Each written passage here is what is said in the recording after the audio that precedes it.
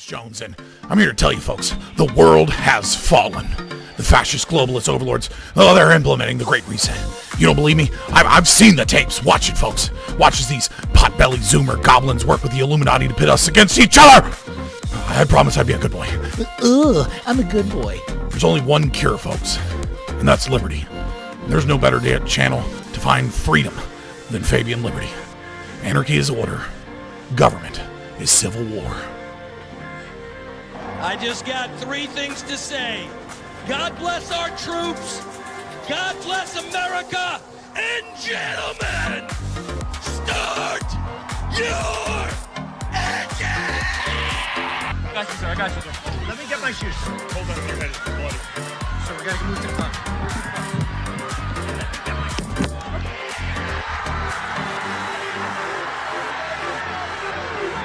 Not only do you have a micro penis, which is an important point, but on top of that, you refuse to share your Pokemon cards, and that's not nice. So first of all, a 2-inch penis is not a micro penis, okay? And for your second point, my Pokemon cards are all mine, and I don't have to share them if I don't want them. I work super hard to get them, and they're really special to me. So I'll keep them. No, you don't understand. You can't continue to play with us if you refuse to share your Not fair. cards. I'm Ukrainian, and this is my bridge. I'm Ukrainian, and this is my gas station. I'm Ukrainian, and this is my school. 2 seconds earlier.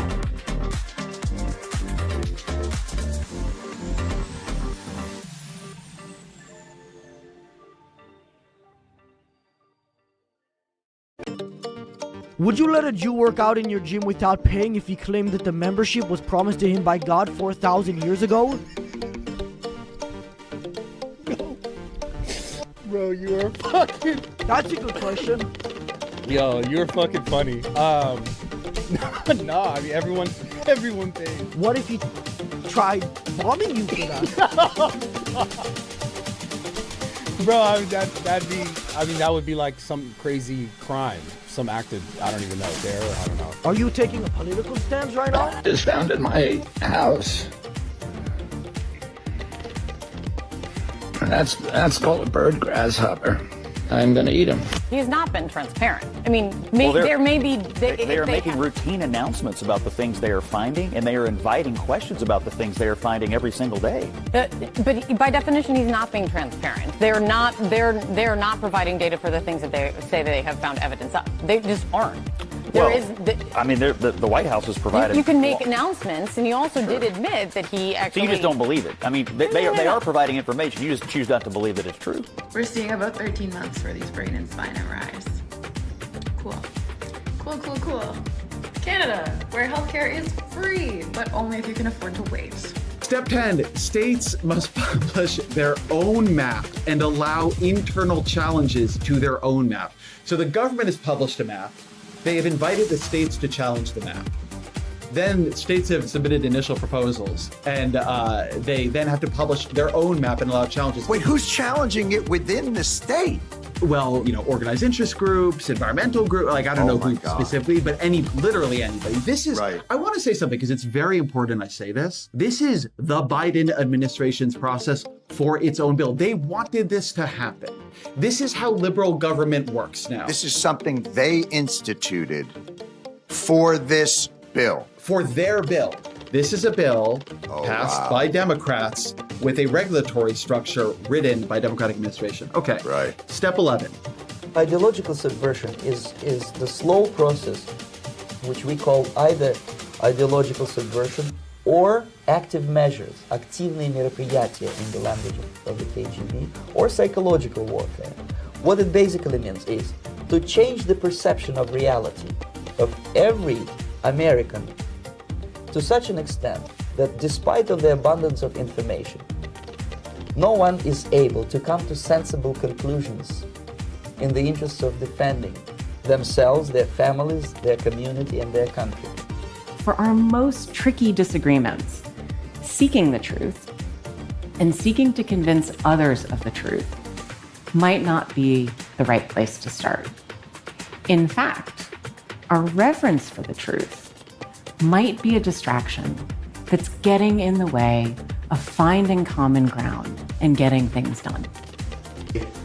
free fries when you get vaccinated? I got vaccinated.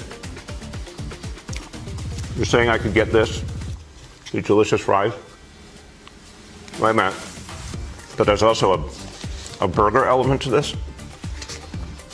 Let me check with Bill Neathart. Is it too early in the day to eat a burger? No. This could be breakfast? Okay. I want you to look at this and think about, again, some people love hamburgers, some don't. Really want to respect all ways of life. But if this is appealing to you, just think of this when you think of vaccination. Vaccination. I'm getting a very good feeling about vaccination right this moment. Thank you. When I win, I will immediately bring prices down starting on day one. Men to woman, or woman to men. Man to woman. From penis to vagina. In the shower, on a walk, the Dylan hour. Feeling sweet, feeling sour. I feel nothing. The Dylan hour.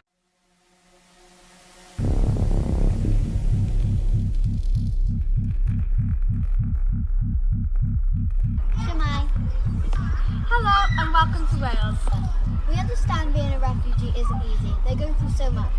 Fleeing your country is difficult, but Wales wants to help you feel welcome. The Welsh Refugee Council is here to help you. Tell me you love me. Say it like you mean it.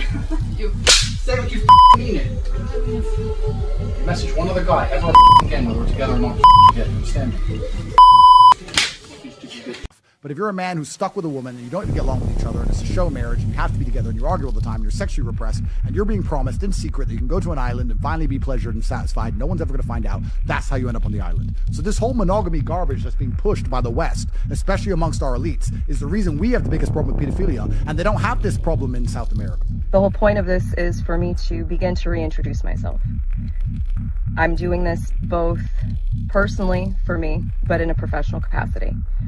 Moving forward, the majority of what you will see will be me speaking in a professional capacity. My goal is to continue to help. Arguing with them, hey guys, if no one pays taxes, then who's going to stop the fires? Who's going to stop all the violent crime? Dummies. And then the LA fire happened, and the fire department didn't stop the fire because I guess they ran out of budget for water, and the police didn't stop the looting because I guess they didn't want to get near the fire. And so I guess I lost that argument. My bad.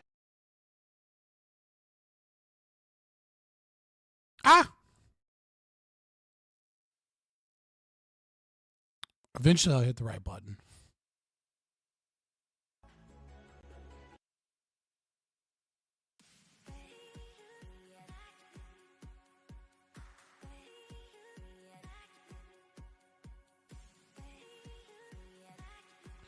I'm back, boys. What's going to be the panel topic? War over, ceasefire declared? Yeah, I posted it in the group chat and said, now we just wait for Israel to bomb the USS Nimitz and claim it was Iran, assuming that they follow the playbook for their normal ceasefire agreements.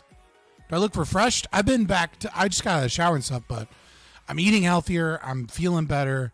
I just got back from Appalachia. So that was like sad, but also like I need that. I'm still a mountain person. Fresh haircut? No. Just haven't cut it in a while. I'm still like somewhere deep in me is still a mountain man. You know what I mean? Like still like, it's just like I rejuvenate when I go out there for a while. And then I'm like, oh, this is not fucking convenient. And everyone around here is on heroin and meth. It's like, this isn't where I actually want to live. But like without the people, this place is super cool. Like this is a dope spot to like camp. It's not so much dope spot to live for the rest of my life. Just a bunch of fucking white welfare queens. Because I'm 7 foot tall. I'm not 7 foot tall. I'm fucking 6'5". And what do you mean? You just mean like I'm just used to ducking everywhere?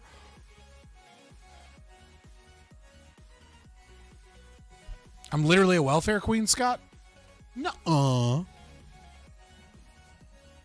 Don't be talking smack. Yeah, Mondays are usually prime guys. But that's not for like 2 hours. We're going to hang out. We're going to react to some shit. Catch up with you guys. Catch up with the news. I secretly took, so I was hanging out with a, family friend, Augie. Let me post this. I forgot to post it. And then we can play it. Because I want to play this. I want to play this for you guys. And then I want you guys to understand that, like, I understand all of this and was having full-blown conversations with this man. And I'm pretty sure the rest of you are going to be like, what the fuck? What just happened? Who was speaking? This is my dad. So I secretly took a conversation. It's a very innocuous conversation. Is also why I took it. Trump is war and pro-debt? Yeah, I mean, Trump is pro-war and pro-debt, yeah. Trump was pro-war and pro-debt. I think Trump was always pro-war so long as it, aligned with his American interests, right? Like, I think Trump doesn't approach war like the typical politician, which is, how do we make corporations happy? How do we make, weapons manufacturers happy? And then ultimately, every war is about oil, not the resource itself, but like who's doing what.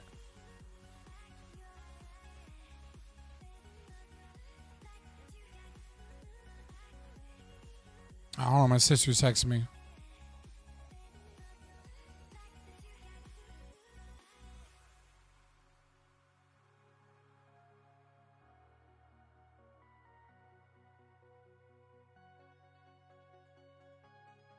All right, hold on. Should the U.S. invade Iran if it leads to a bigger conflict? Whoa, no, let's not. Why is invading Iran on the table in the libertarian chat? I fucking get distracted by my sister's text message. Okay. For like a second. All right, so I think it should be in here now. But this is what I was dealing with while I was in Appalachia. And I find it funny because I feel like you guys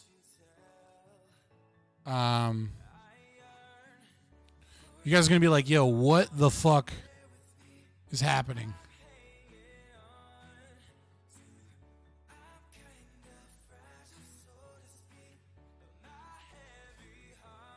So this is what most of the conversations have sounded like while I was away. Here you go. If the fan down in there, what he's calling a slinger, is working right, it throws the excess water onto the hot side of the coils and makes the water evaporate instead of draining out. Yeah. But yeah, it's not going to do all of it. It's still got to be fucking pointing back. All right, so that's my dad. All right, and then this is what Appalachian men sound like. Pointing backwards. Yeah. That's double rail. I told Daddy, did you fix it? I told him I could jump and get a slinger in it. Yeah, slinging water all over my desk. Yeah, slinging water all over the floor. And that's me laughing in the background because I understood all of that. So there you go. I was getting back to my roots, boys. You can hear like every fourth word. Yeah, it doesn't sound like English unless you are, unless you're from there, or at the very least you spend a lot of time there and to pick up the dialect. Oh, that's not what I wanted. This is what I wanted. All right, music back on. All right. I understood every word of that. It's like, yeah, they call it a slinger. I'll tell you why they call it a slinger, because it's slinging water all over my goddamn floor. He's talking about a part in a like a AC unit.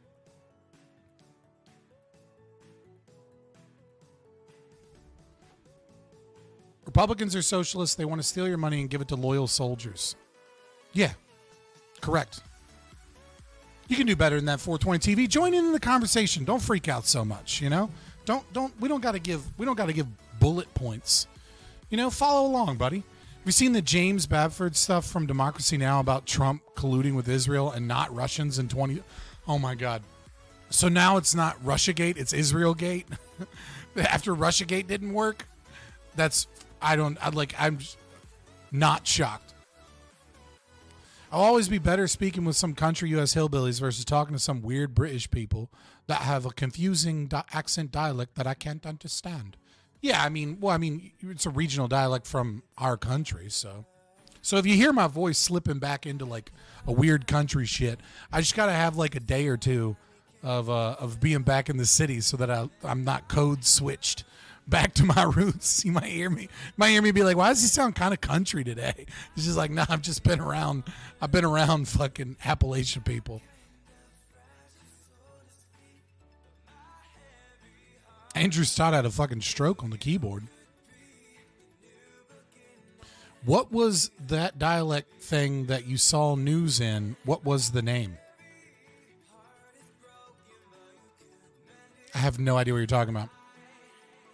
Did I ever used to speak like that all the time? I mean, there, like when I moved from the mountains into the city as a kid, I spoke like that, and then I kind of kept it a little bit until I joined the army. Like once I joined, I mean, like I traveled the East Coast with Armenian gypsies doing concrete work, and so I kind of picked up a little of that, and then I went into the army, and the army broke a lot of my accent because, you know, you're around a bunch of different people, you end up speaking a little bit more clearly and things like that. And then I went to college, right? And so you don't want to sound like a dumb hick in college. So I had a lot of different things that like trimmed my accent a little bit. But I think fat people should be allowed to be president. I think the concept, I think it's a good question, but it's a silly question, right? Because I think what you're recognizing is that a president that is fat or obese, right? Like maybe not, like it depends. Fat is kind of subjective, right? But like, let's say over 30% body fat is someone that has less energy to do the job. Oh shit, I need to switch my glasses. I was wondering what was going on. Somebody that has less energy to do the job is, you know, more likely to have like health conditions that take him out from doing the job well, you know, and has a host of problems. But I think recognizing those limitations is really more of an understanding of why our country shouldn't be led by an individual, right? Like, why it's really more of a recognition that, like, you know, one person always has limitations, and fat is an additional limitation. But, you know, what about IQ? You know, it reminds me of you know, there's if you guys have read the Stormlight Archives by Brandon Sanderson, you know, spoiler alert, the books have only been out for a decade or more, right? But if you've read Brandon Sanderson's Stormlight Archives, there's a king, Taravangian, and, you know, he goes to this witch lady, we'll say, you know, one of the three minor deities of the world that it's placed in. And, you know, and he asks for a boon, and a boon always comes with a curse. And the boon and curse together is that he asks for the power to be able to stop this impending doom that's coming, you know, this apocalyptic scenario. And so what she does is she gives him the ability to have incredibly high IQ. But as he has more IQ, but it's different every day that he wakes up. And on the days that he has incredibly high IQ, he also has no empathy. So he's a sociopath. And like, it's kind of it's a little bit of like there's a little subtle argument that the two are linked in all of us, while at the same time his is somewhat exaggerated. But I think you could apply that same concept. It's like, well, I don't want a dumb president, but also I don't want a president that doesn't understand empathy. But like, also I don't want a president that is like empathetic and socialist because they're intelligent and like it's just you're finding one of an uncountable set of metrics that says that there's a negative quality about this that like causes them to underperform. I don't care about energy. I just don't think we should respect fat people with the office of presidency. Well, I mean, I think you shouldn't respect the office of the presidency. I mean, like it seems like, you know, like, I don't get it. EQ is feminism and gay propaganda. No, it's not. EQ is certainly overemphasized, and it's certainly like therapy talk bullshit when a lot of women that don't know what the fuck they're talking about will just, you know, impose their narcissistic tendencies, you know, to avoid accountability by being like, he had low EQ, right? Like, there's a lot of problems with the way that we treat the phrase colloquially in society, but it's not like fake and gay propaganda.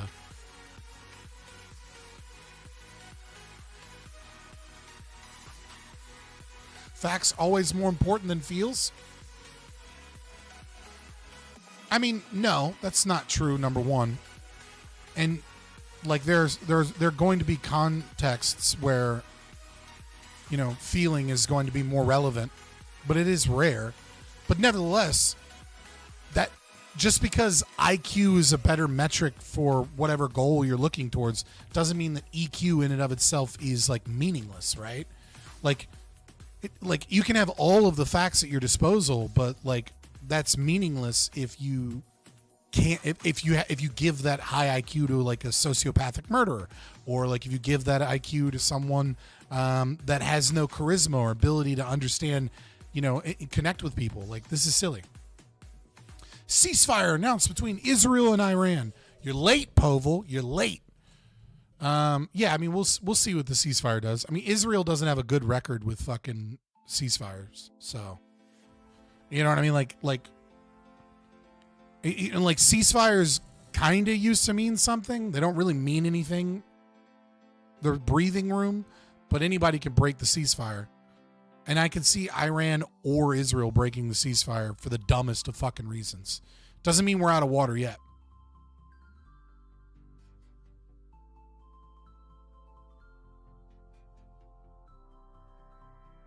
I mean, that's good news for you, Povel. Being unable to measure something doesn't invalidate its existence? I mean, yeah. You wish UFC fights were gladiator-based. What do you mean by that? October 7th was orchestrated for this reason. I mean, I don't necessarily put it past the CIA or something to do something crazy like that, but like, I'm gonna need a lot more than just that claim. Like, extraordinary claims require extraordinary evidence, you know? As in, fighters be slaves. Oh, it's funny.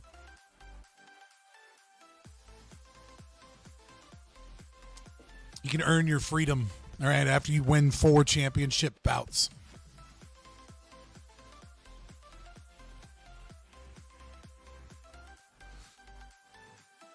I agree, but not for something like EQ. Being able to measure IQ is how we validate its existence.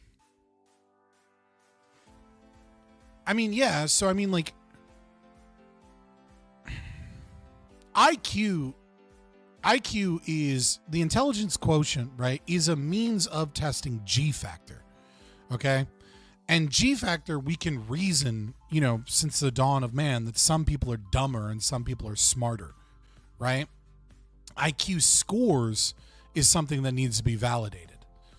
But the concept that some people have a higher G factor and some people have a lower G factor than others is just present in our genetic diversity, right? Like, we have different values and we have different capacities. It's kind of, you know, obvious, right? Well, intelligence quotient is a so Binet created the IQ test as a means of attempting to find mentally stunted, intellectually disabled, retarded, whatever term you want to use, kids in the French school system, and then use that to be able to find at-risk kids so that they could get them more help and try and like target them specifically so that they could get caught up, so that some kids, you know, like kids that aren't like, you know, but, you know, kids that are like, you know, maybe they have dyslexia, or maybe they have some issues, or they have something that is lowering their IQ, but that they're still manageable. It, you know, it was designed to be an intervention to bring those people up. Then it became universalized, right? You know, and started being tested and means by that. But so IQ is a corollary to G factor. It is not G factor itself, right? IQ is not the end all be all of intelligence, because there are things that aren't in an IQ test that we know are varying degrees of intelligence, and they often correlate with IQ because IQ correlates with G factor, and so different types of intelligence are certainly going to correlate with G factor as well. So one example would be kinesthetic intelligence, right? So athletes, you know, like great baseball players or great, you know, basketball players or great boxers, right? They have an understanding of how to manipulate their body They have high, very quick, hand-eye coordination. They very quickly are able to learn, let's say, martial arts or, a new sport, much easier because, they have an understanding of what makes their body tick, what's the right amount of like weight to lift before you like injure yourself, right? They can feel in their body where all of the parts of their body are. They're far less likely to fall down and trip because they're not paying attention to their footing, right? That's a type of intelligence that isn't measured in IQ. Now you're going to find kinesthetic intelligence is going to be pretty well correlated with IQ more often than not. But you can go interview people that are in the NBA. You can just watch NBA interviews and you can find people that clearly have a high level of kinesthetic intelligence but don't have that high of an IQ. Like they're obviously fucking dumb, or at the very least they're like of average intelligence. And so like, yeah. So I mean, like there are different types of intelligence, and IQ isn't the only one. It is just the best. It is a means of testing pattern recognition and our ability to recognize patterns, hold memory. And engage in like multiple thought processes simultaneously, and to rationally think. And to a certain degree, a good foundation of logic can help you a little bit in the IQ test, but mostly it's genetic, which is another reason why we know, where the IQ metric is valuable. Because if you could just train for an IQ test and then significantly increase your score for the IQ test, it's not very good. It's not that great of a test. Tons of evidence that IQ is extremely genetic. There's a ton of evidence to show that IQ is extremely heritable, right? So it's about, most of the studies are going to show it's about 70% heritability, maybe more, but at a minimum 70%. But the problem is that like heritability isn't the same thing as genetic, right? Like, for example, rich people tend to wait longer to have children, and they tend to have less children, and so they tend to be better parents and give more educational opportunities, and they tend to have more money, so the children get a better diet, so they develop better. All of those things are going to be correlated with their parents, and so you could look at their parents' IQ and look at the children's IQ and go, see the genetics here, but some of that heritability is actually environmental. So it's impossible to know for sure, like what percentage is environmental and what percentage is genetic. I have a hypothesis. I think it's probably about 60% genetic and about 40% environmental. And that's setting aside epigenetic questions and like adverse childhood events and like even the possibility of like traumatic epigenetic things passed down on lineage, right? I knew a Jewish guy whose IQ was off the charts, photographic memory. So I have a photographic memory, but I don't have, I can't remember the term for it. There's like different types of photographic memory, and it's on a sliding scale. So like I can remember, like if I remember a word or two or a sentence, then I can remember like where it was in the eidetic memory. Thank you. I can remember like where it was on the page, and then visualizing the page, I can reread my notes to a certain degree by remembering like what other things were on that page. But like I can't like take a snapshot and then like read the page word for word. I don't have that ability. But I do have the ability to like memory palace shit that I didn't attempt to memory palace. If that makes sense. It's got to be closer to 95.5. Like that's I mean, like you think 60/40 that's some woke shit? No, literally the research shows that it's about 70% heritability.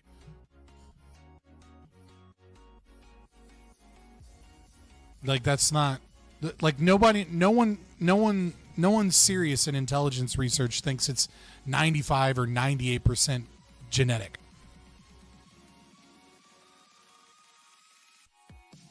Now, that being said, there are certain environmental factors that play a role that we can pretty easily get rid of that might bump that number up a little bit, right?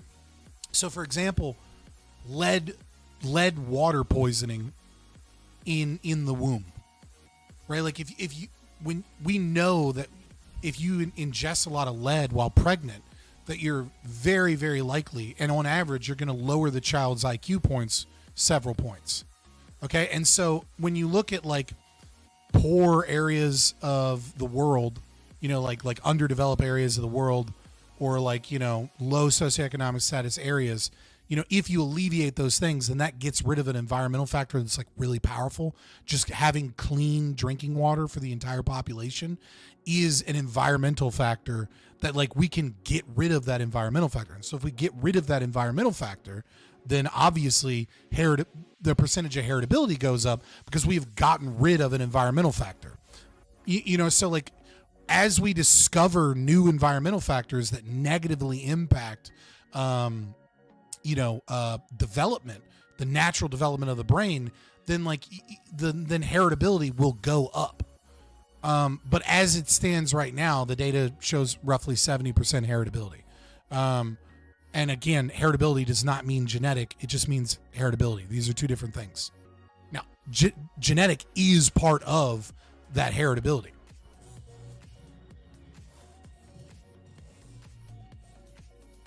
Well, I mean, yeah, but if you're in my chat, I'm just gonna like, if I think you're wrong, I'm gonna argue against it.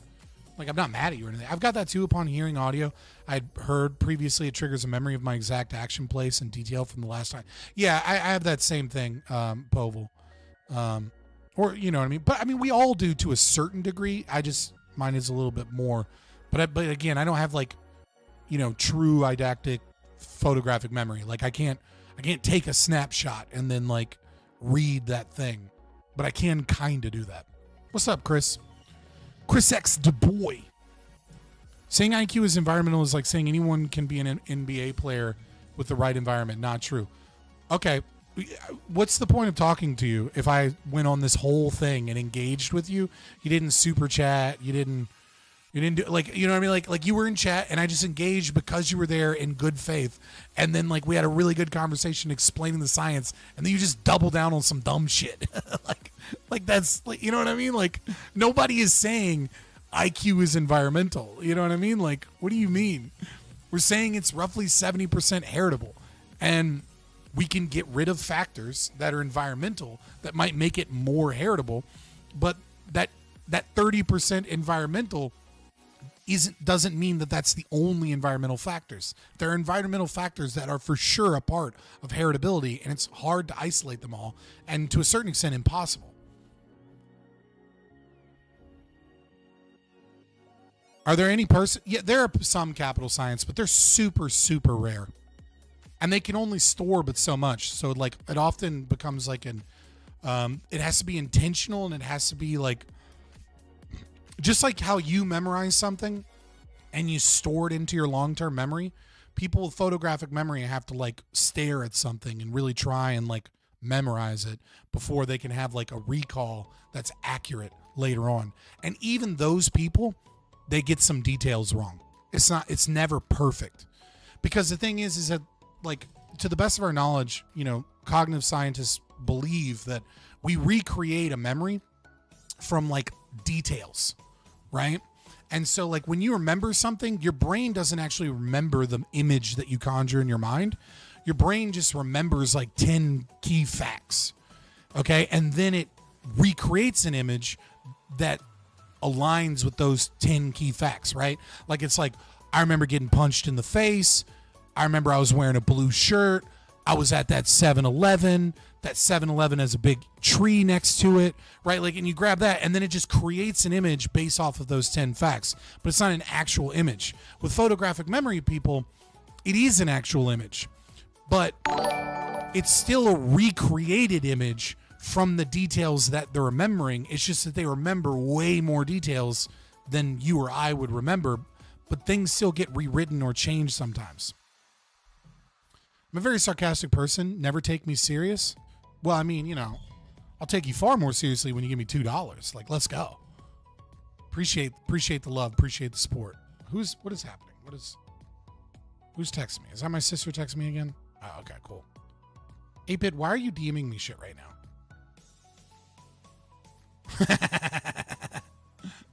That's a funny meme. I'll give you that.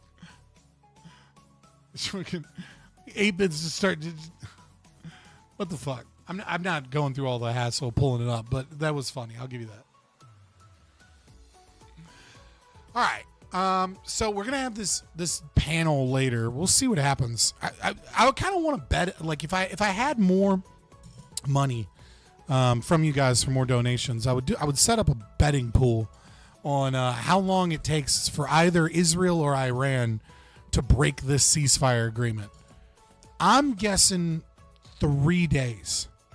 I think within 3 days somebody's gonna break the ceasefire agreement, and I also give about a 10% chance that the USS Nimitz that we moved over near to deal with the conflict, which is a decommissioned nuclear aircraft carrier that we then extended for 13 months. It's like I'm giving it about 10% odds that Israel bombs the USS Nimitz and then claims it was Iran, and then we are in a full-blown war with Iran, and then it's a false flag attack. Because it's just weird to me in this current situation that we're sending over a decommissioned...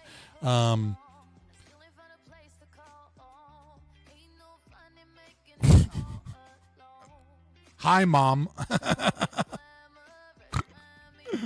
It's like a 10% chance that happens. I don't know. I'm really hoping that doesn't happen, but it's just very suspicious when they pause the decommissioning of an aircraft carrier and then send it.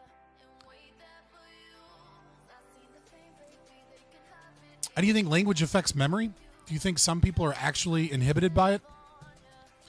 I mean, that was Lacan's kind of whole argument, from like a postmodernist perspective, looking at language and like obviously Derrida to some extent, but mostly Lacan. In the limitations of the French language, and then they like academia really internalized this, the limitations of our language, but like it's not really a problem in English. It's a bullshit argument when we're talking about English, but it may be there may be some thought terminating things that occur in other languages that have limitations. English, English lacks gerundives, and our language is such a like 3 languages in a trench coat pretending to be one, that we'll just grab an already conjugated gerundive and then turn it into a noun.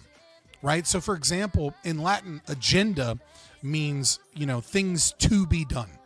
Right? So it's present tense. There are things in the future that ought be done. And so it's a kind of like a combination of present and future tense that exists in Romance languages, but doesn't exist in English. But then we're just like, well, we'll just say an agenda. What's on the agenda today? So we just turn it into a fucking noun and we roll with it. A lot of languages aren't that malleable like English is, or like Miranda, Amanda. These all mean like someone to be loved, right? So like if you're named Amanda or Miranda, or kind of any Latin root with like anda at the end, then it just means someone to be loved. We don't have that in English, but like whatever, cool. You're named Miranda, it means someone to be loved. It's cool. Like we'll just grab shit. And if there's a new thing that comes out, we're like, yeah, fuck it. We'll make up a new name. Like Shakespeare invented something like 5,000 words just to like fucking make certain things make sense. He just started making up words, and now we use them all the time. Like eyeball or bedroom are examples of words that he made up. He was like, nah, bedroom's quicker to say. Eyeball is better. It's quicker than saying the ocular the organ that perceives the world within the ocular cavity of the cranium. It was like, nah, eyeball. Done.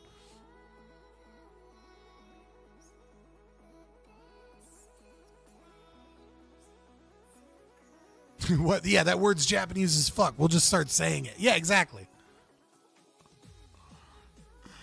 Yeah, we definitely do that. We'll just grab shit. Oh god, there was another one that I was like, yeah, it doesn't matter. Well, I mean, like, or even like gendered stuff, right? Like in English, we have, we just have so many holdovers from other things, and like it just doesn't matter in English. You know what I mean? So like originally there was not men and women; it was weremen and withmen, right? And man just means humanity. And then we dropped the whole where thing. We keep it in werewolf. It's about the only word I can think of right now that keeps the old prefix that means, it means masculine, as werewolf and she-wolf, right? And then we changed Whiffman to woman, which just means, female human. And then the man is the default. And then we're just like, oh, fireman, policeman, whatever. Like, it doesn't matter. Like, it's just a hodgepodge of shit. Makes it difficult to learn as a foreign speaker, as like English as a second language, but it makes it incredibly malleable to like thought. And so I would say that English is probably the superior language for thinking, and that some languages do hold back people to a certain extent. But so for example, Korea, they were having a fuck ton of like accidents from overworked pilots. And so they brought in, I think it was American Airlines, it could be somebody else. But they brought in Americans to like, advise them on how to like clean up their image and like have less airplane accidents. And one of the things that they decided was you have to speak in English. No longer allowed to speak in Korean. So Korean pilots are not allowed to speak in Korean. They have to speak in English to each other. And the reason is that in Korean, they use honorifics, right? Korean and Japanese really stress honorifics. It's in a lot of East Asian languages, but it's really stressed in Japanese and Korean. And what they found is co-pilots, because of the usage of honorifics and their cultural desire to be polite, had a difficult time telling pilots to be like, hey man, you're too sleepy, I need to take the wheel. But in English, it's a lot easier to say, and the language is less limiting, to just be like, hey, you're getting sleepy, it's time for me to take over. And it drastically reduced airplane crashes and like, improper takeoffs and like, needs for refueling and things like that.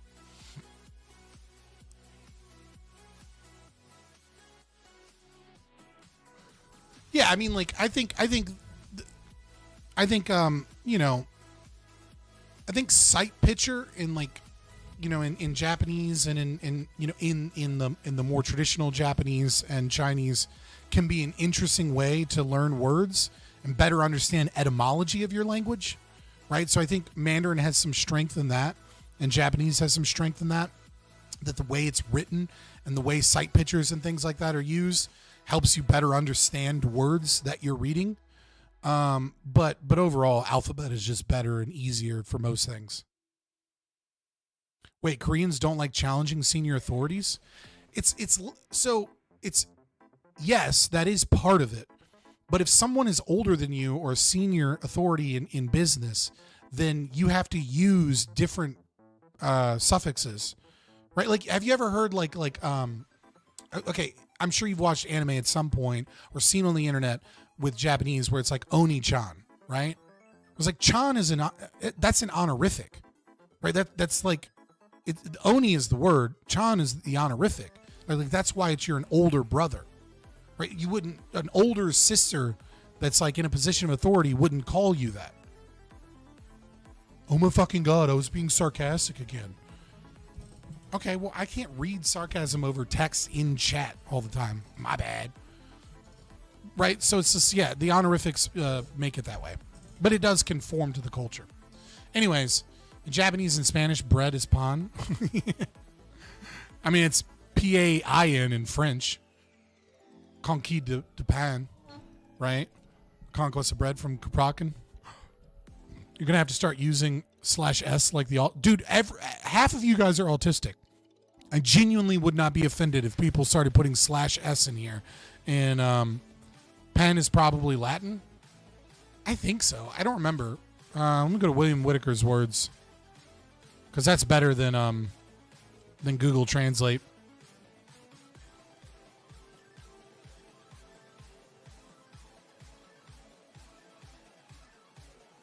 Probably is. No. I want the fucking English one, asshole. Whatever, I'll just use... Oh, Pawnee, yeah, okay. And then let me put that in William Whitaker's words so I can see the root without the declensions. Yeah, PAN is the root. IS is like the typical declension for basically everything except for lesser third declension. Why is it? So it's third declension. But it's also the Greek god of shepherds. I wonder if there's a connection there. Panos in that context. Whatever. Yeah. PAN is the Latin root. PANIS is going to be... The hell is this declension?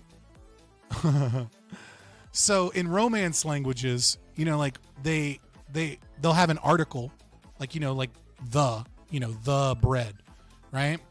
But you know, if something is feminine or masculine, or depending upon like what tense it's in, they'll add something to the end of the word and then conjugate the word differently than the root word. Whereas in English, we separate it. So we will say like, they were walking, they are walking, you know, you are walking, right. So at the end of it, that when they change, like, but we still kind of do it with some things to indicate tense, right? So we'll do it like walked, walking, walks, right? So that's technically a declension in English, but it's not really a declension because like we use it differently because we're a Germanic language that just borrowed like 60% of our words from French. So we have a bunch of French words in a Germanic language, but in Latin, there are middle and end declensions.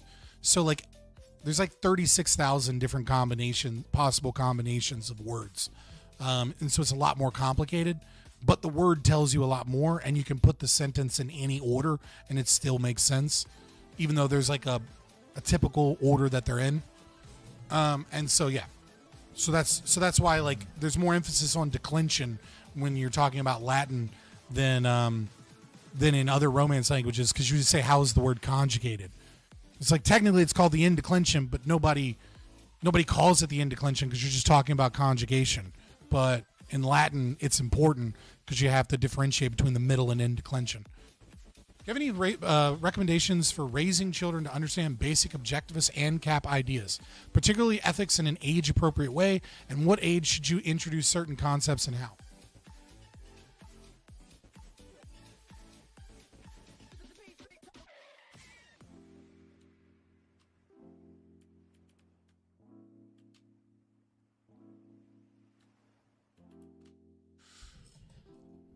So you're not going to get a lot of objectivism from this, right? This is really more like, this is more, okay, yeah, Mark said it in chat. So this is more for, just like a liberty-minded approach to things. But they have great books, right? And they have them all age-appropriate, right? So if we go for like, I think some of the books for toddlers are stupid. I think it's a little early to be trying to introduce some of that stuff, right? But if we go to children's resources 5 to 11, right? You know, like here's one: The Tuttle Twins and the Miraculous Pencil is like a child version of I, Pencil from Milton Friedman. That's like age appropriate for like, you know, a 7-8-year-old, as opposed to like trying to show them I, Pencil. You know, it puts it in a narrative for children. And then there's The Creature from Jekyll Island. That one's a little older. The Golden Rule, Fate of the Future, The Leviathan Crisis, Messed Up Market, The Medals of Merit. And there's cool like narrative ones that are doing it. Since Scott, we're so autistic, could you just start read-alongs to chat? No. No, I'm good. But yeah, Tuttle Twins. I'll post the link in chat real quick. Hold on.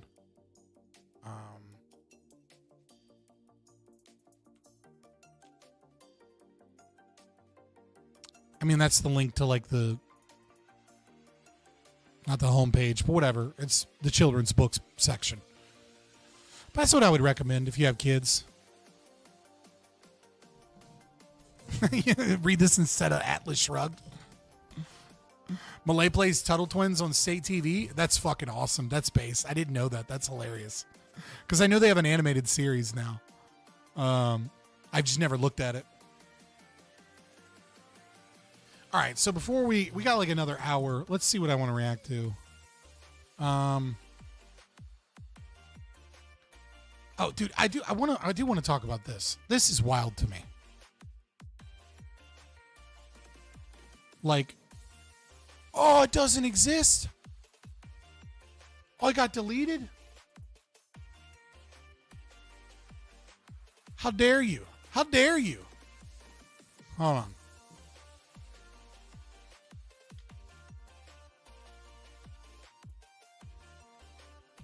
Let's see if I can find another re-upload of it real quick. All right, here we go. You cut off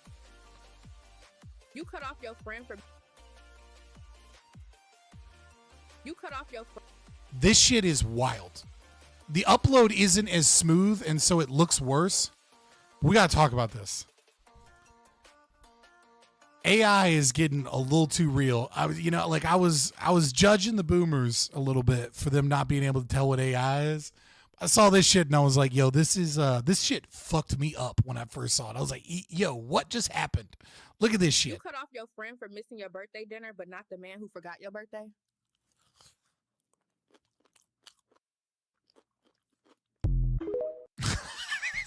I saw her swallow the chicken and then just like eat the bone. I was like, wait, what the fuck just happened? Like my brain couldn't process it at first. It's like this genuinely looked completely real to me. I don't know. Maybe I'm a boomer in this regard. But like when I saw this, I was like, yo, this is gonna be a problem. You cut off your friend for missing your birthday dinner, but not the man who forgot your birthday?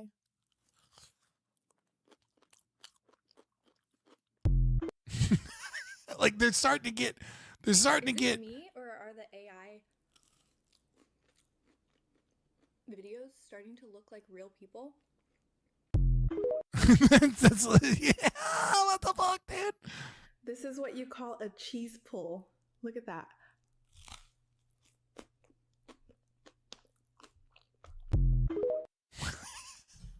No, dude, they're getting too real. I got scared for a second. I retweeted the black girl and just said like, quick question to black people, can AI say it? Which I thought was kind of funny. Whatever. Fuck you guys. Can AI say the N-word? Just curious. What answers did I get? I got mostly yeses. Mostly they were like, yeah, they can say it. The lighting is off? Yeah, I mean there's still a slight uncanny valley, but if you're just scrolling through your phone, you're like, oh shit. Like it looks like a real video and then like something happens that like takes you out of it and I'm like, oh shit. I'm a fake libertarian? Dude, I'm just not a fucking like tech guy like you guys are. I do not want to fuck with Linux. It's just like, it's a lot.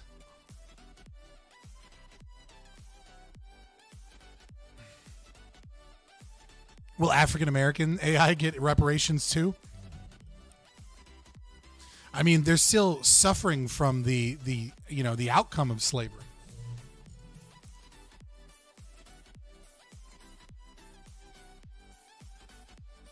All right. So this is what I want to know.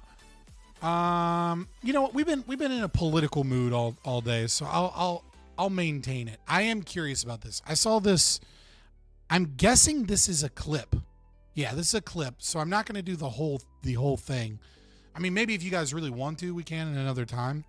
I saw, Jonathan Haidt apparently on Jordan Peterson, titled "Why Boys Are Checking Out of Life," and I'm betting I'm willing to bet to a reasonable degree of certainty that they're going to get all of this wrong. Despite the fact that they're both psychologists and they're both geniuses. I just don't think they're connected in the culture anymore. I don't see it. So but I am really interested to see how two psychologists see the domain or the landscape. And I wanted to do this before we just got into like war, the Jews are bad. Actually, Islam's bad. War. Trump's retarded. Trump's based. Before we get into the panel, what did you think of the book, The Righteous Mind? If you read it, that is. The Righteous Mind was cool. It's just, you know, pop psychology isn't really my thing. You know what I mean? Like, I read it, but like, I didn't get much out of it. You know what I mean? Like, it's like there wasn't much there. You fucking stop that, Mark. Like, there's just not a lot there. It's the same thing as like Steven Pinker's, you know, books. It's like I really like Steven Pinker's work.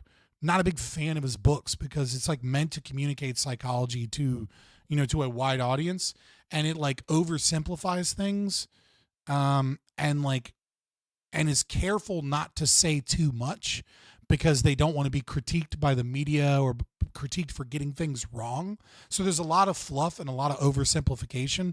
And then there's a lot of like areas of their own research that they're not really touching on because they have to be careful about how they communicate their ideas to the layman. And so I find most psychologists that like put out a book that the book tends to be kind of boring.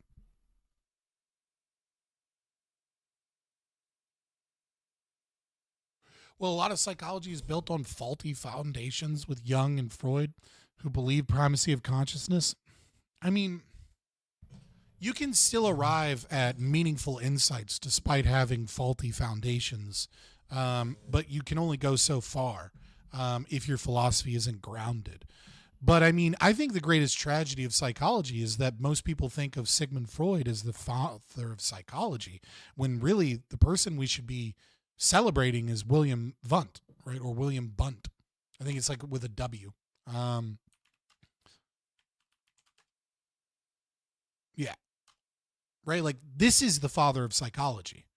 Like, and it's, but he didn't have the sensation of, if I have an NVIDIA GPU, don't use Linux. No, I have a AMD. But like, this is the contemporary of Sigmund Freud. And while Sigmund Freud, you know, is like coming up with, you know, talk therapy and like, you know, looking at dreams and, you know, coming up with a developmental model that was terrible. You know, but I mean, some of his, you know, insights were really good for sure, you know, and those ones we kind of take for granted because we all assume them to be true. I mean, he was the one that was like, you know, hypothesizing a subconscious and the ego. His work on defense mechanisms, which was mostly cleaned up by his daughter, was good work.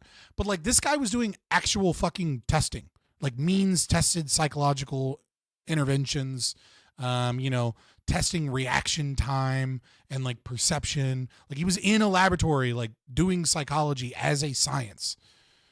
Is widely regarded as the father of experimental psychology. And I feel like this is a great travesty of psychology, is that we don't view him as the father of psychology, because Freud captured the hearts and minds of, you know, the layman and women, whereas Wundt was doing actual science. It's unfortunate. Experimental psychology versus experimental sexuality. I don't hear the second word.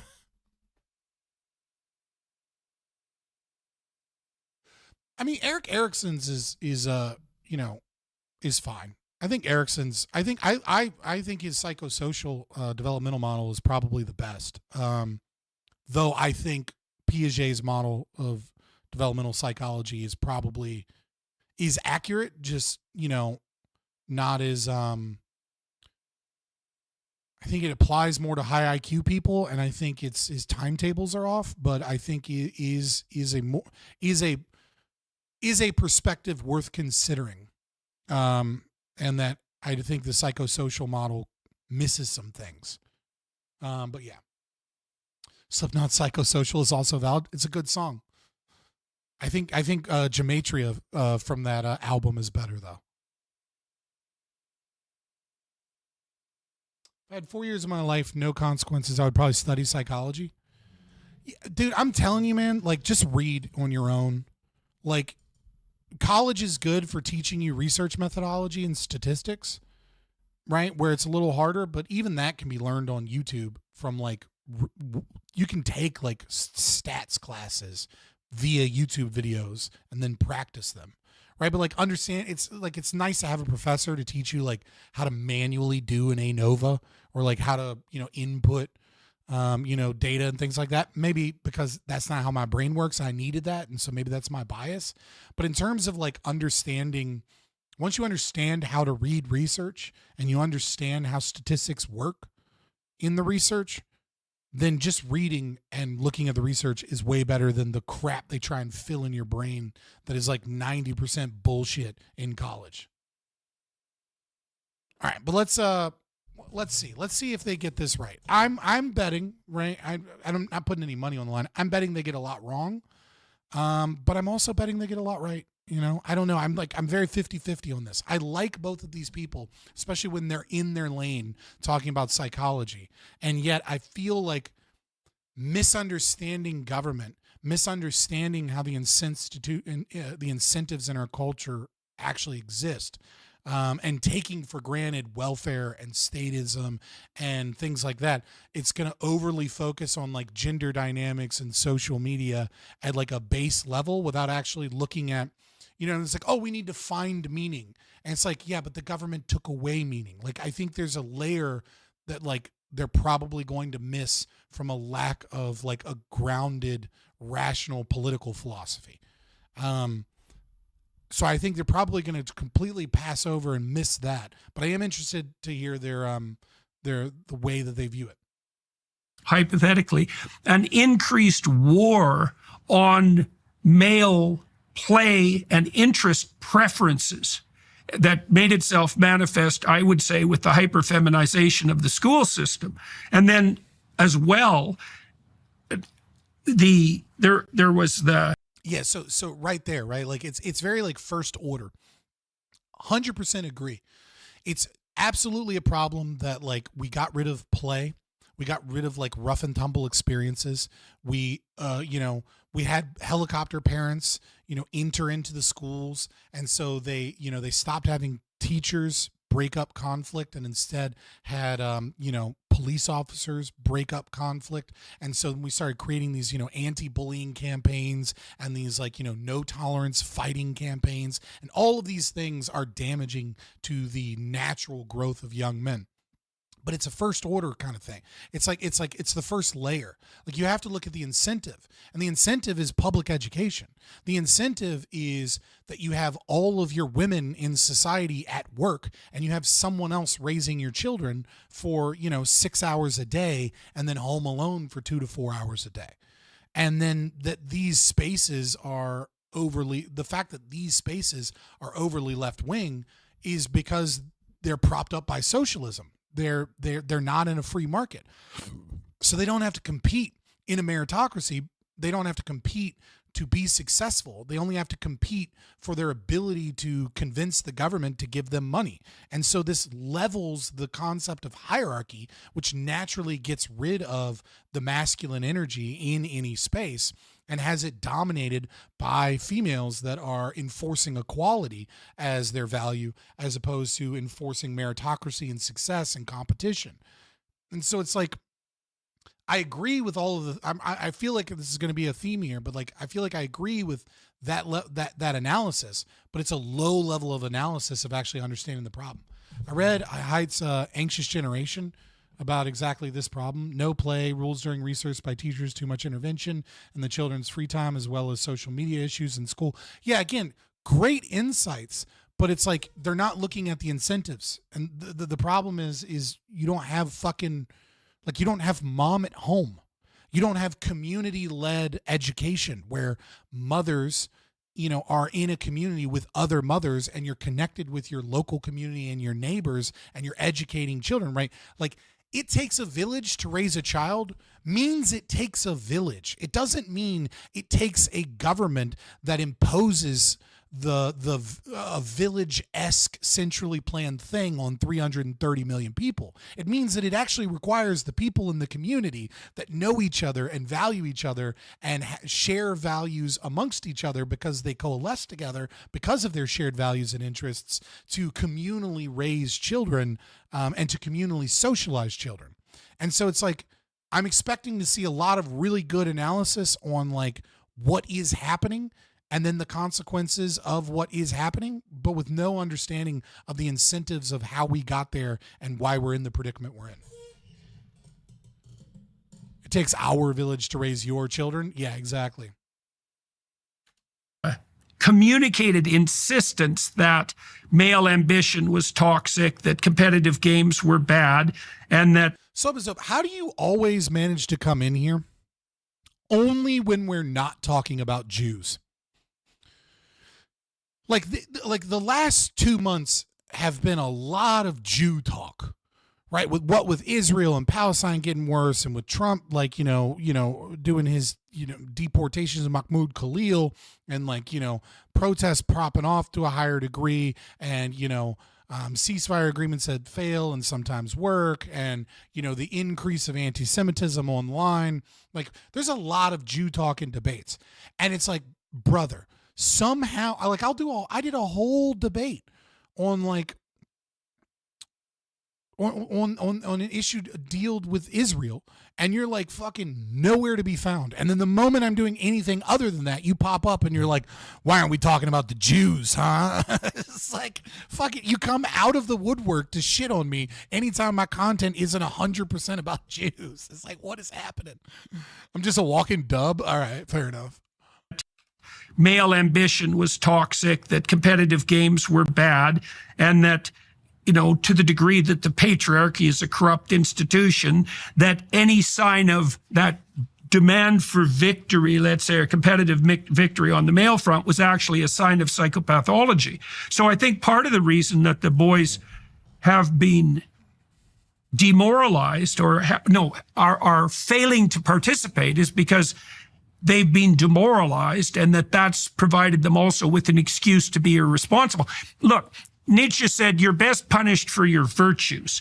So the conclusion is if you're going to be punished for being ambitious and goal-directed, then that's going to be very effective as a punishment, but it also gives you every reason to bow out and to be irresponsible. So I don't know what you think about that in combination with the things that you're seeing on the more specifically technological front. Yeah. Well, so the boys' story is different from it's really good insights, and at the same time, it's the same shit they've been saying for 10 years. I was just kind of thinking about it, and I was like, okay, so we might get a mention at some point in this 10 minutes about pedagogy and critical pedagogy, and we might get some discussion of critical race theory. But then is that ever going to I don't see that leading into any knowledge of even what is causing these problems at the base level today. I guarantee you social emotional learning isn't going to get brought up. And around the time, a little after COVID, many social emotional learning things turned into trauma-informed social emotional learning. They turned into culturally sustaining pedagogy. They turned into project-based learning that is with social emotional learning, restorative practices. There's all these new programs because conservatives, some small percentage of them, have figured out that social emotional learning is just a means of pushing Marxism, feminism, critical theory onto children and putting them through struggle sessions and trying to damage, white men into becoming woke Marxist agitators as part of our entire educational structure. And so it's if your conversation doesn't even hit on SEL, you're just so fucking far behind that you're just analyzing at a base level what caused these problems in education 10 years ago. You're not looking at the incentives, and you're not looking at what's happening now, and you're not even looking at what happened 5 years ago so that you can understand what's happening now, because it morphed into those things. But that shit drives, what is it? Speaking of SEL, Tina Dishinov, or however you spell it, one of the HTE founders for Moms for Liberty, is on Timcast.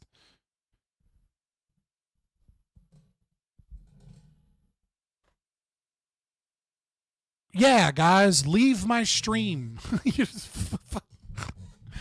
That's what you have to say? Like I bring up the thing that you're interested in and you're like, like you could have been like, yeah, speaking of SEL, like there's this program. Have you heard about this? No new information. Just like go see a better stream, boys. Like fucking, what the fuck? You're a terrible moderator. You're a terrible moderator, Andrew. Whatever. We'll get into it. Technological front. Yeah. Well, so the boys' Is SEL a bad thing? Yes, without a doubt. story is different from the girl's story, and it's a story of checking out of the real world. And I draw from this in part on Richard Reeves, who's a wonderful book of Boys and Men. He points out that, boys. Yeah. We only lost like 3 or 4 people, which is 10% of my audience currently. So. And men used to now we're down to 26, so we've lost 6 people or 5 people now. Dominate the economy and society in many ways. But so you only drove away 15% of people, brother. Boys and men used to dominate the economy and society in many ways. But what book? I'm sorry, I was of Boys and Men. Oh, Richard Reeves. That's not a bad. Wait, why was that? Was that really a sign for school? I'm really surprised by that. It's like one of the like fucking founding like MGTOW guys. Boys and men used to dominate the economy and society in many ways. But beginning in the 70s, we get the transition away from physical work. And yeah, the viewer loss could also be people overloading people's CPU because they're using ad blockers. So now is a good time for you to try and invest in YouTube Premium. I'm not trying to be a big shill for it. I get 55% of the money. Like, so creators get 55% of the money you spend on YouTube Premium. I actually don't think it's that big of a deal. I don't know if you want to reward YouTube for being really, really shitty, and I totally get that. But I will say, if you're using an ad blocker and you're finding like YouTube crashing or like getting like a loading wheel and shit, it's because YouTube is overloading your CPU. And for people with really bad computers, it's broken a couple computers because they're trying to like push the CPU usage through the limit because they know that you're using an ad blocker, but that doesn't mean that they can push their ad through your ad blocker, but they can overload your CPU. What was I saying? Oh, like one of the things it's hard for me to remember as a streamer, and certainly like something you wouldn't think about that much, Andrew, as like a viewer, is that you got to remember that like most people that watch content don't chat.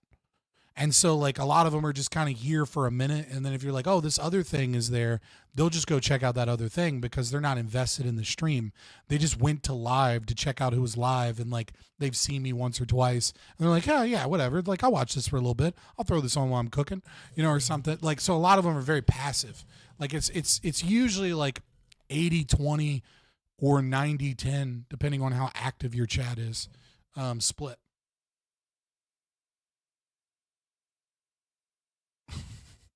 Fair enough, Chris. It's out that, boys and men used to dominate the economy and society in many ways. But beginning in the 70s, we get the transition away from physical work and longshoremen and strength and to a service economy. Oh, yeah. Like of Boys and Men is very similar. So I put this post out today. Let me go to my Twitter. Right, like I saw this post and it's very reminiscent of kind of like what you're talking about, right? So this lady is responding to this, to this article, men, where have you gone? Please come back, blah, blah, blah. This has been going around. This lady, Lisa, she says, when will everyone come to understand that it's us who have driven men away? For decades, society has disrespected and neglected them, insisting that they are unnecessary while only prioritizing support for girls and women. Men have been marginalized. And now we are left wondering why so many are choosing to disengage. If we want men to come back, we need to take responsibility and give them something worth coming back for. This article and most people don't seem to get that. And so I responded very short, pithy. I can go into a lot more detail on stream, or whatever. I have other write-ups on Twitter and things. I just said this is a genuine, loving, empathetic female perspective that is completely wrong. Men don't need faux respect, government grants, policies, etc. What we need is the destruction of welfare, student loans, and a fake economy. Stop stealing from us and we'll build again. And now, like, I think this is like a really important aspect that so many people that are like concerned with men's issues completely fail to understand is that they don't connect the destruction of young men with welfare. It's like you're stealing half of the money that we all make so that we can funnel most of it to women and to minorities. And we used to do that voluntarily within our own communities, like with fraternal societies. And we did it because we valued those people. We love you, or we know you. When you are on hard times, the community is willing to help you out because we know that you'll help us out in the future if we were to fall on hard times. And instead of men being able to have the wealth and the resources to have capital accumulation, start businesses, build a home when they're young, and then be able to find a wife and say, look, I've got a home, I've got a business, I've got wealth, I can take care of you, I can do these things. That gives men meaning and purpose in a provider role.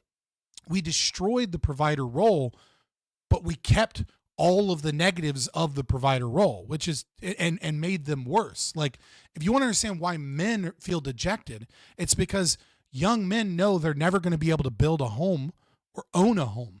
They know that that it's, unless they have an incredibly good idea and they're able to cozy up to rich investors that they made through like some social media hustle, that they're never going to be able to start a successful business.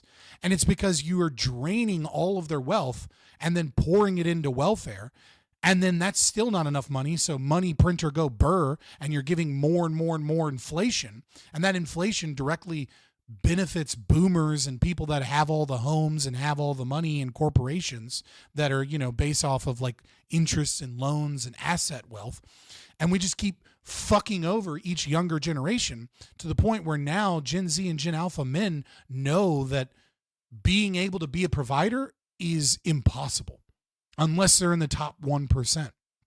And all of this socialism has created that. And then there's another aspect, which is like, the petrodollar and like our fake economy, and all these women have these bullshit unproductive jobs, but they get paid and GDP number go up and ESG score go up. And so therefore good, and company makes money in like this, fake economy bullshit scheme where they're not really producing anything to in a competitive environment, but rather they have a whole bunch of women holding men back in the office space, making more money than them in a managerial role, whilst the men do the actual labor that makes money and is productive.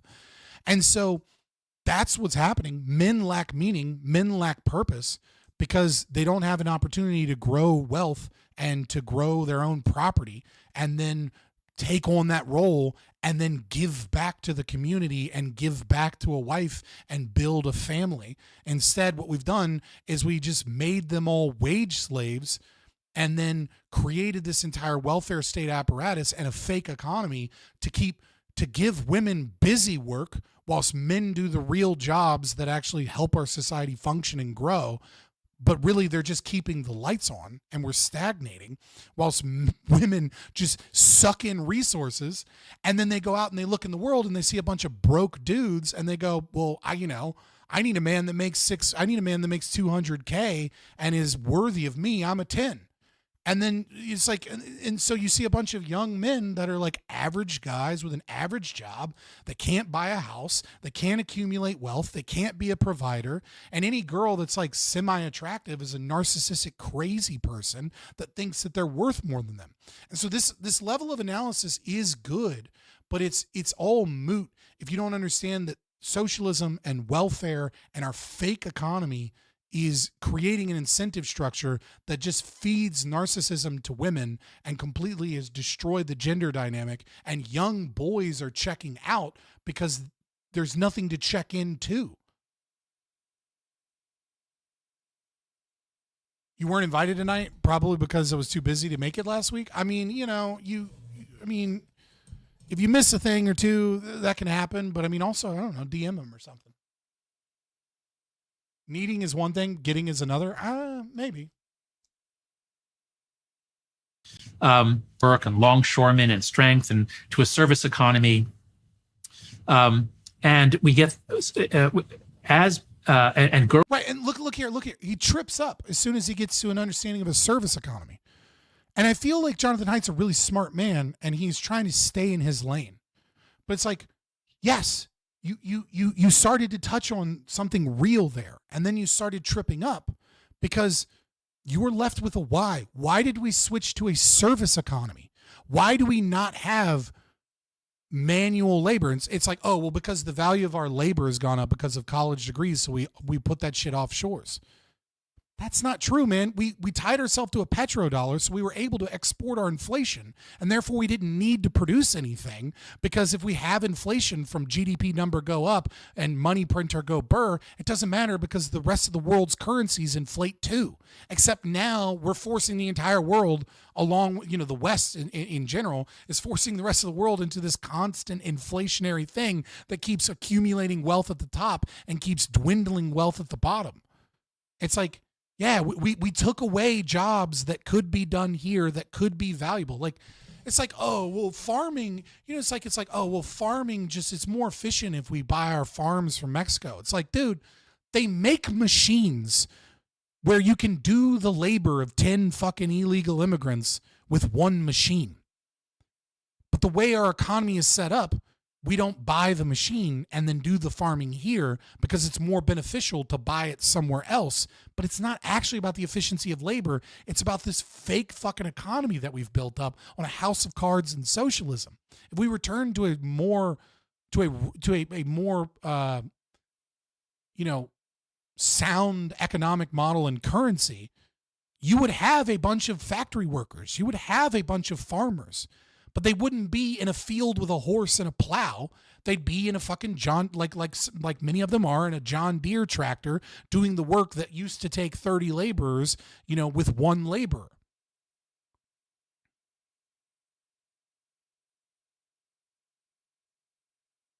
Yeah, our machines are exported all over the world to farmers everywhere. Why are we not doing more farming in the U.S.? I have no fucking clue. I mean, a lot of our food can't be sold across the world because we don't have the same standards, like FDA standards and things like that. And some of it's like mad cow disease. A lot of European regulatory agencies just started like tariffing the fuck out of our shit and banning it. And then they never eased up on it. So like we just kept fucking crazy tariffs and shit from like the 1990s. Corn subsidies is a problem. There's other problems, like when we talk about the price of eggs. We pay people to cull their chickens if somebody gets a bird flu. It's like so one chicken gets a bird flu, and if you want to keep your chickens, you have to go through like 14 different regulatory hoops to try and keep your chickens, to ensure that your chickens are safe, or you can cull the entire population and then we'll give you all the tax money for those chickens. Okay, that works out fine for the farmer, right? The farmer goes, oh, okay, instead of jumping through a bunch of regulatory hoops to try and keep my chickens, I'll just get paid to kill all the chickens. Better luck next year. The problem is that we're using our tax money to reduce the supply of chickens and eggs. And then we're like, why did the price of eggs go up? Isn't that fucking weird? We had a bunch of fires and a bunch of, farmers that got paid our tax money so that's less productive money in the economy. So that means everybody's wages go down. Everybody's available resources goes down, a less productive economy. And then that money goes to kill chickens so that we can have a lower supply of eggs and chicken. And then we wonder why egg prices go up. It's not actually that fucking difficult. If you want to fucking have cheaper eggs, stop paying people to kill their chickens. It was a retarded idea built out of fear of an epidemic of bird flu. It'll be fine. You apologize for your sister. She works for USDA. Dude, it's USDA, it's the CDC, it's OSHA. There's like a fuck ton of people that have to come through and do all kinds of paperwork in order for you to keep your chickens. But and you still have to quarantine them in a section, and you still have to kill a section that are quarantined. But like, if you want to avoid all that, you can just get paid money to kill all your chickens. And it's like the government's insurance policy, because it's like, oh no, the poor farmers had to kill their chickens. We want them to keep producing chickens next year, so we'll give you money. And it's like, well, it created a negative incentive, which is easy. It's just easier to kill chickens than deal with all that bullshit of like trying to like go through all those regulations and then not get paid. All of the alphabet soup people are the problem. Agreed. Girls are rising, which is great. But as girls are rising, boys are not. ducks lay eggs year round, and also ducks haven't been bred to lay like extra. They have to a certain degree, but they don't lay like too many eggs. And so like chickens lose a lot of calcium in their bones and shit from fucking like laying too many eggs because we bred them for like egg production over and over again. And then like you have to cull and kill chickens if they eat their own eggs, because if you leave them there for like too long, they'll eat the eggs because they need those nutrients back, especially if they're unfertilized and you don't have a rooster there. And like you kind of want a rooster to protect them, but you know, setting that aside. So like, yeah, I would actually say ducks are probably better than chickens. Not rising too. In some ways, they're falling. And by 19...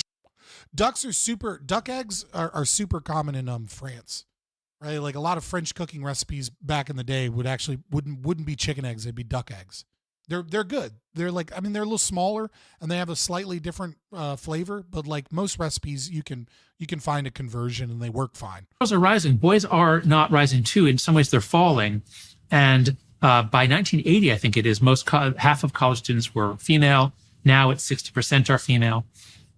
So boys have been kind of checking out of school, checking out of the workplace. The electronic world, the online world's gotten better and better, more and more attractive for boys. They're spending more time on video games.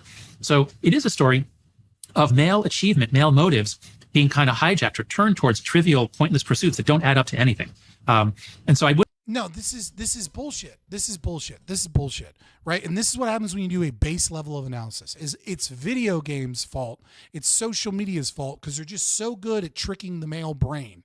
It's like, dude, you're recreating from a different perspective the very problem of like Tipper Gore and like the Satanic Panic and all this other bullshit in like blaming the video games for the real problem, which is that women are putting their children in fucking daycare and putting their children in school and entering the workforce instead of being at home raising children. And you're now we're just going to blame social media and we're going to blame video games for their ability to hijack the male brain. It's like, no, the opportunities went away, and so these things stepped in. Video games stepped in because there's no opportunity for entrepreneurship. The people are taxed. The young men are taxed to death, and so they don't have the money or the resources to go out and, you know, they don't go out and hit the club anymore because it's a waste of fucking money because the gender dynamic is so fucked that all those women are like, ew, you're a regular guy. Ugh, I'm a 10. So they don't get anything from going out to the club. They don't get those same social, like go to a club, or better yet, go to a nice restaurant. You'll find like 4 or 5 people on a date, and then you'll find the rest of them are just girl groups together. It's because men aren't fucking dating. It's like the same 100 dudes in every city that are dating all of the fucking girls that are halfway decent, because those girls won't give any other dude a chance because those guys have checked out. But starting at the what stepped in, right? Like it's a complete opposite understanding of the actual incentives at play. It's like, yes, there was a void. There was a void for male attention because our culture, our tax system, and our government ripped away all opportunities from young men so that they could give opportunities to young women, so that they could create policies designed to help young women flourish at the expense of young men. It's not that young men don't have enough of these programs. It's that young men's meaning and purpose was taken away from them and given to young women. And then, so there's a void, and video games step in and fill that void. Social media fills that void. But talking about what stepped into the void as the problem is just a dumb level of analysis. Psychologically, it makes sense, but it's lacking an understanding of philosophy, and specifically political philosophy and incentives. I would agree with you about the discouragement of male ego, ambition. No fault marriage contracts. I disagree that that's a big problem. No fault marriage contracts is a big problem because we have a fake economy that allows women to go work, and because we have the ability to funnel welfare to people. You don't need the state, imposing, marriage and making it difficult to get a divorce if the incentives for divorce are gone. The problem is the incentivization of the divorce exists, and then No Fault just got rid of a barrier that was the government. That was like a level of like from that decision. But if you get rid of the incentives, you don't have to worry about it. Because I don't, you know what I mean? Like they're trying to force people to stay married comes with its own set of problems. And feminists use them all the time, and you overhear them too much, and they get blown out of proportion. But they're not 100% wrong. Like, abusive relationships do occur, right? Like, marriages do fall apart. Like sometimes shit just doesn't work out. Desire to be great. The subversion of Fake economy that allows women to work. I have expounded upon it a little bit. That's why I was talking about the petrodollar, the fact that we're a service economy, the fact that we don't produce anything, and the fact that ESG exists. And it's a means and opportunity of creating corporate structures that are designed to impose equality. And what they really do is have a whole bunch of women in HR and in managerial positions that aren't doing productive labor. They're just slowing down the productive labor of mostly men. Like, talk to anybody in the tech industry, and they'll tell you that, like, it's them and a bunch of dudes that are coders, and then it's a bunch of women in tech, and those women in tech are fucking, like, they're there micromanaging guys doing work that they don't understand. of that into just hell yeah, dude. Have a good one, Grid. Wanting to do, higher up on a video game leaderboard, I suppose. But I'd love to ask you, because I only really began turning to the boys' story about 3 or 4 years ago when I began working on the book. You've been talking to young men for a long time now. Mm-hmm. What do you see when you look at the malaise among young men? I mean, part of it is what you just said about, but just what's your diagnosis? Who the fuck uses malaise or malaise in their regular vernacular? Some shit. I get what he means. It's the appropriate word for the situation. It just threw me off. When you look at the malaise among young men, I mean, part of it is what you just said about, but just what's your diagnosis about what's happening to young men? Is it depression, anxiety? Is it hopelessness? What do you see happening? Greer and Catherine, their 4-year-old son, was diagnosed with a degenerative illness. That initiated a discussion about resilience in children, resilience in general. Fucking your ad for your own show in the middle of your shit that has ads? I hate this shit. And he's imaginative. Certainly. Your task is going to be to help. I really hate the concept of televised therapy. Like, it borders on unethical. I'm not a big, I try not to mute ads or skip ads, but I don't know that it is unethical, but it borders on unethical. I'd have to see it, and I don't want to see it to really know.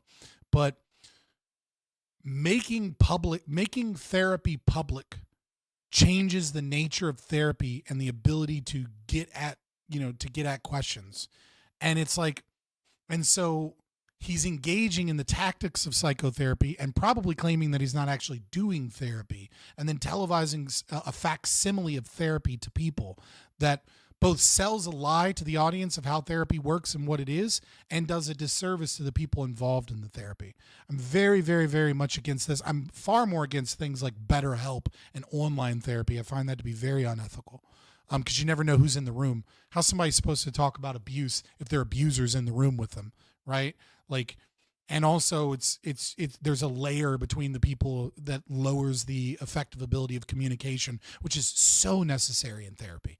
But yeah, I don't know. And find his way. He's going to have to be the person who figures out how much he's going to be willing to fall on his face. I want to be an oak tree, but also a source of light. My daughter was very ill for several decades. She was doomed with her illness, and she figured it out, and she's like firing on. Yeah, this is like this. He's doing a Dr. Phil thing on the Daily Wire Plus, and I just don't fucking like it. And it's almost certainly a mechanism of him doing his own storytelling and of him, selling his ideas and his, philosophy in such that it is through psychotherapy to people and less about the needs of the patient. Like, I find this to be kind of disgusting. On all cylinders, so who knows what you can manage if you maintain your upward orientation. You don't have to have all the answers. You just Like, as much as I hate Not So Erudite, she was kind of right about the whole Dr. K situation. Like, it's probably not a good idea to do the type of shit he did, right? And I don't blame Dr. K for, oh God, I can't remember his name now. The guy that was a World of Warcraft player in Arena that, you know, committed suicide. You know, those were good episodes and there was good content there. But the guy needed real therapy, and like, especially with the levels of trauma that he had. Like, that should have been like a dude. Let's not make this public. Like, Wreckful, thank you. Like, let's not make this public. Like, I will do this with you in person. Like, or I know some really good people. Like, please, man. Like, I need you to see a professional, and I need you to see a professional in a professional setting. Just have to have answers to the questions he's asking. Well, a huge part of it's, I hate to say shit like that because I like Jordan Peterson, and I did for a long time, but that shit is gross to me. fractured demoralization. Like, one of the things I've really noticed, it's quite the stunning and horrifying thing to see. You know, I think the biggest impact what I've said on young men has been my drawing of a relationship between meaning, adventure, and responsibility. Dude, Philosophical Zombie Hunter still fucking can't shut the fuck up in Discord. It's fucking funny. I was like, oh, come into chat and talk. He's like, no, I don't need to come into chat. I want to argue with all you people in Discord. Responsibility.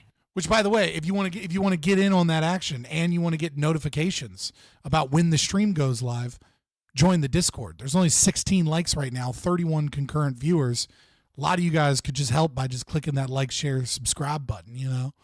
I appreciate all the help that you guys can get, but, you know, join the Discord, follow me on Twitter.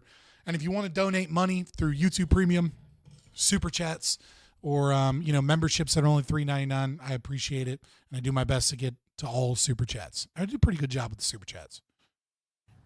It's like, well, and, you know, you touch on this in your book. Like, one of the things you point out.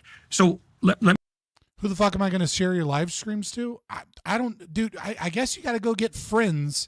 And then after you get friends, play the long con. After you get friends, then you can share the live stream to your friends, right? So, you know, go out and make friends so that you can grow my channel. Let me take a bit of a sideways route here. When the Big Five theorists were laying out the semantic webs associated with negative emotion, neuroticism, McCrae, in particular with the Neo Big Five, noticed that self-consciousness and neuroticism were so tightly associated semantically that they were indistinguishable. So here's the rule. This is the rule. And you allude to this. If you think about yourself, you are going to be anxious and miserable. Those are the same thing. And you know that when you're possessed by a bout of self-consciousness. It's not pleasant. Okay, so then you might say, well, what do you do about that? And one answer would be, well, don't focus on yourself. But you can't. Well, that'd be dumb. Can't not focus on yourself. You have to focus on something else. Okay, so what do you focus on if you're male? Well, you focus on responsible service to the future and others. Well, why? Well, because that gives you what you... Yeah. You focus on growing your wealth and growing your ability to be able to be a mentor and, you know, gain expertise and be a business and gain property so that you can help other people, you know, that you value and so that you can help yourself. Okay. But if you take away all of those fucking opportunities with this massive welfare state and then you bully children in school which is, you know, the direct process of creating a socialist education model, that stops happening. Okay. But like just telling them like, oh, just do this. It's like, you can't fix a generation, you know, 20 therapy sessions with each individual at a time. Like, it is true that if you engage with someone that you know and you get them to refocus their attention and you teach them to be assertive and you teach them to look for opportunities, that they can succeed in spite of all of the barriers. But it's not a policy or prescription that works for a generation. It's a policy or prescription that works in our fucked up culture and our fucked up socialist government in the here and now at an individual level. You described as that slow dopamine kick. It's like, that's where, and that's not happiness, it's meaning. It's not, yeah, but it's also, it's low time preference, right? Like, I don't want to mix Austrian economic theory too much with psychology, right? But it is low time preference. Like you have to have, social media and all of these things are giving instant gratification because that's the only fucking gratification that people feel like they have the ability to gain, right? If people have the confidence that they can go out and build a business, build wealth, get a home, get the girl, start a family, then they begin to self-actualize, and they begin to, order their life towards those long-term goals that are productive for society and for the individual. But if you constantly put barriers of entry, such as welfare and socialism and, our fake economy and a school system that is chastising them, you take away all of those barriers to entry and you stop speaking to them in that regard, then the only thing that's left is high time preference hedonistic things. Porn, video games, junk food, whatever gives them, doom scrolling, because there is no avenue for low time preference behavior that gives people meaning and purpose in their life. Those are very different things. Happiness is that like hedonistic kick that can be hijacked by the AI machines. Meaning is less intense but more sustaining. Okay, so where do you find that? And that's simple. You find that in the adoption of maximal responsibility. That's burden, that's challenge, that's play if you do it right. Again, this is all at an individual level. Like, he's not wrong, but it's not a policy prescription. Like, you can't, the incentives are not there anymore, either culturally, economically, or from a governmental standpoint. In no area or faucet of how our society functions are the incentives pushing people towards low time preference behavior and, the adoption of responsibility for meaning and purpose. They're in the opposite direction. And so just looking at the surface level of the incentives that current, like of what is pushing and pulling in those voids, but not looking at how we got there, is a bit of an exercise in futility. That's also the sacrifice that civilization is founded on. And one of the things that we might note, Jonathan, is that the default man is useless. Right? So, so for example, I'm going to get myself in trouble here, but I don't really care. So in the Arab world, broadly speaking, the Arab world produces about as much as Spain. Okay, well, why? Well, it's part of the reason is the men don't work. Now, that's not surprising. What's surprising is that any men ever work, because work is difficult and it requires sacrifice. And so the question is, and this is the anthropological question, the question of initiation, how do you socialize and civilize men? Because the default is going to be... No, this is the authoritarian approach. How do you socialize men? How do you turn men into from these useless creatures into productive creatures? It's the exact opposite. That's like he's 100% wrong here. The default state of man is poverty, and then man goes out and either lives or dies. And if he lives by finding things that are within his own rational self-interest that go towards living. The default state of man is to go out and use his willpower to shape the environment towards his own rational self-interest. That is the default state of man. And what we have done is we have created a socialistic nanny state that has interfered with man's default position, which is to go out and to use his will to shape his environment towards his own rational self-interest. And we have done everything we could to lessen the burdens of that. And then what we have done is thrown the baby out with the bathwater. We have taken away community. We have taken away man acting upon his will based upon what he values. And instead, man acting upon his, short-term concerns. Because the long-term concerns are both stolen from him, and then there is a paltry facsimile of that is promised to him, right? When you get old, you'll get a social security check. If you break your back and horrible things happen, you'll get Medicare and Medicaid. Okay? And so there's this net, this shit net that promises that they'll take care of them to the minimal degree possible in the event that something bad happens, so that they're less incentivized towards risk to gain their own security in the long term. And then on top of that, all of that is paid for by stealing the opportunity to avoid that fate. That's what's happened. The default state of man is not a useless man that does nothing. The default state of living conscious beings is to act in order to survive.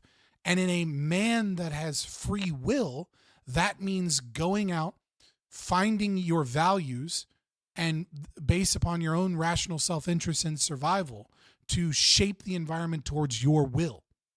And this is where psychology is incomplete without a foundation of philosophy that is not full of Platonic nonsense. Trivial hedonism. Of course it is, because it's easier. Of course it's going to be the default. The default's always what's simpler and more fragmented. Well, you tell them a story of heroic responsibility, and you draw, even more importantly, you draw a connection between responsibility and adventure.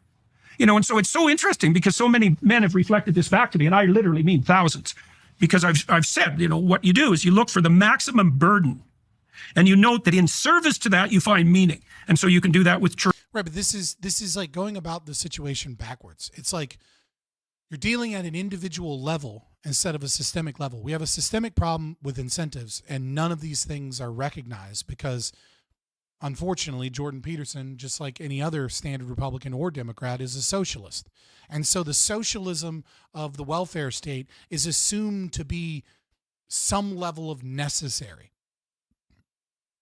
Like he'll have critiques of like wasteful spending or things of that nature, but it's destroyed all of the low time preference behavior that is natural to man. And then it is assumed that low time preference behavior is unnatural, which it is not. A village that does not store grain for the winter dies in the winter.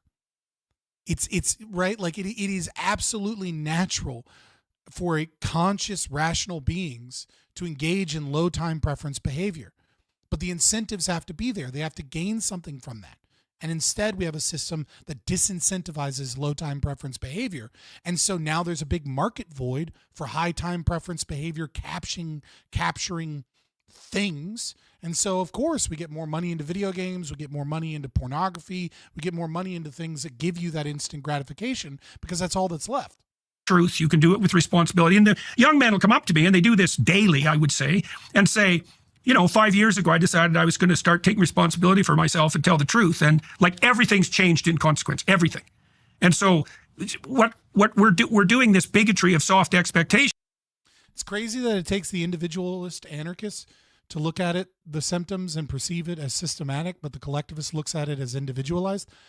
I mean, I probably have a unique perspective as someone that is, I'm well educated in psychology, so I understand everything that he's saying at such a level that it's like a second thought that frees up my brain to think of other things.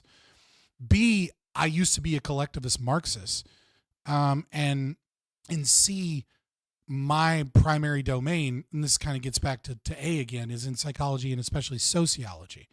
So I don't think your typical individual anarchist is probably doing the type of analysis that I'm doing, which isn't to say that their analysis is wrong. It's just I offer hopefully a different perspective, not necessarily a superior one.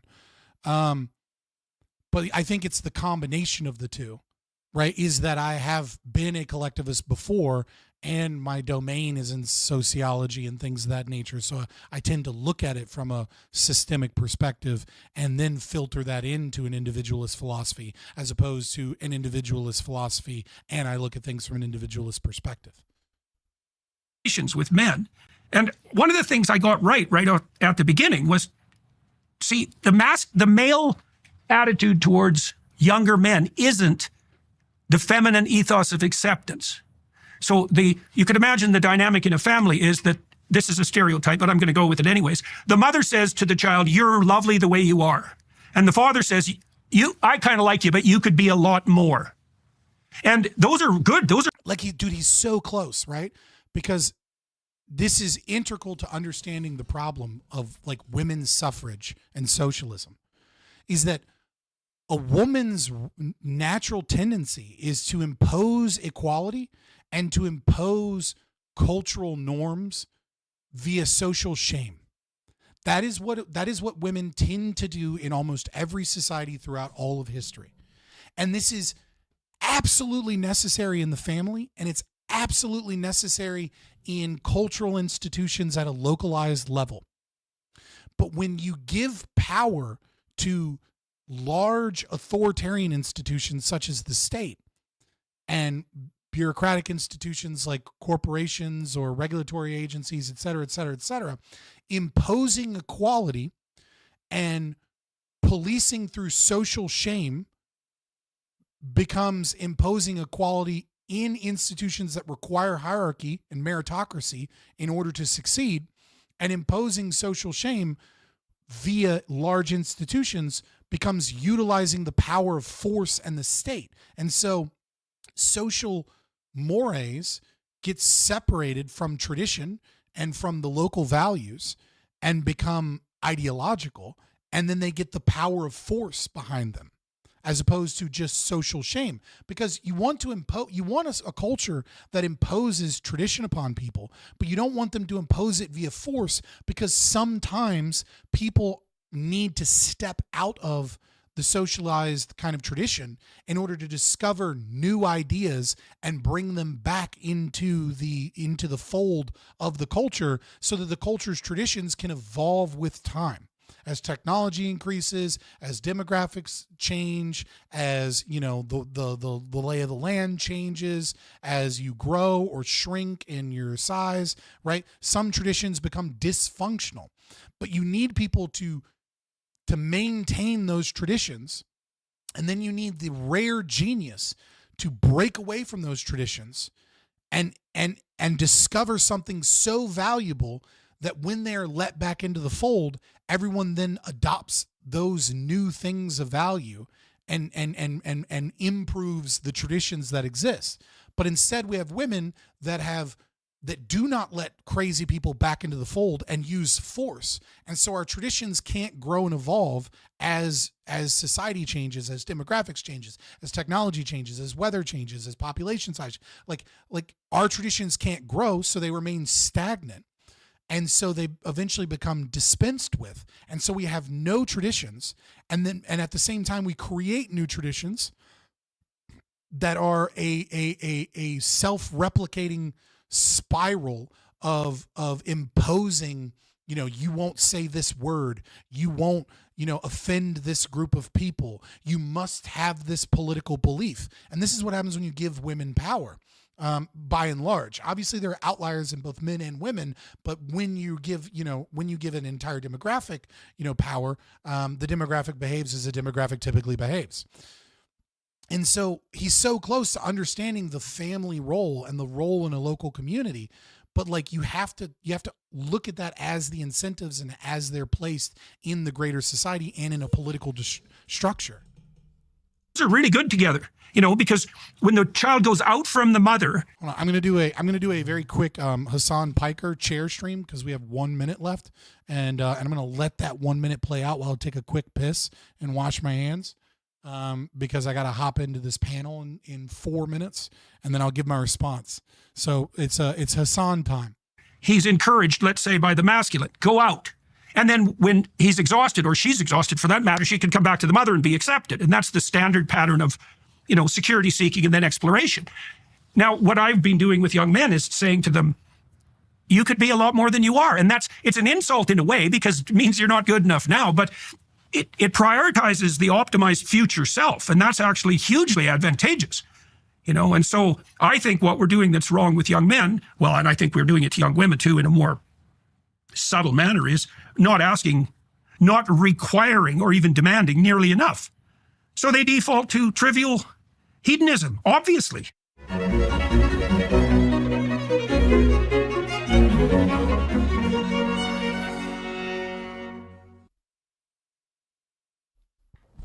I'm back. Whew. I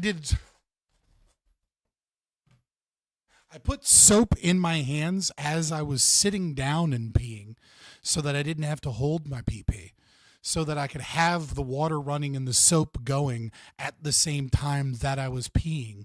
And then I like used my free hand to like fix myself and then washed my hands.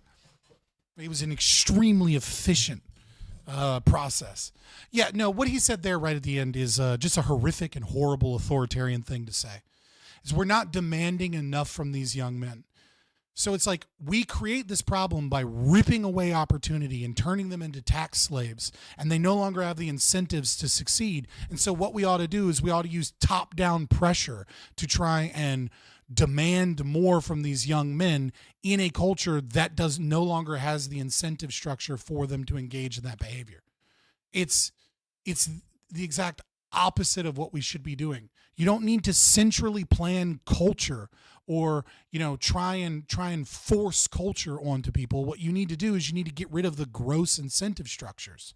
You need to get rid of this welfare state and all of this massive tax burden and all of these, get rid of all these policies and federal grants and like cultural push to try and force women to be more successful than men, whilst at the same time, keeping them in work and away from children and allowing, young boys that no longer have dads because the entire system and family court system and everything is designed to rip them away because women have this safety net of the men as slaves to then pay for them. So the families are broken apart. The mom's at work, the school system, the socialist school system is shitting on them. And then when they get into the job market, they have no ability for capital accumulation to grow the wealth, to get property or to do anything. We need to get rid of those incentives and the culture will heal itself.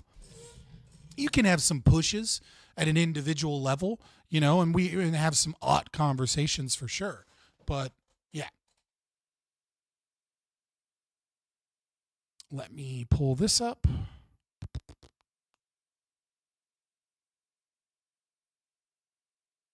And do this bad boy. Do this.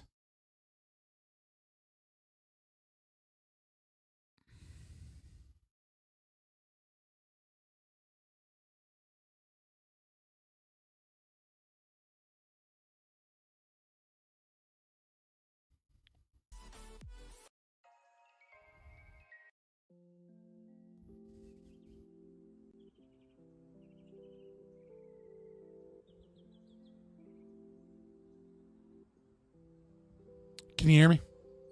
Yeah, loud and clear. Good evening. Dope. It is evening, isn't it? It is. Well, actually, the sun is just going down for me. Yeah, and it's literally It's 100 where I am, actually.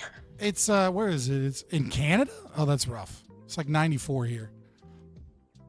Yeah, it's. Well, the real feel is 101 because yeah, humidity. The real feel here is also around like 101 or like 103 or something like that. It's and like I don't know how it is where you are, but like here it's like it's tropical. It's like humid. The air like just feels thick, and you're just like sweating all the time, or just feel like sweating all the time.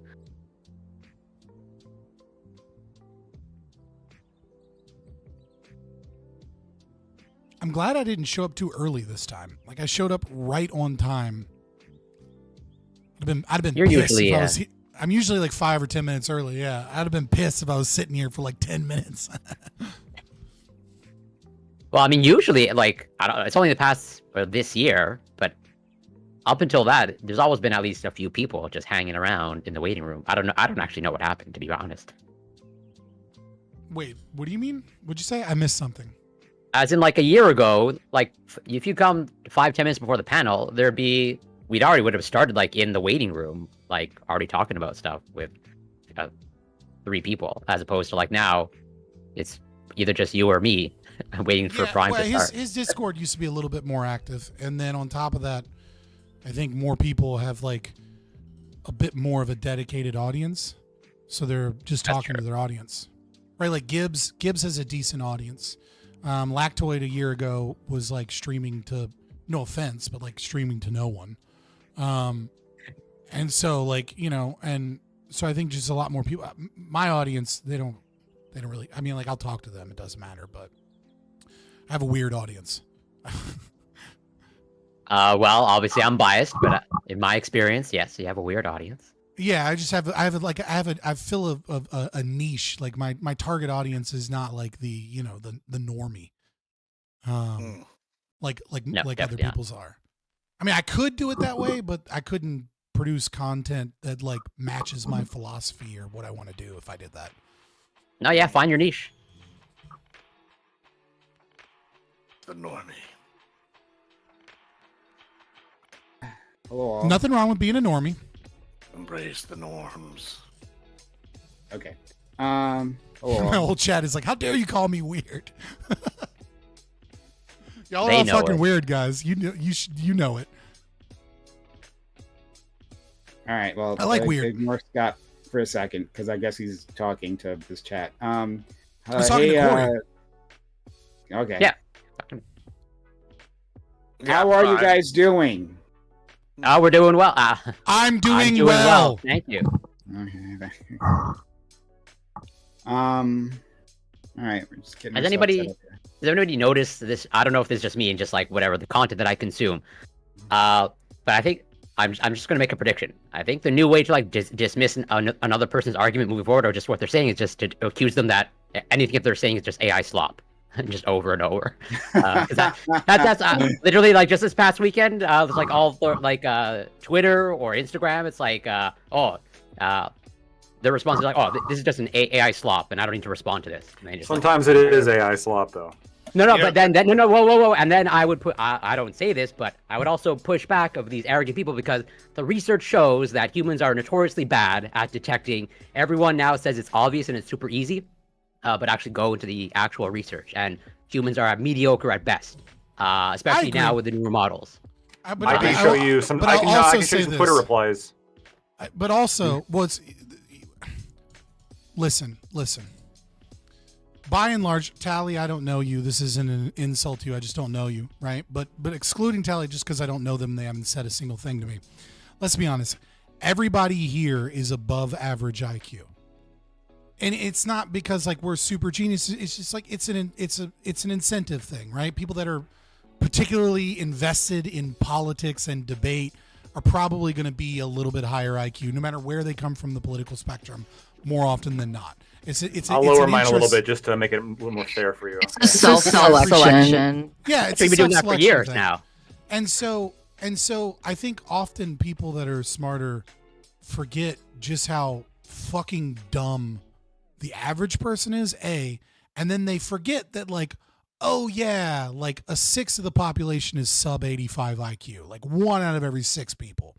And so then you go into a place like Twitter where 17% of the population is, and it's like, there's going to be a healthy representation of that 1/6 of people who like really feel like their ideas matter, but they have 80 IQ. And it's like, and I think sometimes people see that and they have a hard time differentiating between that and like the weird jankiness of bots. You know, there's a one way to make sure that nobody accuses you of having AI slop for a take, and that is just have the most based, outlandish takes possible, and they'll never accuse you of having AI slop for a take.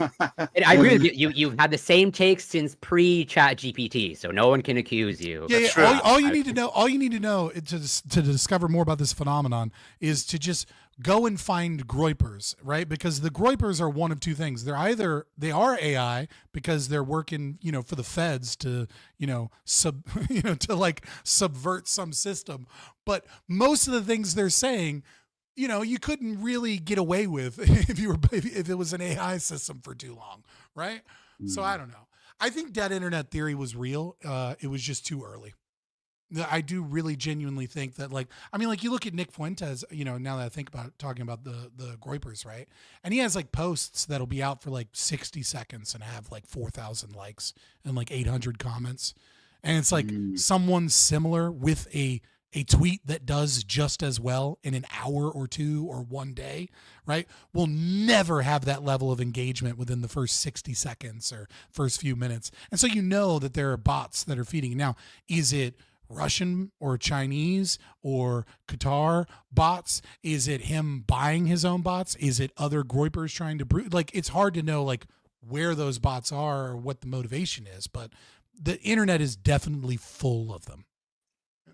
Yeah, actually, just this past weekend, I just randomly sort of stumbled across this YouTube channel. It was 2 million subs or something like that. But I checked in because the channel never heard of. And I go and check the views, and each video, and they have hundreds of videos, but each video is getting like just literally like single digit views. Now that what's what was it, Connor? Was it Connor since he's gone downhill? No, I'd also have no problem saying that person's name, but I see the grudge is nice and alive. Yeah, it is. I mean, I hate Nazis, so. Okay. All right. I'm not going to go down that road. All right. Hey, man, what's with all the hate? Some of my best friends are Nazis. There you go. I think you got to be more tolerant, Gibbs, actually, of people with different political ideologies. Maybe so. You're all right. I mean, whenever they start calling for the camps, I guess I should be more tolerant. I'm ready for that. Someone actually did you check their shorts? The shorts? No. Well, Corey, did you check their shorts? Because sometimes channels get like a retarded amount of views on shorts, and then they put out regular videos, and they get no views. So I didn't do a deep dive because obviously I'm not super concerned. I'm just curious. No, it is a valid question. I went to their channel, saw roughly I think it was 1.82 million. I just went to their videos tab, and at least I scrolled 3 or 4 times, and I just saw at most it was maybe 1,000 views on for what I saw so far. But maybe. Oh, could have been Connor. That's too many views. There's some people who just straight up abuse the SEO. I think you've actually done panels with them or some panels with him before, Gibbs. What's his name? Omar. If you go to his YouTube, he's got millions of subscribers. So I know what happened. 58 views per video. So Omar bought a channel. I know he did. Yeah, yes. And he changed the content dramatically from whatever I guess it was before, and people were just like, nope. And then I guess I'm not super familiar with the YouTube algorithm. I'm sure Fabian could probably elaborate more, but I know that if you suddenly change your content, you suddenly get drop off in views real fast, it's gonna bury you. And you're not. It'll bury you. So the way it'll work, right, is it's mostly what YouTube is prioritizing is meaningful watch duration, right? Because so many people had clickbait back in the day, and then people were, creating thumbnails and clickbait, and then they were getting views and they were getting boosts in the algorithm from the clicks. And so YouTube switched to what percentage of the video are they watching?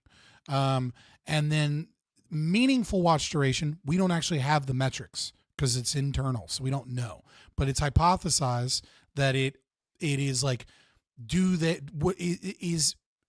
have a click-through rate? The very last 60 seconds is some of the most important for meaningful watch duration. So if you just oh, all right, guys, we're getting out of here, blah, blah, blah, I appreciate you, people click off, that can really hurt your meaningful watch duration because what ends up happening when that happens is people leave the platform.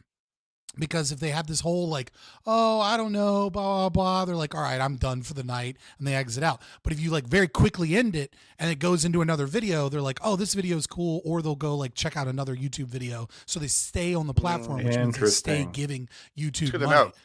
Yeah, so it's kind of stuff like that. So if you change up your content and somebody watches the first 30 seconds and goes, what the fuck, this isn't what I wanted, this isn't the channel I remember, it'll just destroy your channel in the algorithm. I actually found the channel that I was referring to. It's 1.38 million subs. It's a sports and entertainment channel, and and their shorts go check it out. Why didn't he buy a channel that was actually related to whatever he was going to produce? I mean, if you're going to buy a channel, you should buy a channel that has similar content. I don't like the idea of buying a channel. It seems like a little bit, I don't know. Why not? I mean, it's like buying a business, right? It's like buying a restaurant, right? And then sometimes somebody buys a restaurant, and then the restaurant continues to succeed. And then sometimes somebody buys a restaurant, and people are the food isn't what it quite used to be. The service sucks. It's not the same. I don't know what happened, but I'm out. I think that's if you buy the restaurant, keep everything the same, but change the food, and then people come in expecting Italian, you just switch it up to Chinese. That's what I mean. If you buy a channel and then you switch up the content, and there's a different person, it's oh, this isn't what I used to be. I don't like it. But if you were buying somebody, if you buy a channel in politics and you start a podcast with that person first, and you get the audience used to you, and they like you, and then eventually you end up taking over the channel. You could, I think that would be different. Meaningfully transition that, yeah. But that feels very different than just like buying a channel. Like that, just like buying a channel to me just seems like I'm gonna muscle my financial weight to like make this happen. People have always done.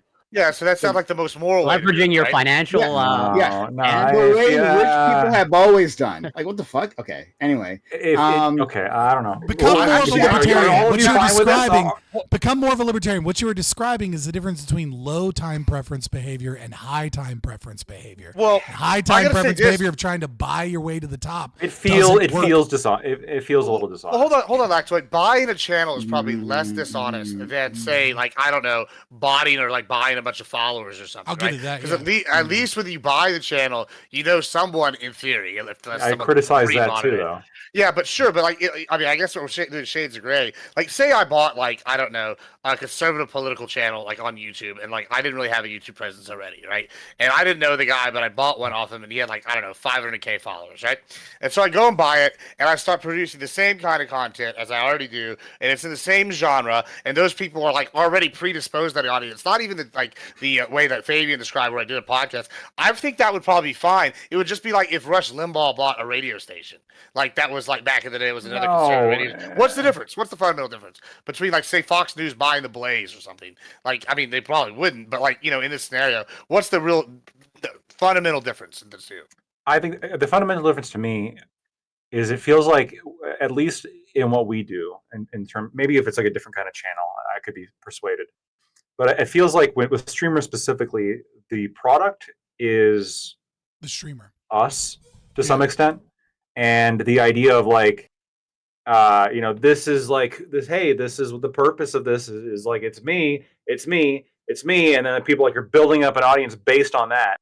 Like, let's say tomorrow you guys were to like go on. Oh, cool! Moist Critical came out with another video, and then you open it up and it's Jay Leno, and it's like, oh, this is my new channel, guys. Well, I know you're saying it's like badass, but like I don't want. I'm not here to see Jay Leno. I don't want to see fucking Jay Leno. I'm here to see. I think I would start watching. I think I get what you're saying, but you're missing it a little bit. But I think I get what you're saying. Maybe I can clean it up. Okay. Which is like, I think there is an expectation when you're a streamer that you started small and you built an audience by saying meaningful things, and people valued those things. A community formed, and then you had to fight against kind of the gatekeeping of those at the top to be able to get your name out there on large platforms. And you skip this that is the entire industry process. plan argument. Right, you skip that entire process if you purchase a large channel and and 1 million people see your first couple of videos. Even if only 10% stay behind, you just went from nothing, a nobody, to getting 100,000. Let me give you another that scenario. stayed, that enjoyed it, even though only 10% actually. Well, liked it. Remember when this was happening? Remember when this was happening all the time during like peak BLM when you would have like 1 second. 1 second. Yeah. All right. If you put yourself muted on StreamYard, you'll be talking through Discord. But go ahead. Say it again, Tali. Oh, I see. Sorry. Okay. Yeah, no problem. Remember when this was happening all the time during the BLM era? I remember this at least. There were a bunch of like larger white creators, some of whom literally gave their accounts over to some like small black activist as like a form of reparations. And then it was like I was following accounts, and overnight it was a person I didn't know before. It was completely new content, and it was not bizarre. watching enough And then left-wing and then content. there That's was wild. the added piece of like, but if you now unfollow, you're racist. racist. So it was a trap there too. All I can think of is Black Hitler now. You remember that guy? Okuru or whatever, the fucking Gazi Kodzo or whatever his name is. It's like, oh god, never mind. All right, I'm just old. Well, I'm old. I want to kind of examine this another way though, right? So you like this has kind of been an argument I've heard from a lot of streamers, not really in Twitch Bowl, but like I've seen this in like a lot of people bitch about this on like from like the kind of the drama side and from like kind of the podcast side. I've seen a lot of this complaint, and they talk about like what they and I didn't really think about it. But I guess this is actually kind of refers to like the industry plant idea, right? Where you'll have somebody that's a nobody, they'll have like no followers, and then all of a sudden they'll be on like all these big people streamers. subscribers and their like streams, and suddenly, hey, this guy's famous now. I almost think that's more nefarious than buying a random channel. It's the same thing. It's kind of the same thing. Because at least when you buy a random channel, you're using your own money that you've earned to make this, as opposed to like, assuming that you've earned it, maybe somebody else gave you the money. Hold on. If I owned it by, like, say if I wanted to go buy like Omar's channel tomorrow, right? If I, not that I would because the metrics are terrible, but say I did, I want to go buy it, and like I come in and I bought it with my money that I didn't make from streaming, and now I have a voice that like allegedly millions of people can see. I think that would be better and more ethical than if I suddenly called up Kai Cenat and was like, hey, I'll give you $1 million to put me on every fucking show you got, and I don't see a difference. I don't see a difference. So you don't see a difference between that and the Rush Limbaugh thing. I just Paying for publicity isn't bad. You think paying for publicity is bad?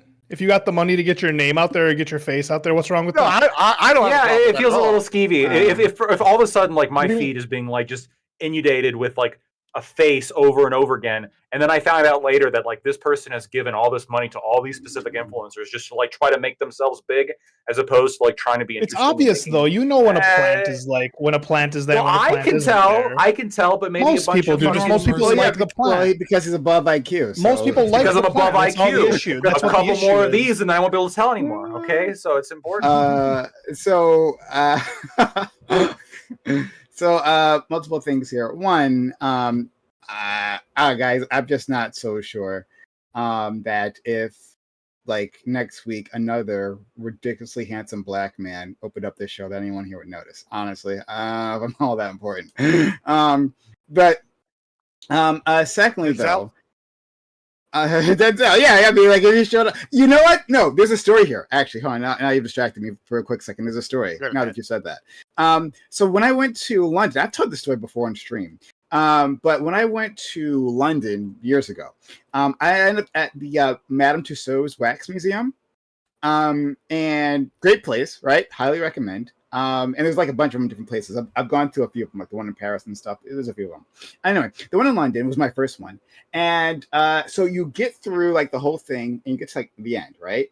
And at the end, what they're going to do is show you like this like short movie type thing about like the museum and stuff, like whatever, right? But like, they have crowds coming through constantly. So they gather you in a room beforehand. And in this room, it's like around this circle. And they have like someone standing in the middle trying to entertain the crowd while they're waiting to like show the movie to the last crowd and clear them out, right? The person they had was a comic, right? And he's like working the crowd. And I am one of the few, if maybe possibly only black faces over there, right?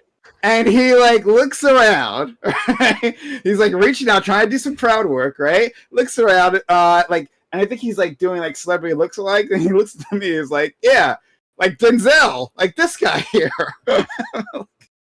Yeah, it was, you and Denzel are twins. No, you and Denzel Washington, right? Yeah, definitely. Yeah, I'm sure you do. I thought it was you who was in John Q. Actually. Yeah, the Denzel movie, the reference. Exactly. Yeah. So. No. John Q. is the best movie, like one of the best Denzel movie, hands down. Oh, okay. Yeah, that's hands down. You know what? Took over right now. Took over a hospital to get his son a heart. Oh yeah. I remember that one. 10 out of 10. I think I only saw like half of that, unfortunately, though. But I remember it was. Or maybe I did. You should see all of it. It's a great movie. It's a good movie, but to say that's the best Denzel movie, that is a pretty wild take. Like I'll die on the hill.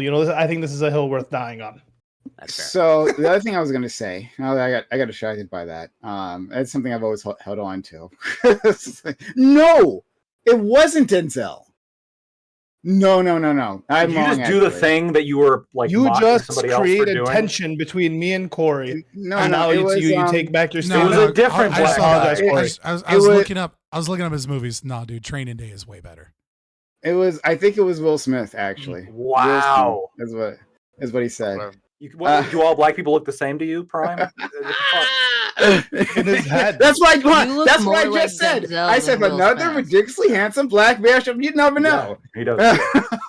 I'd be a little offended if somebody if I was compared to Will Smith and I was a black man. I don't want to be called a cuck. I'm just saying. Okay. All right. What I was going to say previously is that like, well, that the Gibbs you brought up. I have two things to say to you, Gibbs. No, the first one is fine. The second one is an attack. So you brought up how like you think it's bad to have an industry plant. I think it's bad. I just was comparing it relatively. I know something. Yeah. Sure. Fair enough. Fair. But you're saying it's bad to have industry plants where they suddenly show up and then like they're on a bunch of different channels and then they're trying to like forcibly this person is popular or opinionated, something like an opinion you should care about, and hey, then fellow kids, like, boosts their channel. Yeah, exactly. Right. Well, the right-wing media sphere on YouTube has been doing exactly that. Right. We can understand that. Like as soon as some shadowy people decide that a person is going to get boosted, they appear on Ben Shapiro's show, on Dave Rubin's show, on I don't think you watch Ben Shapiro. I don't watch Ben Shapiro, but I do know this. As a watcher of Ben Shapiro, Prime, could you explain who you're talking about? No, I'm saying a whole list. This happened with like Dave Rubin himself, actually, right? When he first got started. Dave Rubin? But Dave Rubin wasn't a nobody. He wasn't a nobody. His story was so exciting. His story was so exciting to the right wing online infrastructure because he was calling himself someone. That's true for everyone that makes a shift towards the right. What's this exciting story? I don't know who Dave Rubin is. What's this exciting story? Dave Rubin was probably the biggest log cabin Republican. It was probably the biggest person that was I left the left. Right, like there were names in I Left the Left, but Dave Rubin was the largest I Left the Left, and he didn't just leave like he wasn't just like a left-wing person in college that then became a right-winger. He was a left-wing person in political punditry, working for the Young Turks, fell out, like, and then separated, and then was a log cabin Republican, as Admiral Gibbs said, right? So it's a gay pretty man. Quickly. Like he's checking all of the boxes. He was a G-tier celebrity, right? Who was on the Young Turks, right? No one had any heard of him unless you were like deep into political commentary. I don't think he fits. Right? I don't think it's a good example for what you're Dave talking Rubin. about. Dave Rubin was a fucking nobody, and he like wanted, like he demanded that TYC pay him more. Even though he did barely any work, and his commentary was awful, right? Just like mediocre at best, right? Indeed, sure, but whatever. He was never even a leftist, right? He was never even very left. You go back. I to think his he's past a bad months. example. He's a bad example of this phenomenon. Let me just finish this. So, like, he was awful. In terms of like his output, he wasn't like a draw or anything, but he demanded more money, and the Young Turks was like, no, fuck no, right? And then he leaves in a huff, and then he rebrands himself. All of a sudden, he shows up with a fucking mansion, right, where he's doing this this show, this well-branded show from his basement, basement studio, with him and his husband managing it, and then he's on all these right-wing shows, getting boosted. And then there's Dave Rubin, and then Dave Rubin's just part of the ecosystem. There are plenty others who gone Gay dinks. It's that's a lot. There's a lot of money there, right? Like a mansion in a studio ain't that far. I don't know. The thing is, I don't know any Dave Rubin fans. I'm sure they exist. Like, I'm not saying all his fans are like botted. He's getting paid for a reason. I just don't know anybody who's like, oh yeah, I'm a Dave Rubin guy. No, I don't think he's botted necessarily. I'm just saying. I don't think he's a great example of that, though. Do you guys remember the guy?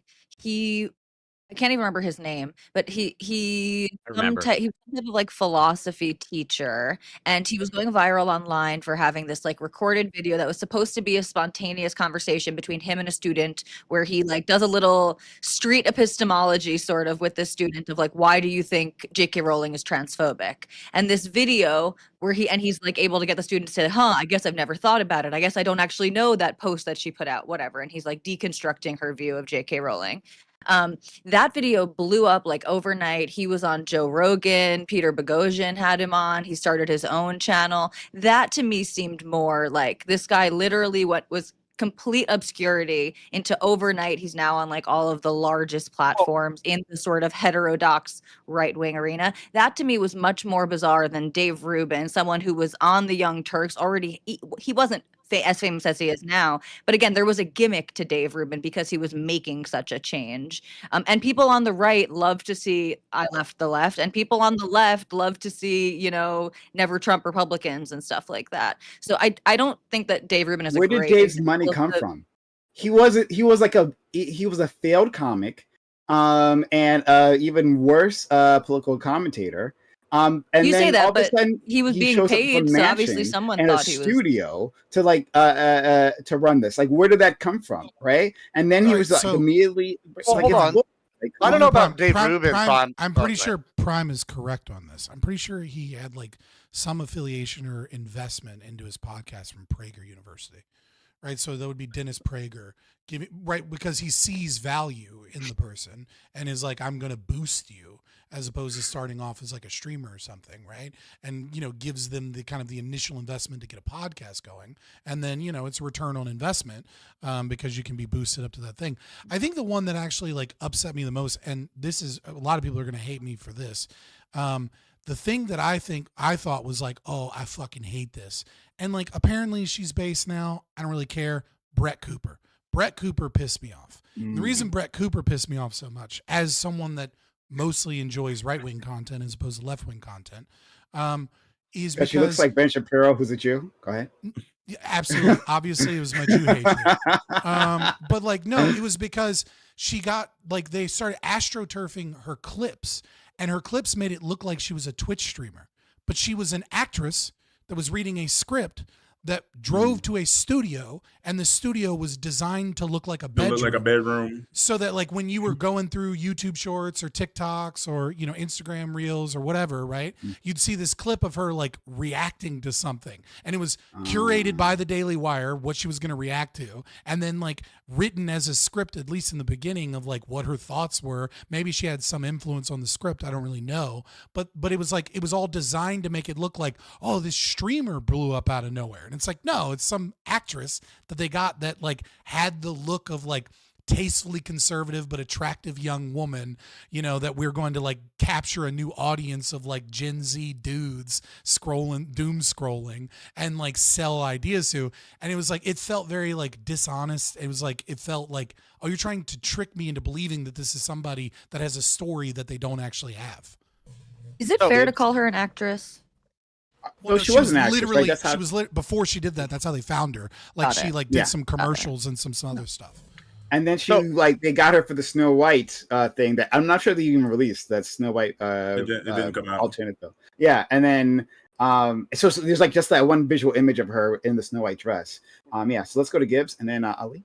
Yeah, so I don't know. I can't speak to Dave Rubin. I haven't followed his career close enough. I mean, when y'all said the name, I didn't even recognize it. And then I saw his face. I was like, oh yeah, I've watched this guy before. But or the example Tally gave, with the Tally example though, I guess I'd have to know more info. But that seems almost like the kind of thing that's like predominant in streaming, which is like you give someone the hot hand. Somebody goes viral, you want to get them on your podcast. The biggest ones are going to try to find somebody, and then you have them on. I think that we need to differentiate a little bit here, because you can have. All right, I'm just going to use an example that comes to mind from one of these OnlyFans bitches. Like, let's go with this chick Alaya or the Bop House, right? A few years ago, nowhere, right? Now, like every other fucking short I see is a comedian using like one of the Bop House girls or using Alaya in their skit, because they'll go and I don't know why there's a comedian the OnlyFans connection, but it seems like there is. And I see like certain ones go on. I don't know if that's the same, because obviously if you're up and coming in there, like you're gonna just go like to where people are gonna have you, right? Like if any of us got a call tomorrow, right? Like Prime, you and I did it. We got, hey, Tim Pool's calling, go to Tim Pool, bam. Okay, we're all gonna go do it, right? Like that's just how that works. Okay, I feel like though there's a difference between that and suddenly you get a hot hand and you get more traction, and then like even now there are people that are willing to work with me now that weren't willing to work with me like 6 months ago or a year ago, right? Because it's like, oh, you're more established. I think that's just the nature of the game. What I'm talking about, what I'm saying, yeah, or sure, clout. I mean, I guess you could call it clout chasing. I mean, I got told if you do panels at all, you're a clout chaser. Hey, that was a new one for me. But it was by a drama slop streamer, so what do they know? Trying to get your name out there. Yeah, but what I'm saying when I talk talking about an industry plant. I'm talking about more somebody like that's literally is only famous like because they are associated with somebody else and they started going on there and they like, oh, this is my friend, I'm going to push him. Like you can look at some of the people like Kai Cenat's crew is a real good example of this. You can look at some of the people back in Mr. Beast days, like his side people. Suddenly they started to appear on everything. Like they started trying to push their own thing. But is that an industry plant or just like nepotism of some sort? I think like, I'm against nepotism. I mean, I like nepotism, but I don't know if it's nepotism. I'm not. That's nepotism. Well, how is it it's just nepotism? natural. It's natural. So even if you're against it, people are. Even if there's lots of qualified people, if you happen to know a qualified person out of your family or your friends, you're going to want to give them the opportunity. I think that's natural human. I'm very averse to conspiratorial framing of these things. Even like J. Cole once said, "What use is the plane if all my inwards can't eat?" There you go. Exactly. Yeah. So I think it's more likely that, people are going to give breaks to someone who they think is on the up and coming and they think it'll get them more clout, right? Sort of like clout sharing, or someone that they know that they think would be a good fit, maybe over someone else. But I'm averse to the thinking that like these people are planted there by some like nefarious hand.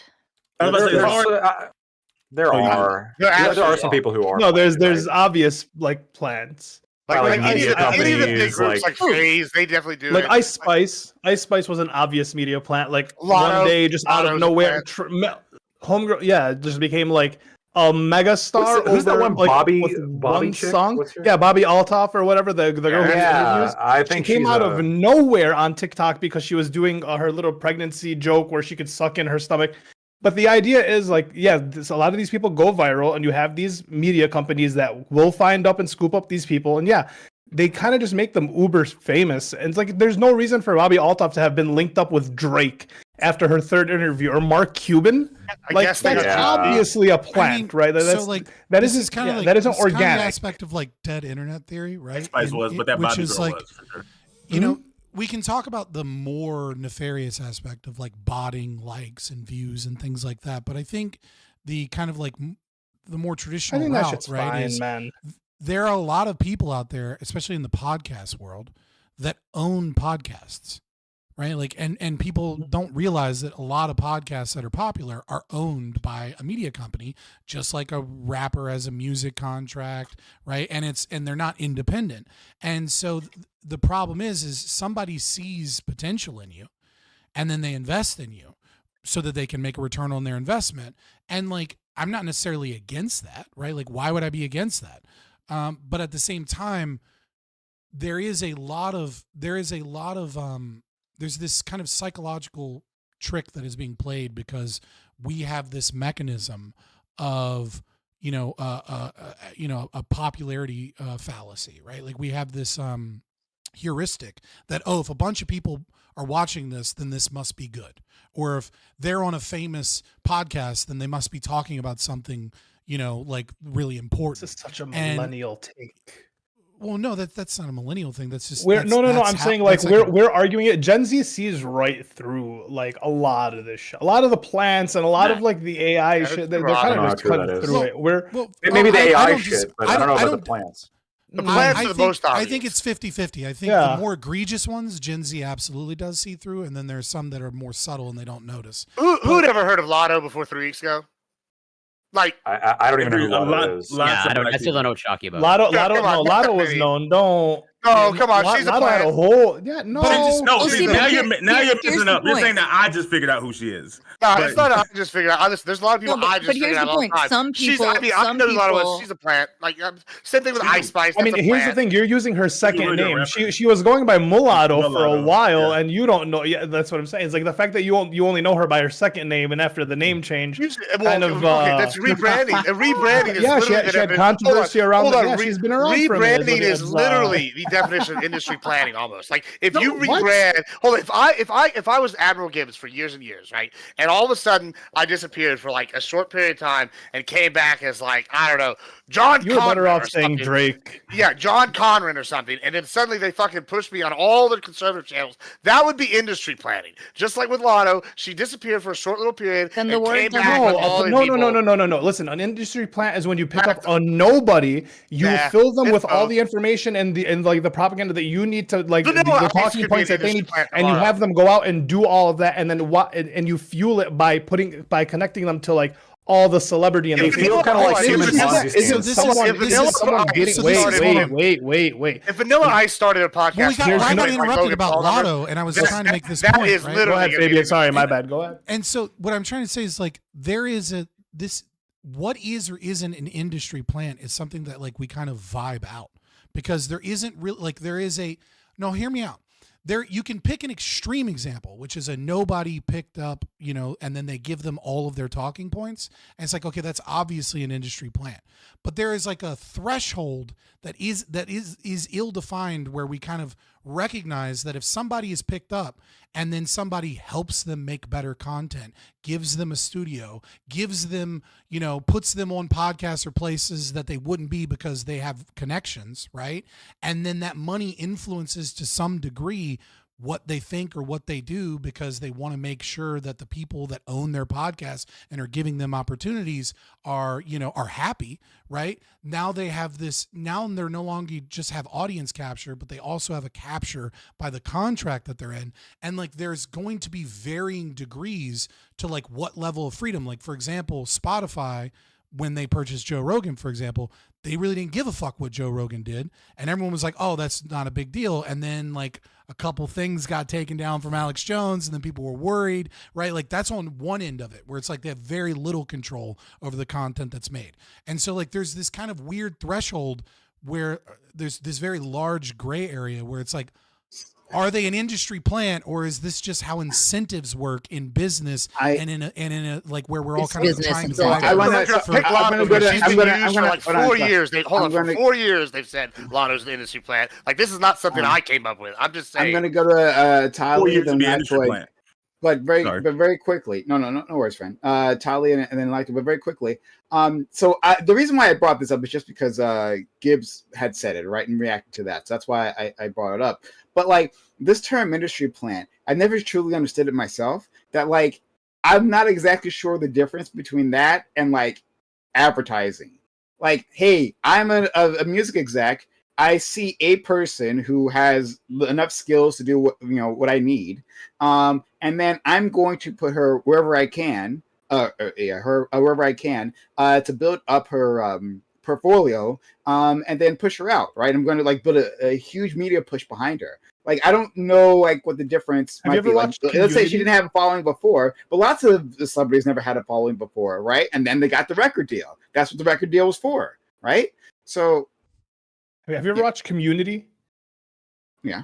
Okay, so remember the arc where the Subway had that guy in the college being he was Subway.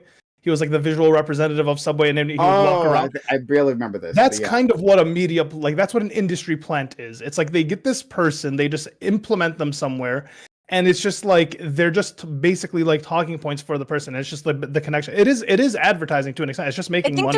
There's a lot to prove there. So you have to prove that they have literally stuffed this person with all this information, and that information is contrary to what that person already believed or would have said on their own. Because if you find someone, hold on.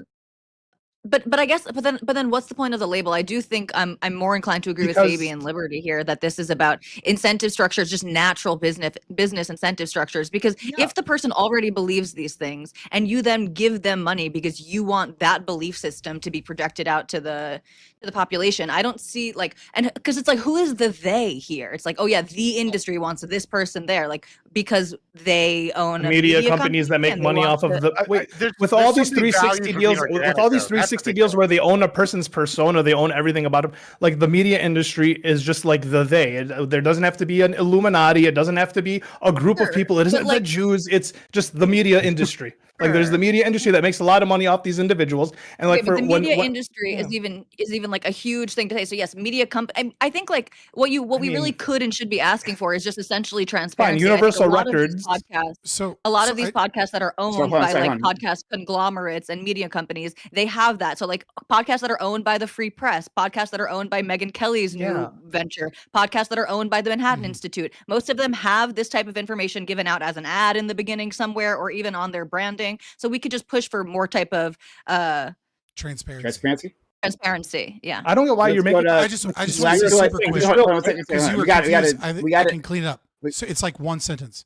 You were like, "What is an industry plant?" And like to make sense, it's the difference between Jay-Z creating Rockefeller Records because he couldn't get a record deal, and Takeshi 6ix9ine pretending he was in a gang, and then in his racketeering trial realizing that he wasn't in the gang until he was already famous. Like that's like that. I think that's the difference between like an industry plant and someone that isn't.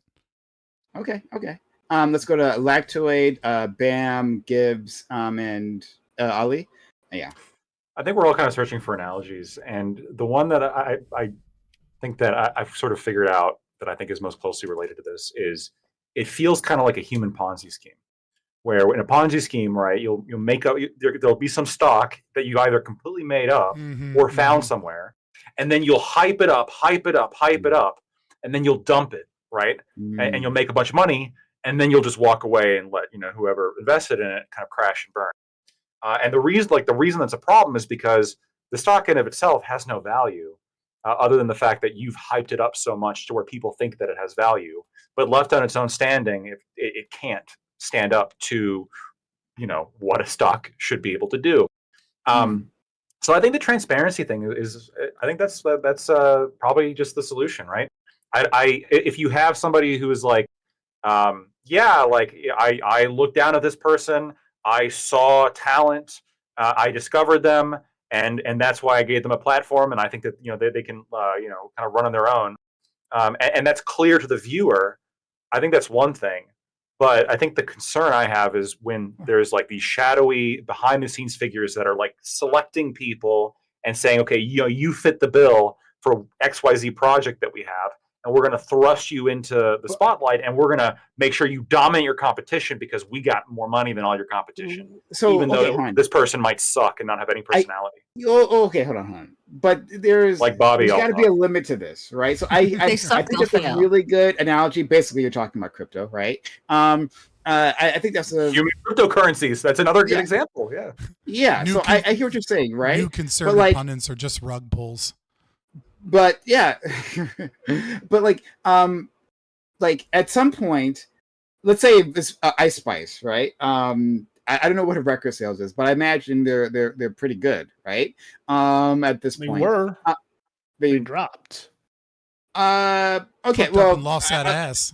Okay, my problem is I don't know. I don't really follow the music industry all that much. But in any case, it seems like the only difference between sorry, I'm just like trying to gather my thoughts here. It's like you're saying you put this effort into to them, and now they have value where they wouldn't have before. But again, through the music industry, I'm not sure how that's very different because there's like millions of like really talented artists out there, right? Who just like never get that big break. Right. Yeah. The difference between them and someone else who did make it is that they met that the record label and they got the deal. And so you can say in that case, well, like if not for that record deal, they wouldn't have made millions of dollars. Without that, the millions of advertising put behind them, right, and the media training that goes along with it, right? You guys saying putting facts in their head, yeah, that sounds like media training to me. Yeah, that sounds like. Makes it less likely that everything you're saying is correct. Like they are just finding someone and they're media training them. They're like it's once again. I don't think there's anything like necessarily nefarious or like conspiratorial about it. It's just like our record labels. They want to make then money. What's even wrong? They're with boosting it? this person. I mean, what's wrong with it? What's wrong with it for a lot of people is honestly a lot of the time artists like themselves, the people who do want to be famous, the people who do want to grow organic, that are trying to grow organically. Yeah, they're looking at these people. They're like, hey, these people aren't even putting in the work, and they're just getting famous due to the fact that there's money behind them. You're bragging about sleeping with a hot chick when you paid her. You're so talented and putting in the work, then go try to get noticed by somebody who's got some money who can invest in you so you can make it big too. And I agree with you about the authenticity point. But that's why if you have a true media plant who is inauthentic, if you have a true media plant who's inauthentic and sucks, they're going to fail because they're not authentic. So it still does matter the competency of this person. The issue with that is they'll necessarily fail.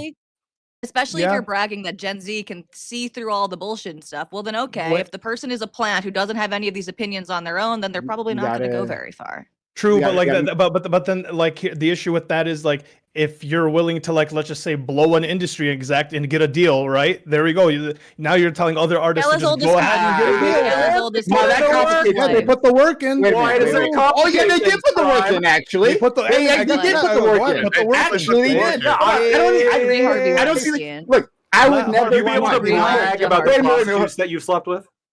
How dare you call out Kamala Harris? No. Would you be able, like, do you think it's like makes sense if somebody's like, oh yeah, look at this really hot chick that I slept with, and then you find out later that like this person paid that woman? Doesn't that kind of take away a little bit of like the wow, that's kind of like not nearly as impressive anymore? Oh no, actually no, it doesn't. Hold on. Can I just go? Oh, no, okay, sorry. I'm gonna say one last thing. Inflammatory. And I'm gonna let you go, right? Because actually, no, I don't think there's a difference, right? What's the other way? Either I go to this. I'm gonna get in trouble for this one. Either I go to this woman, right, this escort, and then I pay her directly, and then have sex with her, or I go on a dating site, then I pay for her dinner, then I pay for all kinds of other multiple dates, and then I slept with her. I don't know. Yeah, but if you live off without paying for anything, that's incredibly impressive. You obviously have a very strong force of personality. I'm just. That's why I don't pay for any dates. Plenty of guys get the credit. They get the credit. Like after it's just 3 dates. 3 dates of putting a lot of money into it, and then they get sex. 3 dates? I think sometimes less than that. Yes, I know. Sometimes less than that. I don't know. This is a really boondocks ass talking point. Like I think that like women aren't that hungry. Like I'm about to say, it's not the like you know what? I guess I'll sleep with this man. He gave me sustenance. He bought. like, no, actually, you're wrong. I literally read articles talking about that. Like, I know you're talking about it like an extreme thing, but like most people who end up having sex with someone isn't because they were fed. Like they. No. I wasn't saying. I don't want to talk about this. What I'll say is, in relationship to industry plants, I think it's nefarious. I don't think it's. Did you cut out for anybody else? Cut out? Yeah, the industry unplanted. No, we can't hear you. We can't hear you. You're just totally out now. It wasn't me. Wait, that's so long. Speak against the industry, man. Well, I think we're using these terms too loosely. Like Prime, you messaged me the other day about a potential Tim Pool thing, right? And had I accepted, and gone on, I would be called an industry plant because I appeared out of nowhere like a month ago doing some of these things. It's like, oh, she doesn't even have a following, and now she's over here sitting on Tim Pool giving her opinions. So I think people jump to these labels. Wait, just let me just start back before I lose it. Okay, it would have to be a series, a large enough series of it. Come on, let Bam go.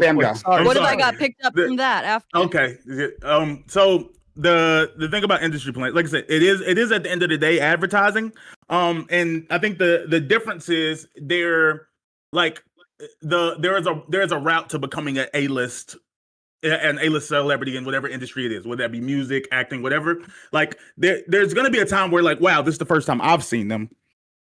But there is typically blackmailing through having sex with underage children on an island. No, I'm just saying that I'm just saying that there's like it's very, very rarely a legitimate zero to hero situation. There's usually like, oh, I did a project with this person, I connected with this other person, I did this TV show as a background character, and then someone gave me a movie and I worked on it.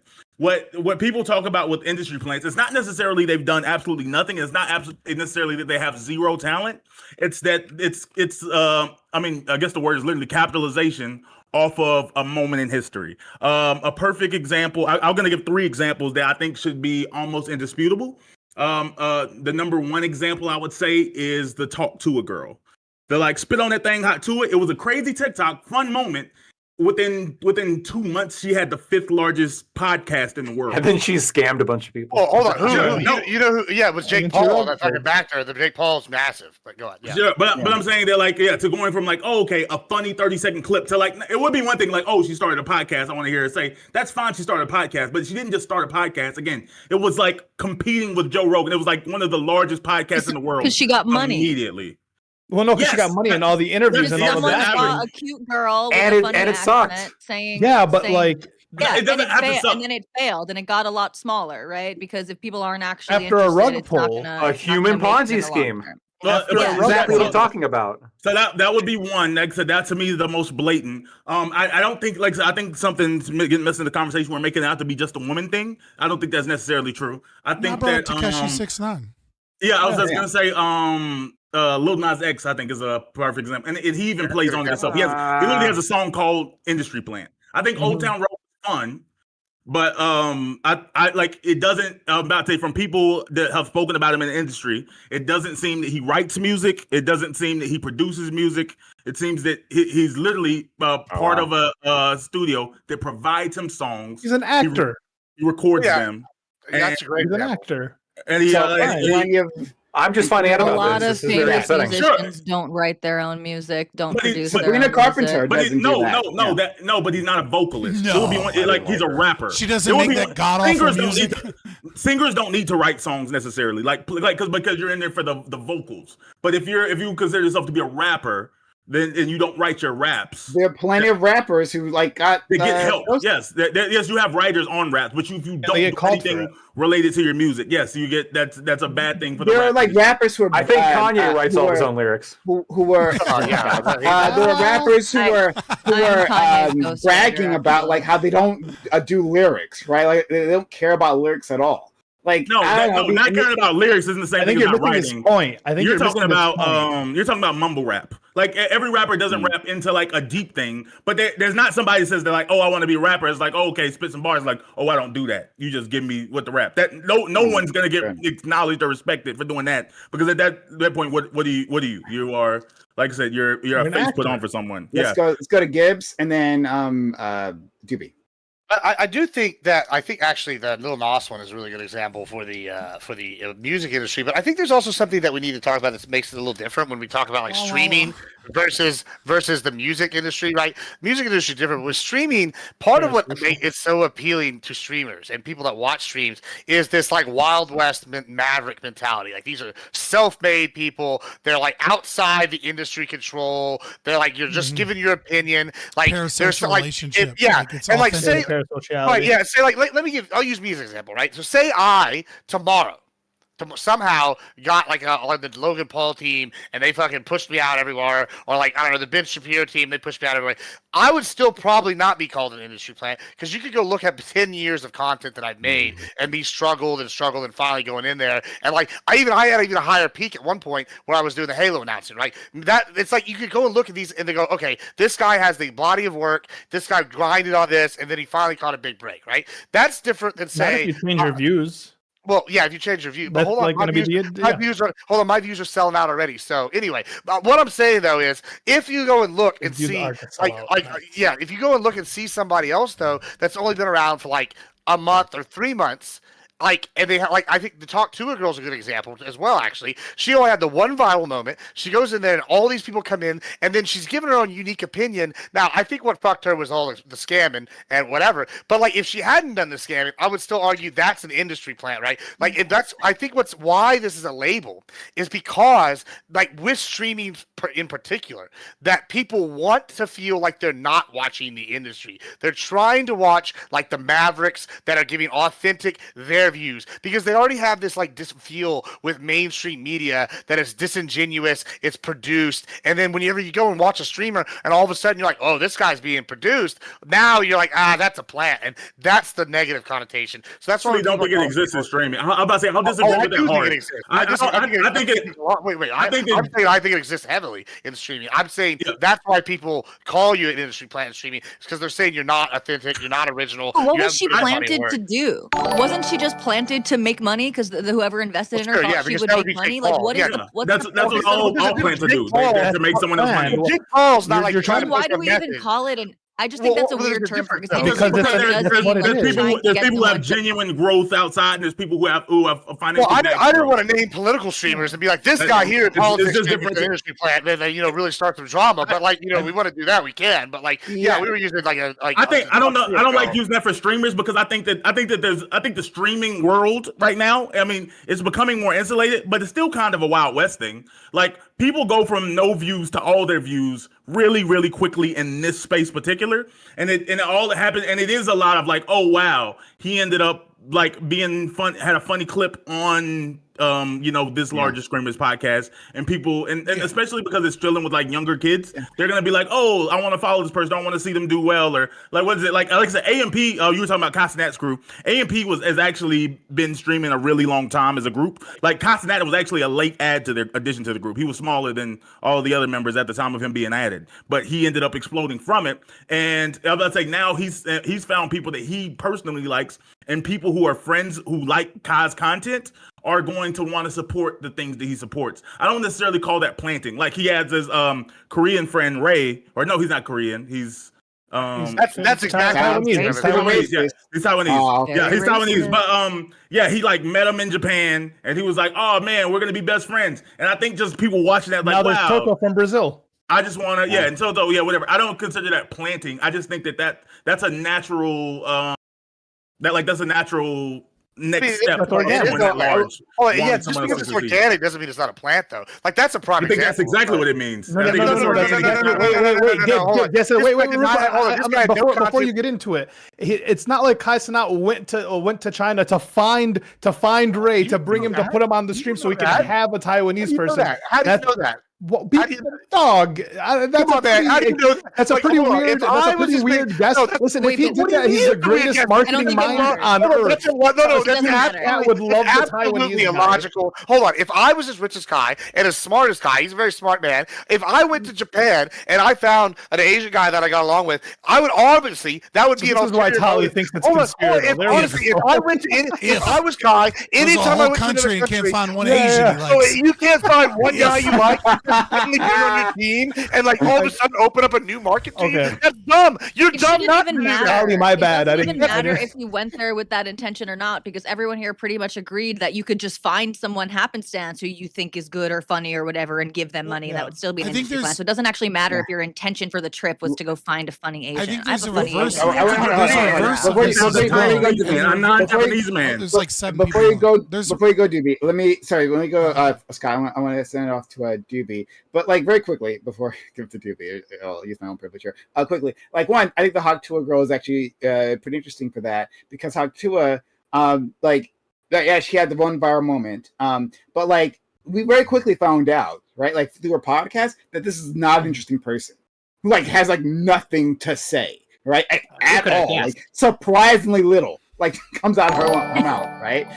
It's amazing, from nowhere, right? bro. But at the same time, right? Like a 20 it's like there's also just like bad investments, right? Like from like was it Logan Paul's standpoint, he's like, okay, maybe I can take this person somewhere, right?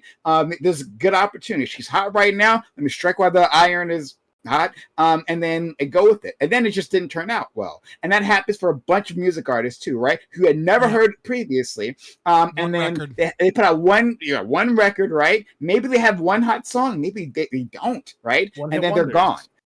So like it's hard for me to call that interesting plan. However, the thing that Scott said previously, talking about Tekashi 6ix9ine, saying that like, well, parts of his biographical data were lied or built up, right, specifically to give an image that didn't exist in the first place, right? That seems like a more useful definition, like including that, like outright lies to it. So hold on, let me go to the like Tupac lies. Let me phrase it, waiting. So I mean, I feel like you guys are. I mean, I'm surprised nobody's mentioned Milli Vanilli. I don't know if you guys remember that. I wasn't. I don't think I was even alive for this. This was like a huge industry plan thing where they were like pretending to sing. Right? They weren't even doing the vocals on the song. It's all lip sync. Some other artists were doing it, and the industry absolutely knew about this. The company knew about this, right? And they're pushing these people out there as like the face of this music.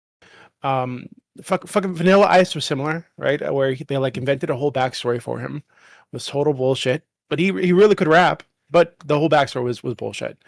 I think Drake was similar, right? When he blew up, his whole backstory was like grassroots. Came from nothing, but he grew up in a pretty affluent household. He came from the grass. He was about to say, he was an actor. He was already in the media. I don't consider that industry. Well, hold on. The bottom now we hear was like exactly that whole song, exactly. Yeah, he was never at the bottom. What I'm saying is he's never at the bottom, right? Like he's not that kind of. Didn't have that kind of life. Okay. I don't think growing up in like an affluent suburb, going to an affluent school is the bottom. Okay, like maybe it's the bottom for you. Is. It is. Bam, your mic. No one's hearing you, Bam. No one's hearing you. Yeah, sorry, Bam. I just want to say, I just Now want to okay, say, now Okay, I just wanna say I was about to say he quickly- grew I up just wanna say lower middle quickly class. that- Like Sure. in But I lower don't even think middle that, like, class. I just wanna he say- lived in the bottom. He lived like him and his mom lived in like the under the basement of his uncle's house. Like they didn't own a home. His wealthy, wealthy white uncle's house. His uncle wasn't even wealthy. His uncle I probably don't- made like It was pretty good. I saw the house. It was actually pretty nice. Yeah, they're in an affluent suburb. Yeah, they're pretty. But this is like this is the like the first part of what I was going to say. So what I was going to say next is, I think that what industry plans, quote unquote, actually are is just the industry thinking, hey, this type of person might do well in the current environment. So they find a person like that. If they can't, they try to concoct a person like that, and they push them. And if the person's actually talented in some way, they might do well. If not, then they don't do well. So I mean, I guess it's a plant in that the industry is pushing a certain like persona, right? But I mean, beyond that, it seems like most of these people do have some kind of talent, right? Yeah, exactly. Yeah. Well, that's why I was saying with the so streaming, what I the was gonna Maverick say, aspect. no. So what I was saying is like there is a flip side, kind of. Doobie, you were kind of in the same line of thinking as I was, right? And it's like by virtue of what we're discussing and the idea of like finding someone, they didn't struggle, they didn't put in a lot of work, they just kind of got discovered very quickly, and then were astroturfed everywhere. Chris Brown is a perfect example of this. Chris Brown, 100%, right? His mom figures out he's good at singing and then immediately connects him with the industry. And then he's immediately pushed everywhere on 106 in Park and MTV programs and is force fed to everybody. But nobody really cares. I don't know why, because he's got a mean right hook. Set hook. that aside, right? But yeah, I was about to say, yeah, fuck Chris Brown for that. But again, Let it go, He's Reggie. very clear. He's very clearly incredibly talented dancer, singer, and even like when he did that stuff with Joyner Lucas, like, and started trying to like rap a little bit and prove that he had a capacity to rap. And he's a very talented individual in what he does, and so nobody cares that he was plucked because his mom had connections and was like, oh, you can sing? Well, I'll just connect you with all of the people that will allow you to become instantly famous without ever having to struggle in this. Because I think I exactly what Doobie was saying is that like the concept of industry plant, I think, is one of those words where we're trying to define we're trying to define it as, this, like, the industry picks up and we're trying to do a checklist. But at the end of the day, what it really is I think it's about fraud and inauthenticity that we vibe out. And then we do post hoc rationalizations about where they started or like how much work they had to put in and compare them to people that actually struggled, etc. But at the end of the day, it's not really about that. It's like when the music industry puts someone forward that is fake or that is lying about some of their things or exaggerating about things, and then they're blown and kind of force-fed to us when we don't like their content that much, and you're just like, oh my God, I'm so sick of this stupid fucking song, right? And again, with art being kind of like subjective in interpretation, at least to the listener, you're kind of going to get that everywhere. And so it is more of like as much as I hate to be, as an objectivist, I hate to say this, it is a kind of a vibe-based thing that we kind of like settle upon or don't settle upon. Well, that's not the streaming though. It's well, I was just saying though, y'all keep bringing back the music, right? And like, I think music's got a very different definition of what an industry plant is. Like, and that's why I brought it to streaming. Like, whenever if you call someone an industry plant in the streaming world, like, you could honestly kill their career, right? Because like, there is a value that is added in the streaming world to you being authentic, original, and I put in the work, and maybe you got to discover some of the other, right? Yeah, but if you suddenly people like, oh, you're an industry plant, I can think of like TikTok creators that suddenly they started getting that accusation. monetization, and they just went downhill immediately. There's all this stuff like streamers, same thing. Like people, if you like, suck and if you seem sure, inauthentic, but okay, then I'll yeah, give you an being called example an here. industry I'll give you an Is there a example here. streaming Like, industry? hold on, right here in Twitch poll. Let's use this example. Do y'all remember how big of a deal it was, like for all these people in stream world when all the progressive victory stuff came out? Some of the people here were involved with some of that. Like all of a sudden, people were making accusations. Look, they're plants. no They're one's whatever. career. It did hurt some of them. Yes, it did. It definitely hurt some of those people. Especially, like, I on don't think this is streaming. true. Especially because within this world, the way that you get famous is by there is some level of association. You go on someone larger than you onto their Networking. stream, or someone larger than you watches your work on their stream, and then more people find you, and that's how you get famous. It's not just like you just grind and stay in your bubble can and be. keep putting out amazing content, and slowly every day you get 10 more viewers. Rarely. No, the collabs Most help, of the people who man. are actually The collabs help, successful yeah, in but you this can do sphere, it solo. you Not collab and you really. get that's how most No, of there's the a girl that all- streamed for that's how all of eight the years famous straight. She's streamers- famous for just all doing of that the with no famous- collabs. But all of the famous streamers like started exception as an proves the orbiter rule, of though, another Admiral. streamer. No, and wait. now they have their own. She's a orbiter. meme. That's She's true. not They're famous. blowing up. Wait, she's not. So- she doesn't have like a What do you huge. mean she has hundreds of viewers. She's like one of the top creators. Like, what do you mean she's just a meme? Hundreds of viewers I after don't know 8 if there's- years. I don't know if This there's is an like- industry in the That's streaming consistent. world. That's Like, over that's- 50K a everything- year. Like, I The think it's- exception I'm- proves the rule. Tally's right, right? Like I No, that's I not agree correct with at you. all. I disagree with that No, statement. there are That definitely vehemently. people. There are definitely people that get famous on their own without doing networking or getting on other people's streams. Nevertheless, even those people are often going to get something because of reaction content and things of that nature.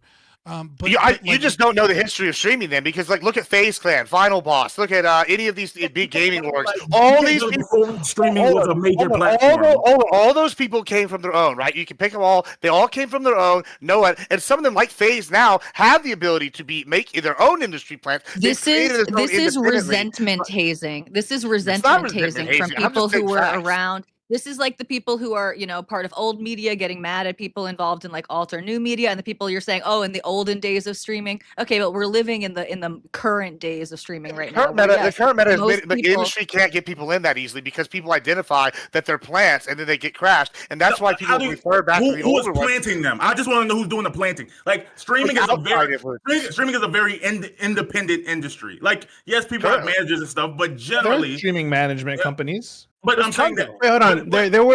There were like even TikTok. I don't know if you guys remember. There's like well, hold on. Yeah, so they're like TikTok. These young white kids who are like pushing Biden, Democrat Party, nonstop, and they would make like videos that were like what's the word I'm looking for? Had like a gay, but also they seemed like very professional, right? They were like very scripted, had strong talking points put together. These were like young guys, right? And there was like 3 or 4 of them. And I think it came out that those guys were actually like plants, as in they were being paid by some the Democrat administration. Yeah. not the administration directly, I don't think, but by some Democrat lobby group to push the administration's message, right? So like that's kind of a plan, I think. Sure, I understand. Yeah, I can understand TikTok and stuff like that, but I'm saying that like streaming is literally based on viewership. It's based on like, oh, how long people watch you do things. I don't know. I just don't know if it's fair to consider that a plant. Like people do things for attention and people go on collabs, but it's weird to say that like, oh, the largest, like some of the original largest streamers that started streaming in 2013 initially, but whenever streaming picked up as an industry around 2018, they ended up being the largest people initially. It's just because they were the only ones there initially. It's like we're still in a really, really new space. As far as now, it seems that people who do grow, like there's an unfortunate reality that in the streaming space that you probably you need someone else to see you, but it's also probably you have it or you don't as far as like entertainment personality. Like there's some people that can go on this stream consistently, do 8 hours a day for the next 7 years, 7 for the next decade if they want to, and for whatever reason they may find a few regulars, but they just don't have it to be that large level 10K streamer. It's just not for them, unfortunately. It's just like I said. So I don't like saying that for the streaming industry. The last thing I'll say is it's not just you though. Wait, just let me respond to Scott. Okay, just let me respond to Scott though. I don't think minors can be considered planted. I think it would just be discovered. When you talk about like, oh wow, like I don't think you can plant Chris Brown at 14. It's like, The motherfucker just started singing like that. He was 12. Well, no, a little hold Bow on, Wow. I don't Bieber. disagree with you. I don't necessarily. Hold on. Do you I know don't who necessarily Scary Cheese disagree. is? Hold on, Do you know- hold on. Black Bam called me Well, out specifically on that, so I just Okay. want to respond very quickly. I'm not saying that he is an industry plant. I brought him up specifically to showcase that, like, the criterion that we use to define an industry plant is really more often than not a post hoc rationalization, because we Yeah, have it's a about feeling that somebody is a plant. And then we look at those things, and often we're kind of just describing how the business works, because we have a hard time putting our thumb or, you know, our finger on like on like what it is that is inauthentic and makes them feel astroturfed when when we don't feel that they deserve it, or where they feel like they're like what they're saying is bullshit, right? And Chris Brown is someone that kind of meets the checklist, at least in a lot of parts. It's fair to say, well, he's a kid, right? But nobody would consider him a plant, because he obviously proved with his talent and everything that, like, he was a force to be reckoned with in the industry, and as well as, you know, in a car if you're his passenger. No, I'm saying that even if you fail, like even if you end up not being talented, like I say, I just don't think it categorically makes sense to include children in that. Like, because I include all of the Disney kids or whatnot. Like, you get to put on a Disney show, like, well, they were planted. It's like, well, they probably just didn't audition, and like that, you know, maybe they, like the Disney execs or whoever, you know, the music industry thought they may have a future, and then you realize, oh, they didn't catch on. But I don't consider children to be plants. Like I said, I think it's specifically an adult thing. I'll let Gibbs go, but quickly, I gotta get some. There were 2 super chats. I want to read those. So one was from our friend Sean, who usually gives a sub, but give $5 Canadian. So, you know, says looking forward to the super geniuses duking it out tonight. The reference from earlier before, because this was a while ago. But thank you, Sean. And then more recently, Mori Moment Zero says Gunna. It's Memento Mori. Gunna. That's cool. That's a cool play on words. Like, you talking about Gunna, Gunna, the rapper? It's Mori. Yeah, Gunna. That's from the new Gunna movie. is a good example of an artist that had a good ear for music that people liked, but needed Young Thug's label to help build them. Thank you for that, Maury Mental. I hope you're still here. But yeah. I mean, he just has that typical Atlanta sound. A lot of people love Gunna, but I don't think he's that unique musically. I think he's talented, but like I said, he sounds really. If you're a Young Thug fan and you heard Gunna, you would be like, oh, okay, this person's in that same category or niche of types of things I like. Ooh, that's actually a good breakaway. Like, do we consider the niche people, like, who come in and like catch the wave of whatever is popular, and they're like just doing a variation of like, wow, you sound like X other person. Is that I don't want to say planty, but I mean, I guess will we put that in the same category?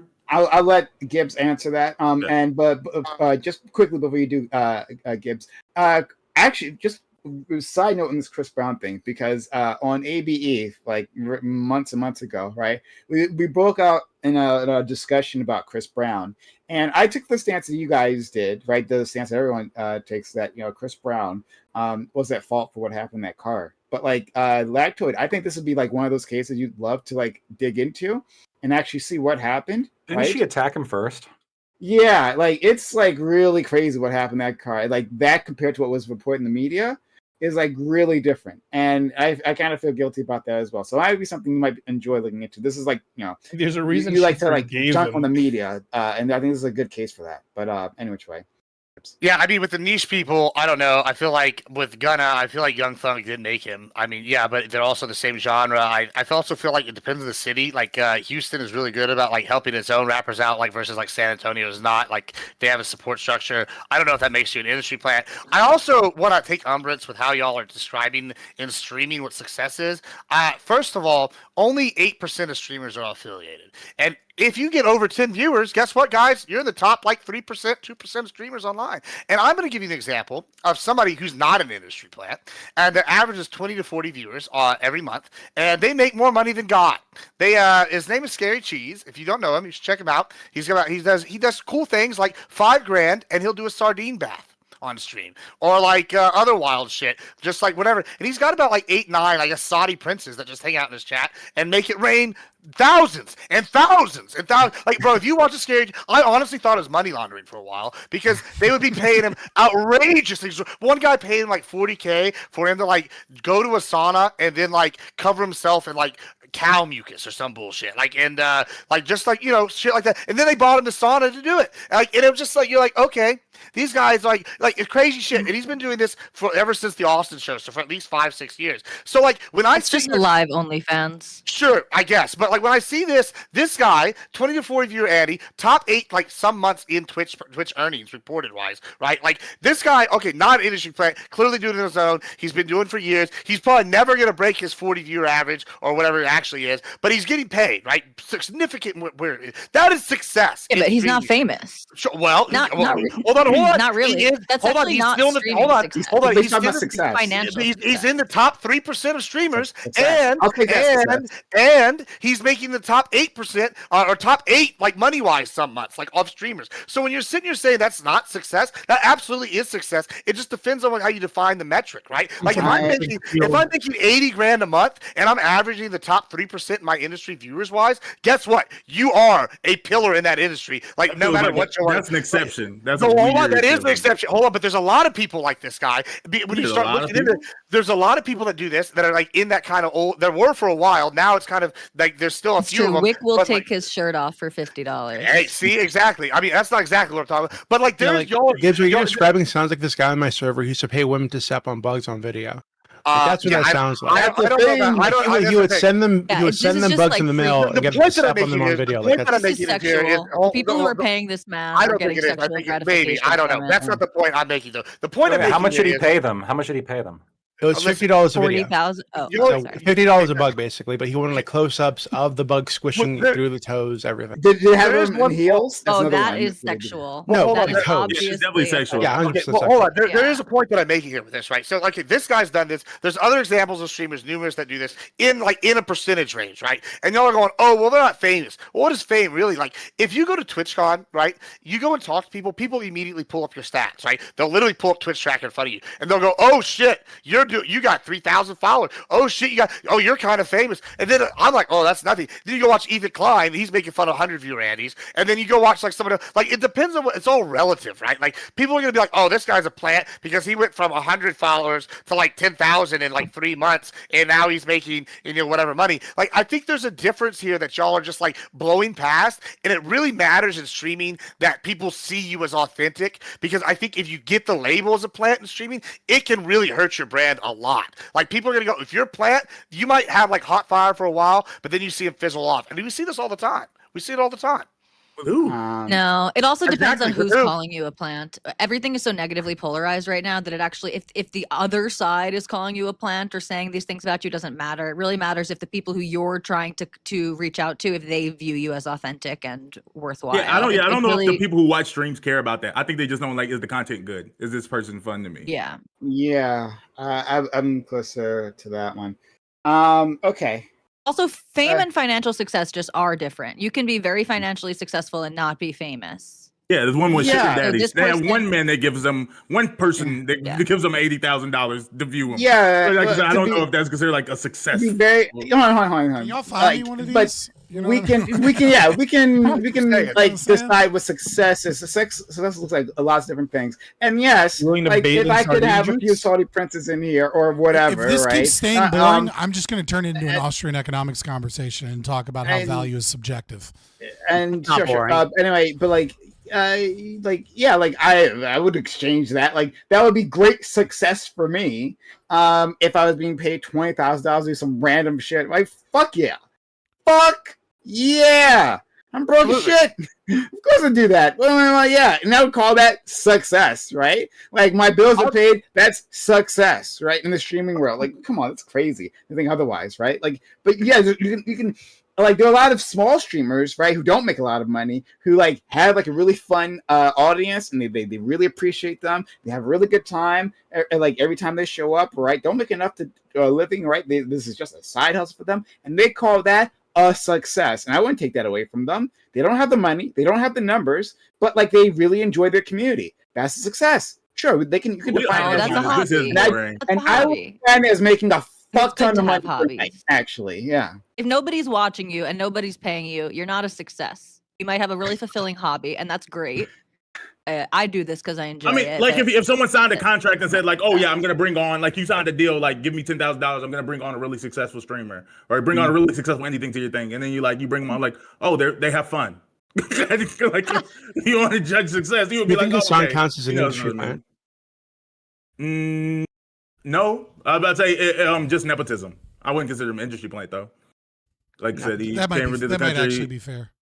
He was helped out by his uncle who supported him. I was about to say, but he also happens to be really handsome and in the industry that he can like make a voice. And by uncle supported him, I mean he worked for TYT. He actually produced segments for TYT. He like did the work there. Yeah, right? but he was, and then he parlayed that into streaming, right? Like his uncle didn't tell him to do that, right? And uncle had no idea he could make that much money there. No, that's right. Destiny made him famous. That's the reality. Yeah, and then he like Twitch, got, but like.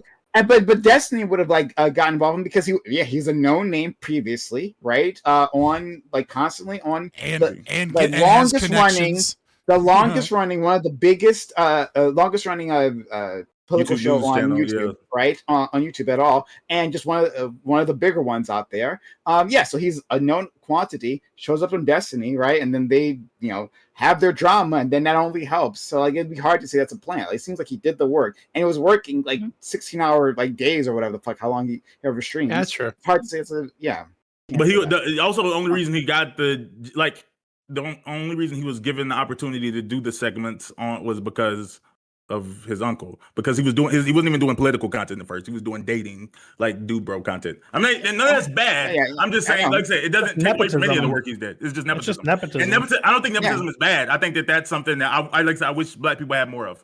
Based. That's my goal. We love nepotism. You guys think that? What do you guys think about that story that he was held up at the airport for his political views? I've heard vaguely about it, but I decided I don't care about the drama stuff, so I didn't. Well, that's not really drama stuff. That's like First Amendment stuff. That's like that affects everybody. There's right? not It's enough like they're evidence. using... There's really not enough information out for anyone to be making confident analysis of what happened there. I mean, we all know what really happened. I mean, I can see him getting stopped at the airport. I feel like the Hassan thing with the airport is like a narrative that works with people's predispositions on the left. And like when, as a right winger, I was like, oh, he got stopped. The guy that like brought on a terrorist and ended his stream with "We support you" after going to a Middle Eastern country where his dad is a billionaire and his brother has contracts with Boeing. And like he was in France. He had to, and like he got stopped at the airport for a conversation for an hour. And I'm supposed to be like, woe is me, fascism is here. Well, no, it's not just like, was he in a Middle Eastern country? I thought he was in France. I thought he did a stayover or something in Turkey. Even if it was, I don't think so. Hold on, but even prior to that, they revoked his. They revoked his. They revoked his. Sounds like a fucking nothing story to me. It just sounds so silly that anybody would care. I've been stopped at the airport. I think it's actually possible. That sounds crazy. I think it's possible that the reason that he was pulled aside was because, as Doobie was about to say, they revoked his global entry, but they actually revoked it before he went to the airport. He just didn't check his email. So it's actually, to me, it seems possible that he was in the global entry line. They scanned through his shit. He's ineligible for global entry, so they pull him to the side to go have someone talk to him, go have a TSA agent speak to him because he was trying to get through global entry where he's already been denied and notified about his denial. So I think that's a possible explanation for what we saw here. Yeah, so then you went into like the earlier issue of like why was his global entry like revoked, right? And it was revoked like a month. They don't need to have. I know they don't need to, but I mean, we can kind of put one and two together, right? So Trump is currently. I'm okay. Trump is currently having his someone who says America deserved 9/11. That's okay. That's stupid by me. That's stupid. I think it's dumb. That's global obviously a violation. Obviously a violation of the First Amendment. Clearly a violation of the First Amendment. Of course it is. How is it not? Hold on. How is discrimination based on like political leanings or political ideologies not a violation of the First Amendment? Because Sure, because global entry is not a right. It's a privilege to get through the airport Irrelevant. quicker. No one is preventing him from flying. He's not on a no-fly list. He was not given the privilege of getting through the airport quicker. That's not a right that's covered by the First Amendment. In fact, global entry makes that very clear, right? They can have lots of reasons to deny someone the privilege of getting through the airport quicker. And Hassan could actually just like go sign up for one of the other global entry-like systems potentially to get through the airport quicker on a different line. Well, so I don't see how there's a clear 1A violation here. I don't like the argument. I hate when people do the it's not a right thing because it's irrelevant. There's very few but it's times. not. No, I'm not disagreeing with the fact of the matter. You literally I'm saying asked how it wasn't a violation of rights. What a retarded response to okay. Well, immediate goalpost maybe shift. they're just gonna be make it then. I'm saying that I don't like that when people engage with those type of arguments because it almost never gets to the core value of what's being discussed. Like people don't care about what's right, what is actually a factual right or wrong. They care about if someone You don't was care done. because you're an evil piece of shit socialist. Shut the but fuck up. Some of Shut us the fuck actually up. care about rights. Just shut the fuck up and let me finish. He's what I'm not a saying. socialist. I'm a socialist, right? So go ahead, please. Okay, so I'm saying Not all that socialists. I'm saying that I'm saying that people don't actually care about that. They care about what was done was meaningfully right or wrong. Like people have gotten morally upset about like who say stuff about it's not a right protected about Twitter bans. Like they're like, oh, they said something dumb and they got banned on Twitter. And if the response is Twitter's not a right, then like you would understand like, oh, okay, well I'm still upset about the tangible. It's literally not relevant behind to it. the question asked, though. It's just a goalpost shift by you to bring in. No, some I'm saying other that dumb I'm saying shit. that I'm saying it's never a good argument to make. It's just bad. That's not a right He argument. It's asked stupid. her. Every time. He asked Unless it's Sally, the- how unless is this a it's the violation of this right? conversation at hand. Then she answers that, and then you're like, I don't like Yeah, when people that's a bad engage with answer. this. Yeah, that's what I said. So I said that to her, and she Yeah, can so hold respond to on. it if she wants to. Oh, But go I- ahead, that Ben. made my argument. No, Okay, you're but how fine. is it a bad answer to the question of like Scott Because you don't saying? care How is about that a bad answer? Because I think I don't believe you.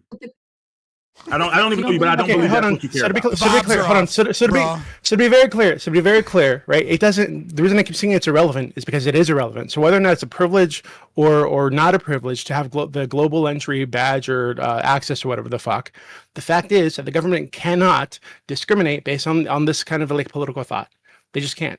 Right? Whether it's a privilege Global or not a entry privilege. can. Where's that? No, Where's that in global the entry No, they Constitution? can't. What law is Where? that? What law is When? that? Look at When- their criteria. Hold on. Yes, When? they When? can. What law is that? Hold on. Again, no one cares about what can happen. What do you mean? What law is that? And you don't. Well, care Doobie about apparently what can does because he's making the claim that this is going against people's rights, that the government protects First Amendment speech for things like global entry. So I don't the think Doobie's conversation talking is about the actually about Constitution. whether, sure, but okay, well then you shouldn't use the First Amendment if you're not talking about No, the but you don't- Constitution. The question why- is literally. Stop being boring. Couldn't we just no Okay, no no? hold no, on. I'm Does sorry. the- I'm not being hold on, pedantic. it's just a yes or no. It's just a yes or change no. the question. You could change Okay. the question to: do you think this is fair? Do you think it's nice? Do you think it's cool? But if the question is this constitutional? Is this going against someone's First Amendment rights? Then that's the scope of the answer I'm going to give. Okay, hold on. So Prime, it's just I a like yes or no this girl. question. It's just a yes It's or the no first question. girl you've brought on that I like. Okay, stop. I hate It's the just a rest yes of or them no dumb question. bitches. Yes or no?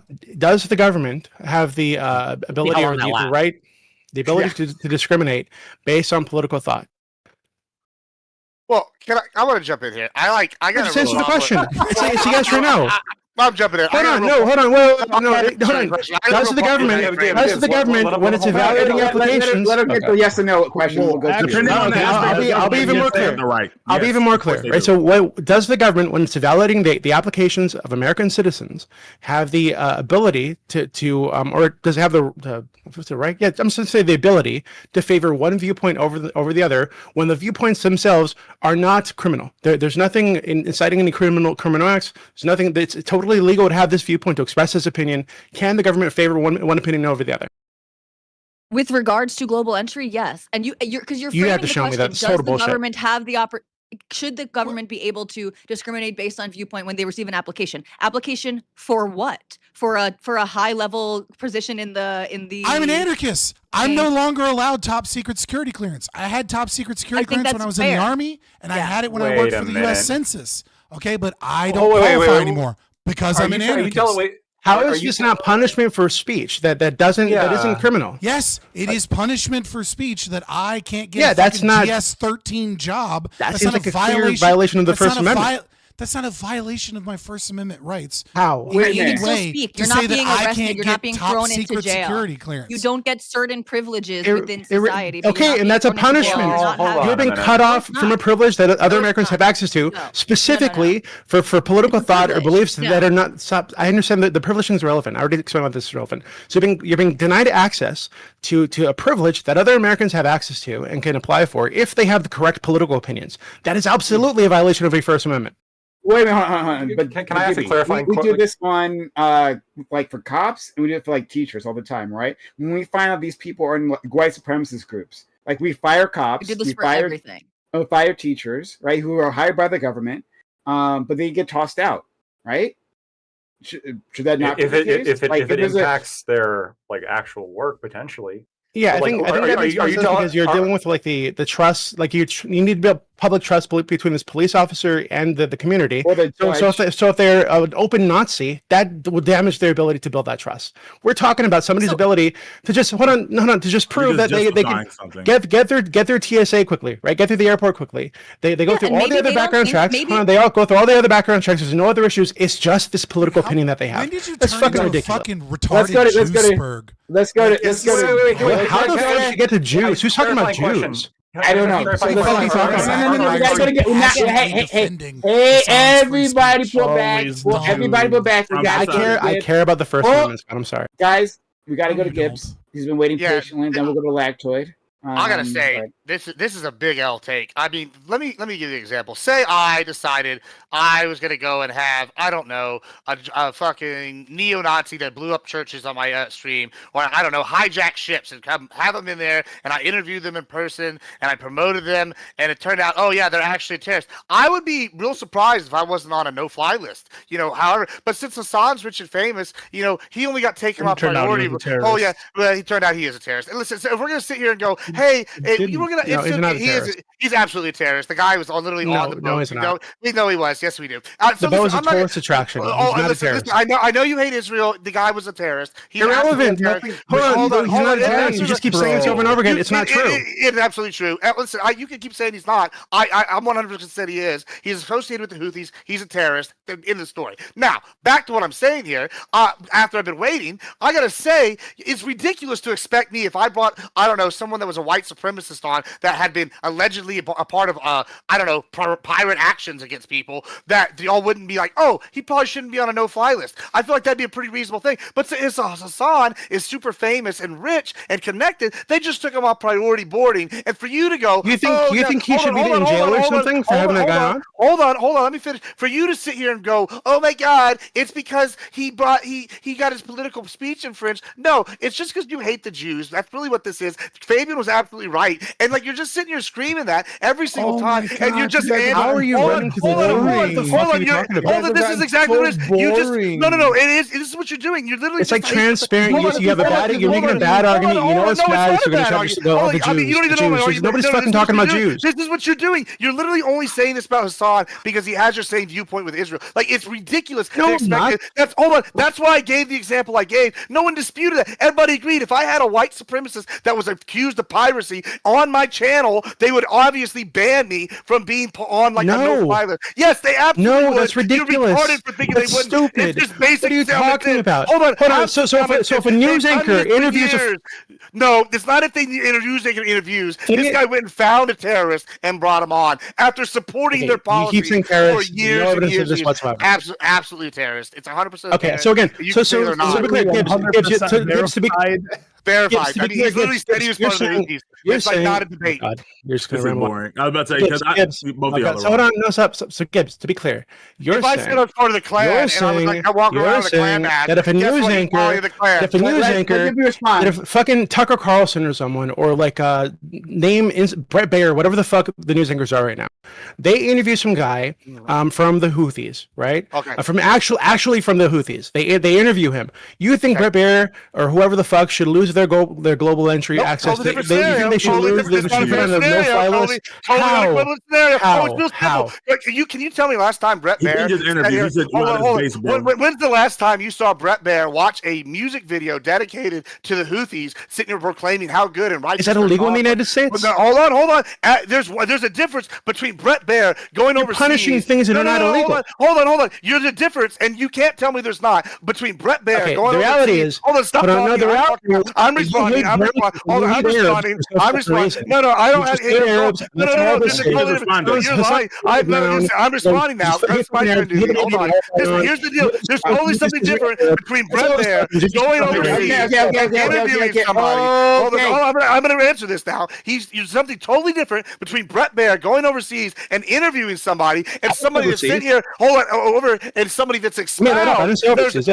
Hold on. I'm saying there's total difference. Even if he brought him over here, if I guess they brought him over here. No, hold on. There's another law right now. You can interview somebody from thousands of miles away. Which is what Hassan did, by the way. Once again, if we sit here, there's a total difference between, hey, I'm going to proclaim that I believe in all these views of a known terrorist group and then interview a terrorist. He didn't say that either. Oh, he did. He's absolutely said he didn't. supports all these. He says, oh my God. He literally ended the stream that way. This is totally. What does he say? What does he say he supports the Houthis? You're literally, bro. Yeah, bro, what does he say he supports the Houthis? Yeah, I have. What does he say he supports the Houthis? Everything about Hassan. What does he say he supports? So in that interview that you're referencing, what did he say he supported? Bro, I can literally watch up a million clips if I could. Okay, I'm asking the same question over and over. Just answer the fucking question. That interview you're talking about, what did he say he supports? Let me finish my point. I don't want to spend all night on this. Keep interrupting me every time I try to finish my point. Well, then, answer the question directly. Well, I can't. I'm answering, and he keeps interrupting me. Here's the thing. You're rambling on full of shit. You don't know what the fuck you're talking about. I'm rambling on because you keep interrupting me. Literally every time I finish in like 2 sentences so I can respond to your dumb shit. If I could just talk, I could finish it. Gibbs, if you could just give us a quote, I will. No, I'm not going to give you a fucking quote because he literally ended the thing with it. Just like Fabian said, there's about 1 million videos of him saying supporting things. It's this is ludicrous to say he doesn't support. I've been interrupted 15 times trying to just get 2 sentences out here. It's outrageous. Let me just say, we all know that he supports the Houthis. We've seen 1 million clips. You can just type in Hassan supporting the Houthis and you'll see about 5,000 clips. And to act like that's not true is a lie and just bad framing and bad faith, Doobie, and you know it. Secondly, if I did that thing and did the same thing, they would absolutely put me on a no-fly list and no one would bitch about it. Except y'all are going here, because he hates the Jews, then you're going to be fine with it. That's what's happening, Doobie, and you know Okay, it. if you're done now, I'll respond to all the stupid shit you said. I mean, so one, actual shut up. So one, shut up. I let you ramble on. Now it's my turn. I let you ramble on. Now it's my turn. Okay, guys. Is it hard to talk? Hey, stop! Knock it off. I do want to move past this, and I got to get Lactoid and Scott in, and I want to move on. I'm just saying they're giving a taste of his own medicine. Okay. So I'll respond. So one, Hassan's never said that I'm aware of that he supports the Houthis generally. What he says is he supports the blockade that they're imposing. That's what he says that he supports, and I think I support that too. I think any rational, reasonable person should support that. I think the blockade is good. Okay, that doesn't mean that I support everything the fucking Houthis do. These are entirely separate claims. Okay. Yeah, Scott, I know you think that's funny for some stupid reason. Great. So secondly, the stupid reason is you, dude. You're okay, the stupid thanks. reason. Yeah, I understand. Yeah, if you support a thing a group does, you suddenly support everything they've ever fucking done. Yeah, that makes total sense. Thanks, Scott. But you're then shut the fuck up. You didn't say anything. Just laugh like a bitch. Shut the fuck up. So secondly, I'm a bitch now. Is that what you laugh like a bitch? Yes, you laugh like a bitch. Shut the fuck up. You have your turn. You get bodied every time we talk. Scott. Shut the fuck up. Anyway, so secondly, the issue isn't that it's not like a right winger. It's not like or that it's like not a pro-Israel person. That isn't my problem. My problem is this is linked to Trump's other crackdown on free speech. I think other things he's done to chill the First Amendment in the United States. This is like one part of a bigger fucking problem, which is that Trump is suppressing political speech in our country. He's this way, other way in the fucking universities pushing rules to suppress or to discourage political speech that he disagrees with. I think this is wrong. I think this is obviously a violation of our rights, and I don't like it. So I don't know why the fuck you guys. I think if we had like some Biden doing this, right, and he was in fucking office, and he was doing this to right wingers, you'd be flipping the fuck out. Of course you would, and you'd be right to. It'd be wrong for him to do this. So I think that the only reason you're not flipping out right now is because it's Hassan, and you think he hates the Jews, and you think I hate the Jews, and you're obsessed with the Jews for some reason. I don't give a fuck about the Jews. Maybe here, there are okay? just layers. Shut up! Shut the fuck up! Layers. Shut up! Shut up! Shut up! What I care about. Yeah, that's what. What I care about is that Trump is doing things that are I think violating the First Amendment, severely damaging the First Amendment, biasing the government against certain political thought that is totally illegal. I think this is disgusting. Okay, so we're gonna go to Lactoid. No. Sorry, I'm sorry, friend. We're going to Lactoid, and we'll go to end with Scott. I do want to get started on the second discussion early because I want to do a thing. But Lactoid. Yeah, I actually completely agree with Doobie on this. Like, if you just take a step back and think about this for a second, like, would you guys feel comfortable if, let's say, Trump did like some kind of sweeping program where he's like, no Democrats can be on global entry anymore? It's just like a thing now. Or if Biden got in power, he said no Republicans whatsoever. Anybody who supports Trump, a quote unquote known insurrectionist, is therefore a threat to the United States and cannot be on global entry. This would be insane. What if I was denied global entry because of, I'm critical of Ukraine? I'm critical of the What US if you said you Ukraine. wanted a new 9/11? What if hold on. What if like I'm critical of really, is the point here that you only get this privilege if you happen to toe the United States foreign policy's talking points? Or is it that you can disagree with the United States foreign policy's talking points, even if you're wrong, or even if you're right, it doesn't matter. And you still have access to the same privileges that other Americans have, regardless of their political orientation. I can see if you're like posing a threat, like if let's say somebody who's like, I don't know, convicted of crime, yeah, but like. 9/11 Are you going to look me in the eye and directly tell me that you think Hassan Piker is a threat to America? Like, well, I mean, because of him doing some kind of attack? I don't know, man. He's rich enough. Oh my, no, he's not. You know, I think, hold on, bro. I think a reasonable person could say that it's possible that he would have connections, or that he might be used as some type of like. What's the word when you're unwitting? A proxy? To do what? Sure, maybe they think. So I think there would be. Hold on. Can I just say? I think that we're kind of blending things together that aren't the same thing. So things like Trump cracking down on speech on college campuses, and Congress trying to pass things like no anti-Semitism. That's ridiculous. That's crossing the line. People should not be punished for their speech in the university by the government and things like this. You shouldn't be punished. Be arrested or something like that. Have the government infringe upon you. Be deported because you say anti-Semitic things, or things that are perceived to be anti-Semitic even if they're not. However, that is different to me, characteristically different from this global entry program. We're saying, this is a privilege that all Americans are supposed to have access to, but actually it's not, because then it wouldn't be a privilege anymore. It's a VIP process for the airport. If everyone has global entry means nothing. Then everyone is just on the same standard TSA line. Well, then answer the question that I asked before then. That definitionally has to be exclusive for it to have any value. But wait. But it's exclusive based on like viewpoint neutral categories of like who is a actual threat to America. Hold on, who is like an actual threat to America? Well, I think wait. I think it should be, though. Again, do you think that it would be perfectly above? Give you a quote hold on for a second. We got it. For the quote. Do you think it would? You found a random article. I'm watching the video. He hasn't said it yet, and it's been. Do you think? Okay, hold on. Hey, knock it off. Somebody ready to nuke so we can do knock it off. Knock it off. One. Yeah, I don't give a fuck. I don't give a fuck. Like unless what he said. Unless hey, knock it off. Lactoid talking. Only Canadian Swedish people talk. Go ahead. Oh my god. Unless what he said specifically is like indicative of Hassan Piker being involved in some kind of plot or some kind of like criminal threat to America, then I don't give a fuck what he said. No. Because unless wait. Answer the question I asked. Tolly, answer the question. You said global entry is a privilege. So you are perfectly fine. It's all above board if Biden said every Trump supporter, and we're going to look up how you voted, every Trump supporter does not have access to global entry. You'd be fine with that. Or a driver's license. That's totally different. Than driver's what the licenses scenario are is. also privileges. This That's is a good point, ridiculous. Doobie. Those can be revoked. That's not what's happening, though. This guy literally, and I quote, said, oh my God, 9/11/2 is going to be so strict. The streamer said, give Saudi Arabia nuke so they can You do think he's 9/11. planning that? Hold on, Lactoid. So you're telling me when 9/11 was committed with planes, lo and behold, after someone advocates that and has a known terrorist, I can find other articles. I went from Forbes saying this guy's a known Yemeni pirate. This guy said, 100%.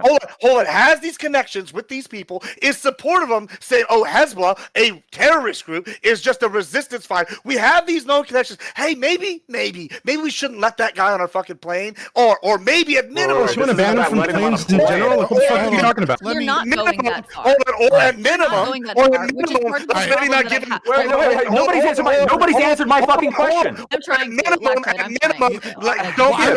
I'm waiting because it's supposed to be my turn next, right? To answer your question. Don't give them fast track privileges where they don't go through as much security. I think it's reasonable not to give them fast track. Are you crazy? I'm not crazy. It's not So reasonable. I'll go since it's my turn, right? And I'll answer the question.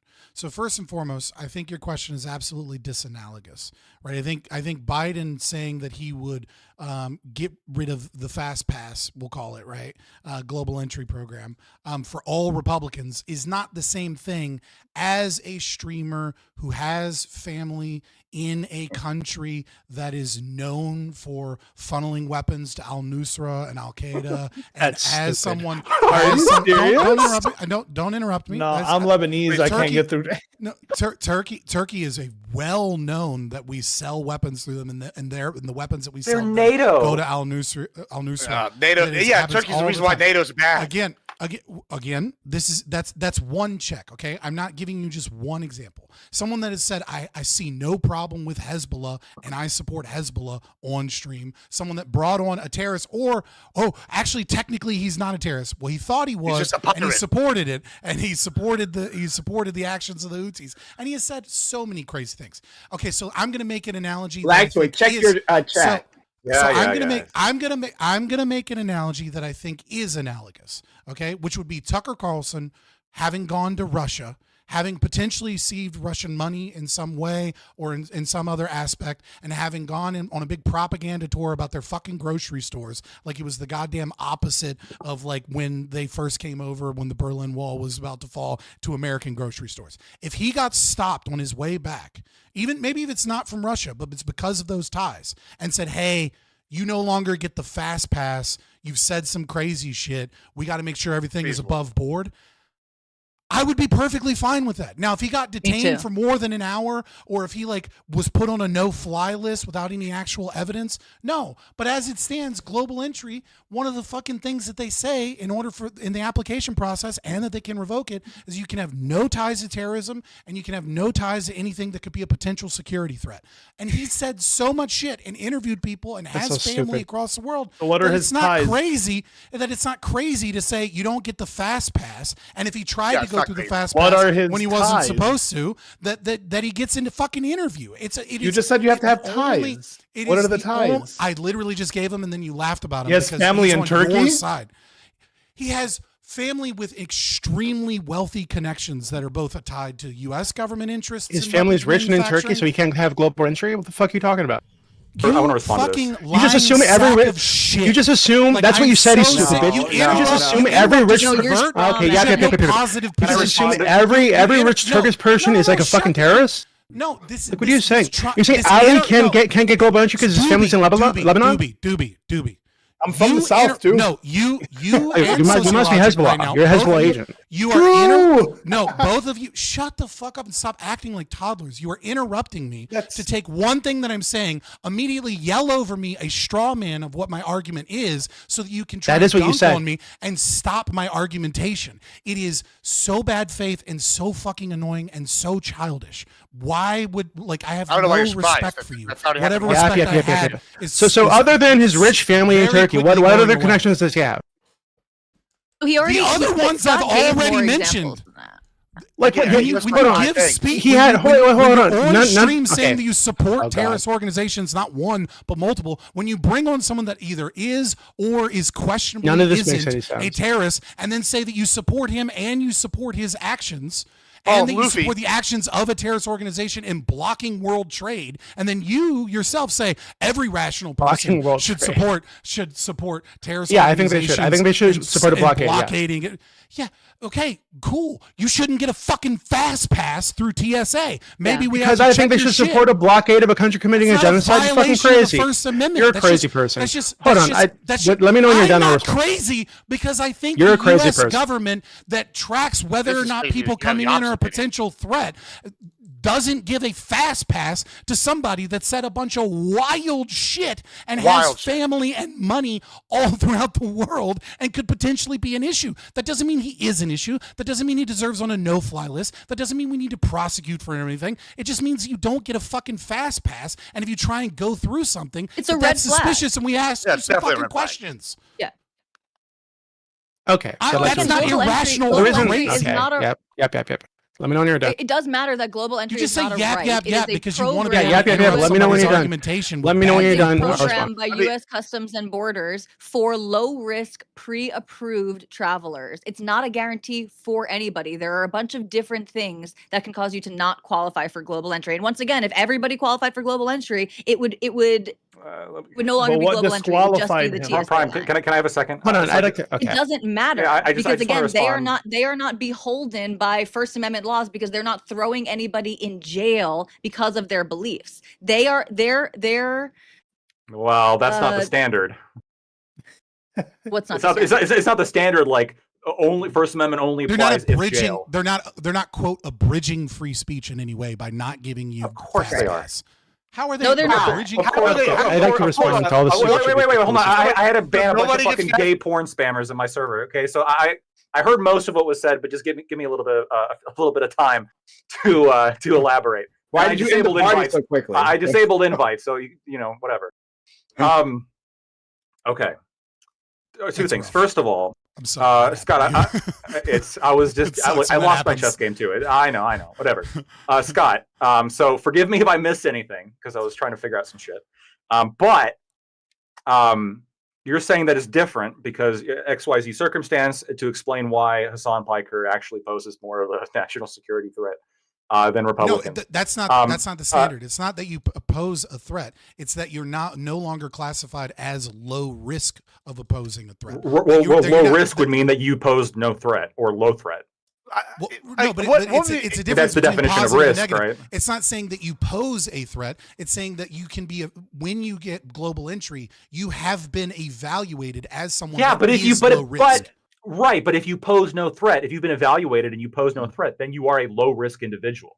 And so the question for me is Hassan Piker, is the evidence behind his history like indicate that he is a threat? And if you can look me dead in the eye and say, I think Hassan Piker is a hold on. Oh, I'm not changing shit. Yes, you are. Posing a threat. If you do not pose a threat, would you agree You're this playing person is word low games. risk? It's It's not playing word games. You're playing word games. No, you're playing word games because what we are talking about is the person. They're not low risk. They just don't pose a threat. That is a not word what game. We're saying. No, that we're not. What we're saying is you don't have to pose a threat to have certain things that say this person might be more likely. Yeah, I'm saying if you get evaluated or low risk person.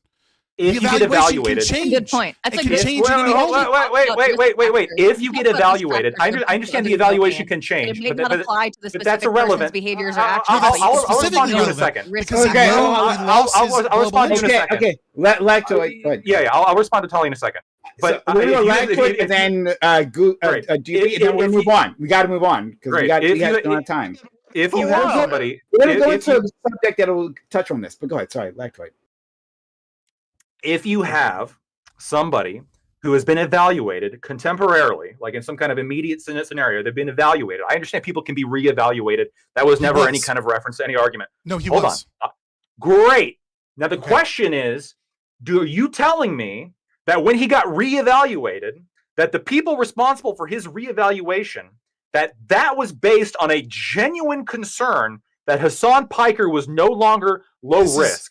Ergo, that he posed something of a threat, more so than he did before. That's the question. I think that you have to question be. I'll answer. No. Fuck you. You don't ask a question and then go into a diatribe to hide the question. Oh, okay. No. All you're doing at that moment is bearing the fact that I'm going to respond to the question. Are you asking a question? Prime said that you get some time to respond. Right, now you're There's going two to people. fluff up your shit. You're not the only person on the panel. Okay, all right. I got to respond to Tali as well because Tali made a point that I got to respond to. Because I think that if you start answering, we're going to get caught up in that, and nothing is going to get addressed there. So I will await your answer as to why the reevaluation means that Hassan Piker is no longer low risk. Then my question to you, Tali, it really is kind of a similar question because, or actually it's a little bit different because you seem to hold the position that it's only a First Amendment concern if there is the risk of legal punishment for saying it.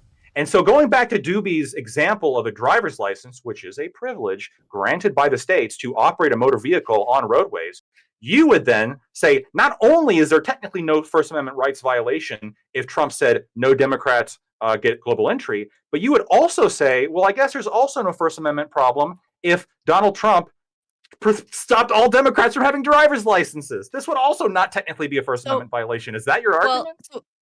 Well, okay, so I think, again, we just need to be, these things are characteristically different and that matters. So preventing an entire group of people based on their beliefs from getting a driver's license means you are preventing all of those people from legally driving. Taking somebody off of a global entry list does not prevent them from legally traveling whatsoever. They're but it's still not a able right. to travel. Either way, it's not a right. That's my point.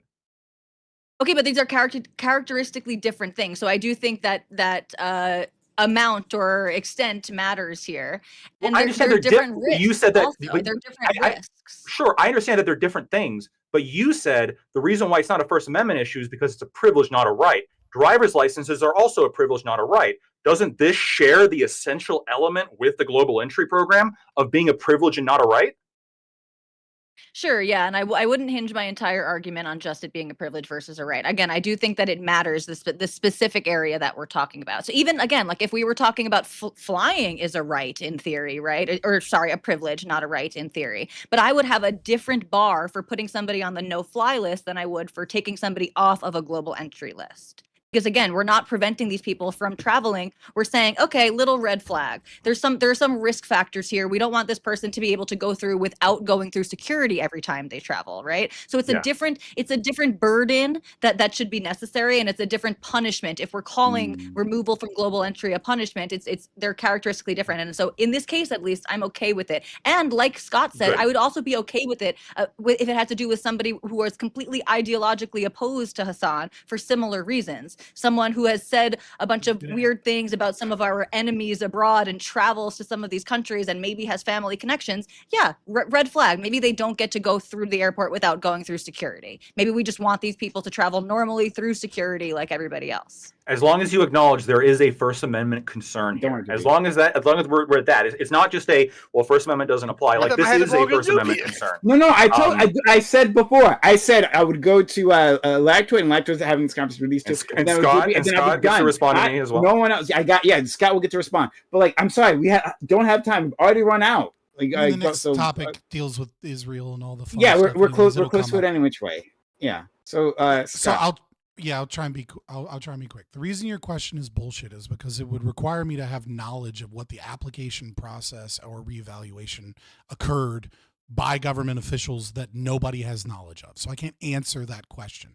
What I'm saying is that if it is true, okay, that he was reevaluated, and with all of these additional things that have come out in the last year or two, with his speech changing, with his wealth, with his family connections, right? Like like for example, I was friends with a soldier who lost his security clearance and had to change MOSs in the United States Army because his Filipino wife had a cousin who was who was a Muslim extremist in the Philippines.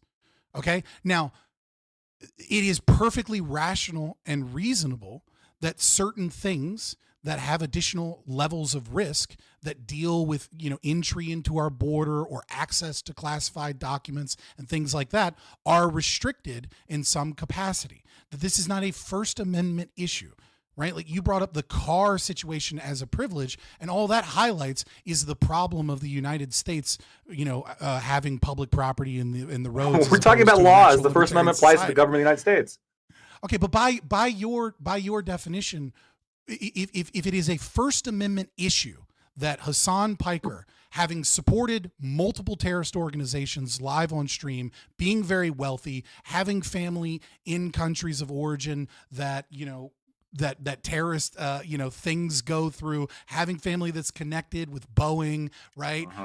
And having interviewed a terrorist live and said that he supported them, all of these connections. It is your contention that it is a First Amendment issue if this person is no longer allowed to go through the fast lane and not go through regular security. Then would you say that it is a First Amendment issue if someone marries or someone that has family connected to terrorist organizations and they lose their security clearance? Wouldn't that also be a privilege granted by the government? You can start if we follow this through to logical conclusion, the only time we don't reach contradiction is if we abolish the state. And I'm cool. We're not. No. We don't have to go through that analysis right now. But Scott, for sure. but it is a First Amendment analysis, is what I'm trying to say. The First Amendment is not ultimate.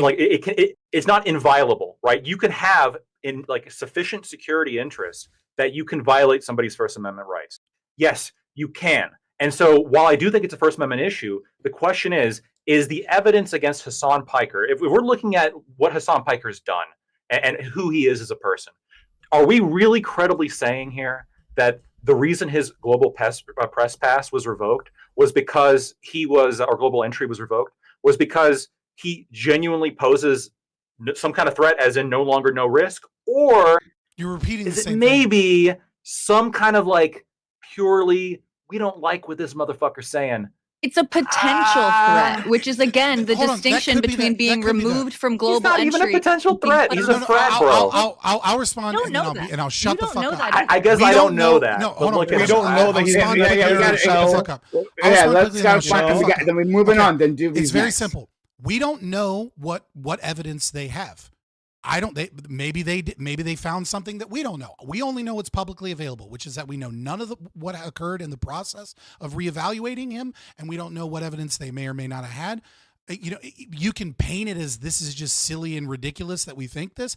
I think it's silly and ridiculous to even think that Trump is involved in this, because people keep trying to be like, Trump is doing this. His admin. It's like Trump has been retarded when it comes to social media so many times. It would not surprise me at all to learn that Trump has no idea who the fuck Hassan is.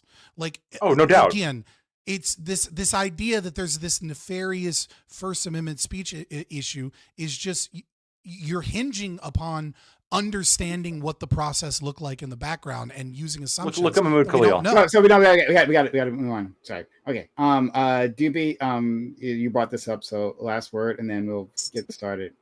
Okay. So don't just ask questions, please. I want to ask questions. So just to be clear about what is actually looked into when the global entry, what databases, what lists are looked at, right? When somebody applies for global entry, it is there's a fuck ton of them.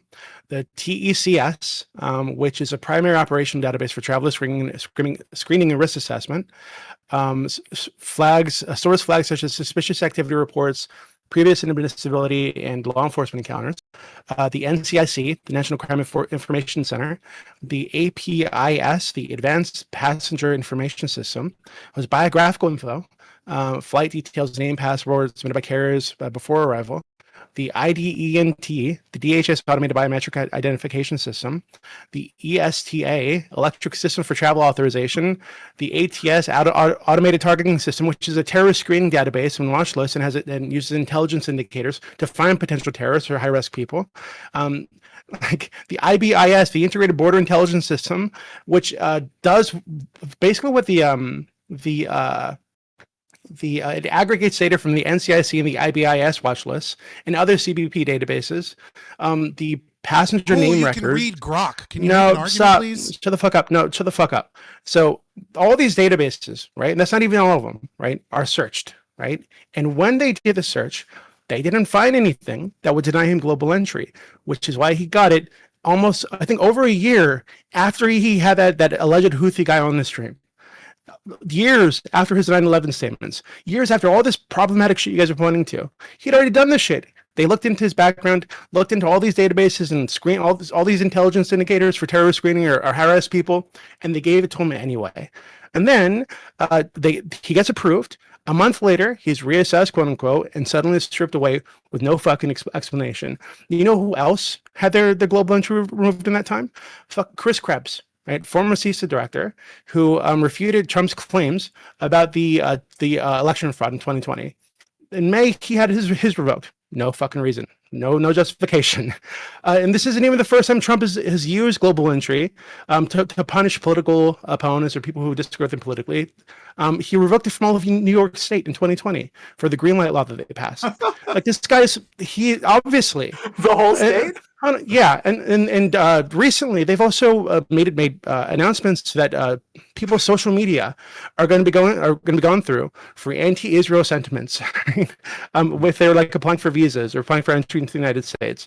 So obviously there is a trend of political motivation behind restricting people's ability to enter the country easily and also leave the country easily. Obviously, I don't know why the fuck we're denying this. Okay. More easily than I mean, again, it's not actually preventing people from entering or entering. You just don't care about political bias in the government. I get it. We got to because it's convenient to you right now. Sure. Yeah. Okay. Yeah, All that's right. what it is. So we gotta. I want to yell about it too, but we got to stop. Yeah. All right. First of all, thanks all for being here. We clearly have a motivated, excited group of people here. Stumbled on to Doobie took us to that particular topic time. I didn't think I was going to blow up, but it did. And it's sort of related, tangentially related to what we're going to be talking about in a second. Guys, if you're out there and you've been enjoying this content, please consider supporting the channel. Sub to the channel, gift bits, or gift subs. I do need your help out there, right? So if you're out there, consider helping out. I know you guys found that one entertaining. So consider helping out the channel so that I can keep going. Our Twitch subs have been quite low. We've been surviving on a YouTube super chat. Shout out to our few YouTube super chat. But yeah, if you're on Twitch land, consider supporting the channel to keep us up and running. Okay, so moving on. We gotta go through this quick. I wanted to get to the topic fast because I wanted to do a thing here. But now we got to it late. So here it is. So I'm gonna read the topic. We're gonna do opening statements. We will do them quickly, Scott. And then only Scott. Like, I'm the only long-winded one here tonight. Fuck off. Yeah, actually, who else? Well, Gibbs too sometimes. You screamed at Gibbs for 15 minutes to stop talking.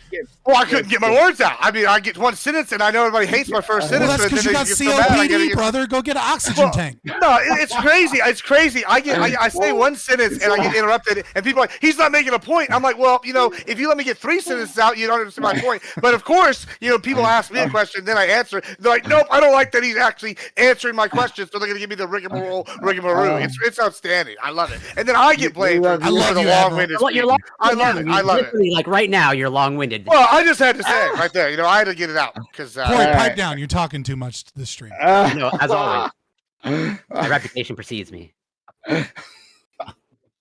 Okay. The topic. All right. The topic is a lot of date. I didn't even write this yet, but we're just gonna go with it. Yeah. The United States is at war with Iran. The United States is at war with Iran. On Saturday, the U.S. Initiated a bombing campaign against Iran's nuclear facilities. This action follows the decades-long strenuous urging of Israel to end Iran's supposedly peaceful nuclear development.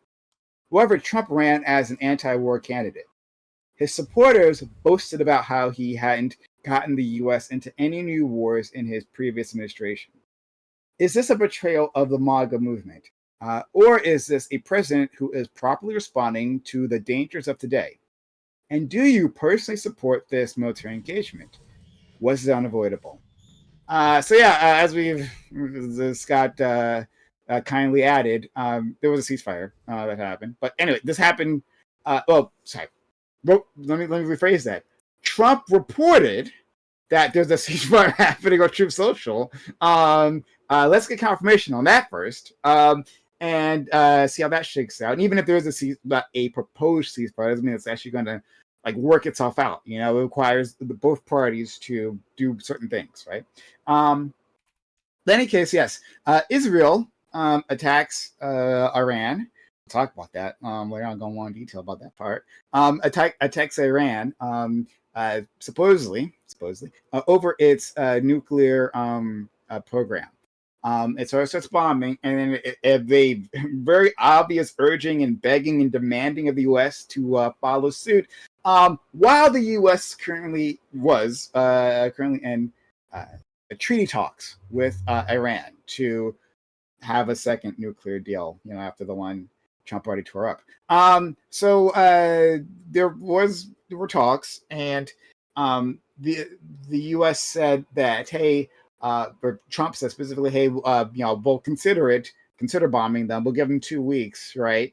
Then you'll get a decision. And then, like the next day, he actually bombs Iran at 3 nuclear sites, at least those targets. So yeah, that's something that happened. And then Iran responded also, you should know, by bombing a CENTCOM, I believe, the CENTCOM base in Qatar.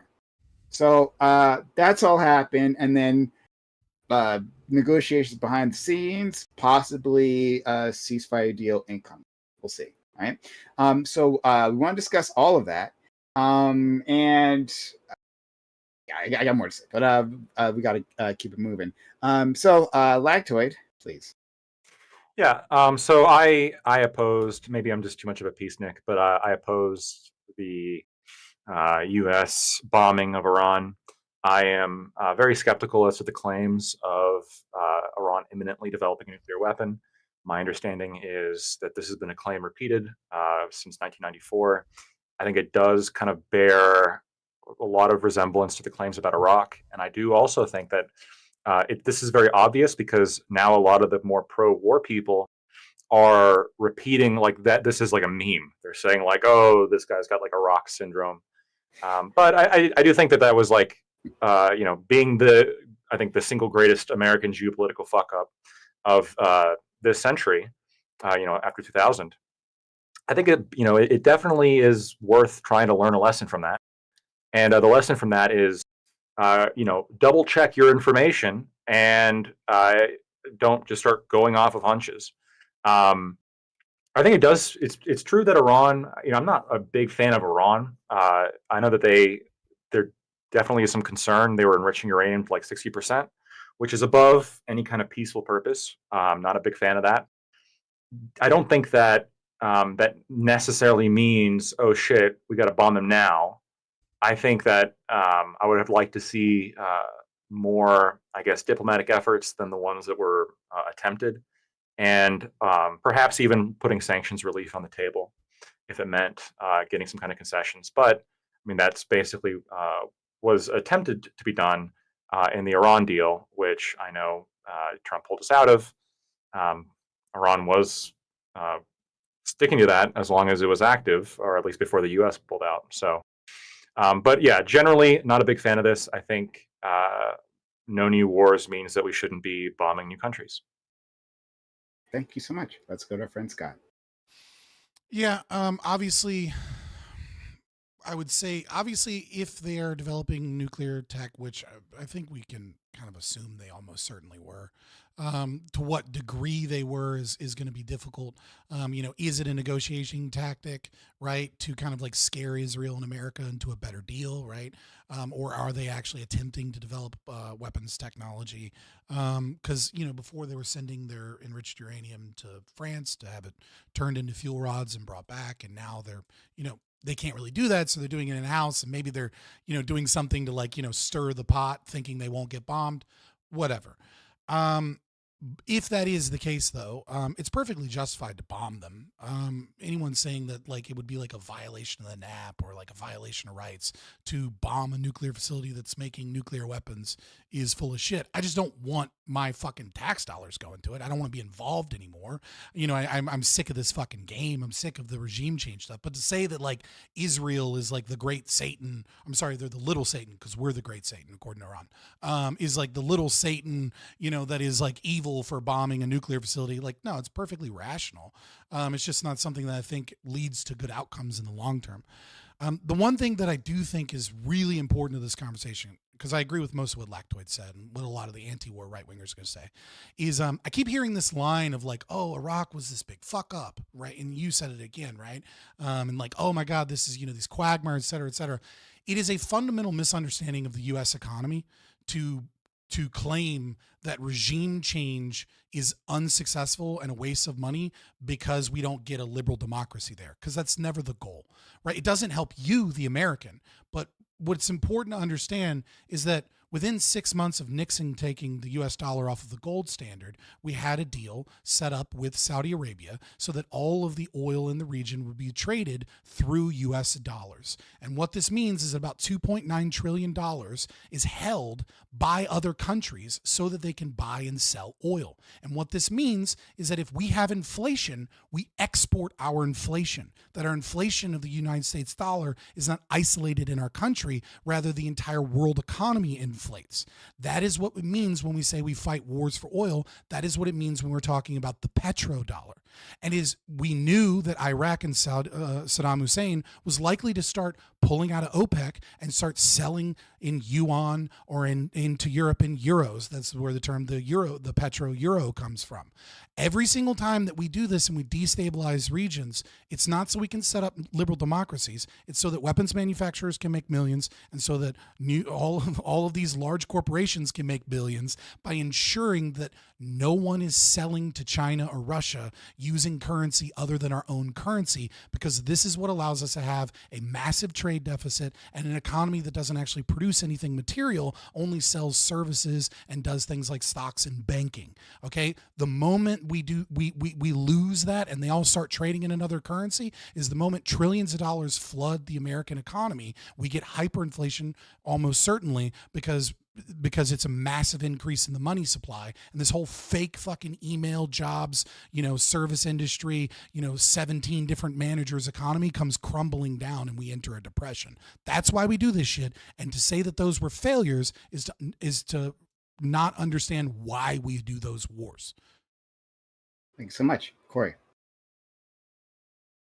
Yeah, so I actually also agree with a lot of things that Lactoid said, even though everything he said was just AI slop. Just kidding. Don't accuse people of that. That's not good, especially with no evidence whatsoever. But yes, to, let's say, answer the question of the prompt, do I think this is a betrayal of the MAGA movement? Yes, at least, again, I think Trump, it's fair to say, he ran on no new wars, and he kept on boasting how, things that happened during Biden would have never happened on his watch. And it's like, is he going to take counting for this? And, I think you're already seeing, even though there's definitely a split in the MAGA movement of those who support and oppose what's currently happening, but you're also seeing those who support, already sort of like shifting the goalposts of like, well, it's not a war, or like they'll say, until there's like troops or, tanks on the ground, it's not a war. But then like, as far as I know, I might have my history incorrect, but I think the last time officially the United States declared war was like in the 40s or 50s or something along those lines. So, you can arguably say that the Iraq war wasn't a war by some sort of definition.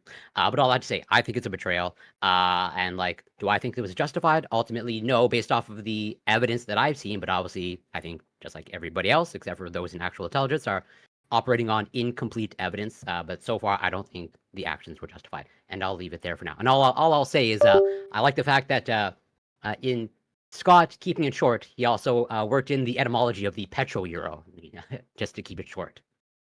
Thank you so much. You're welcome. I aim to educate and please. I don't say it's a bad thing. I just find it interesting. Our new friend Tolly, please. Okay. I support the U.S. bombing campaign on the Iranian nuclear facilities. I think it's very clear that the IRGC was looking to make a nuclear weapon. They've been doing this pretty brazenly for a long period of time. It seems to have potentially escalated more recently. But I do think that a lot of the people who are screaming about the Iraq War are making disanalogous comparisons here.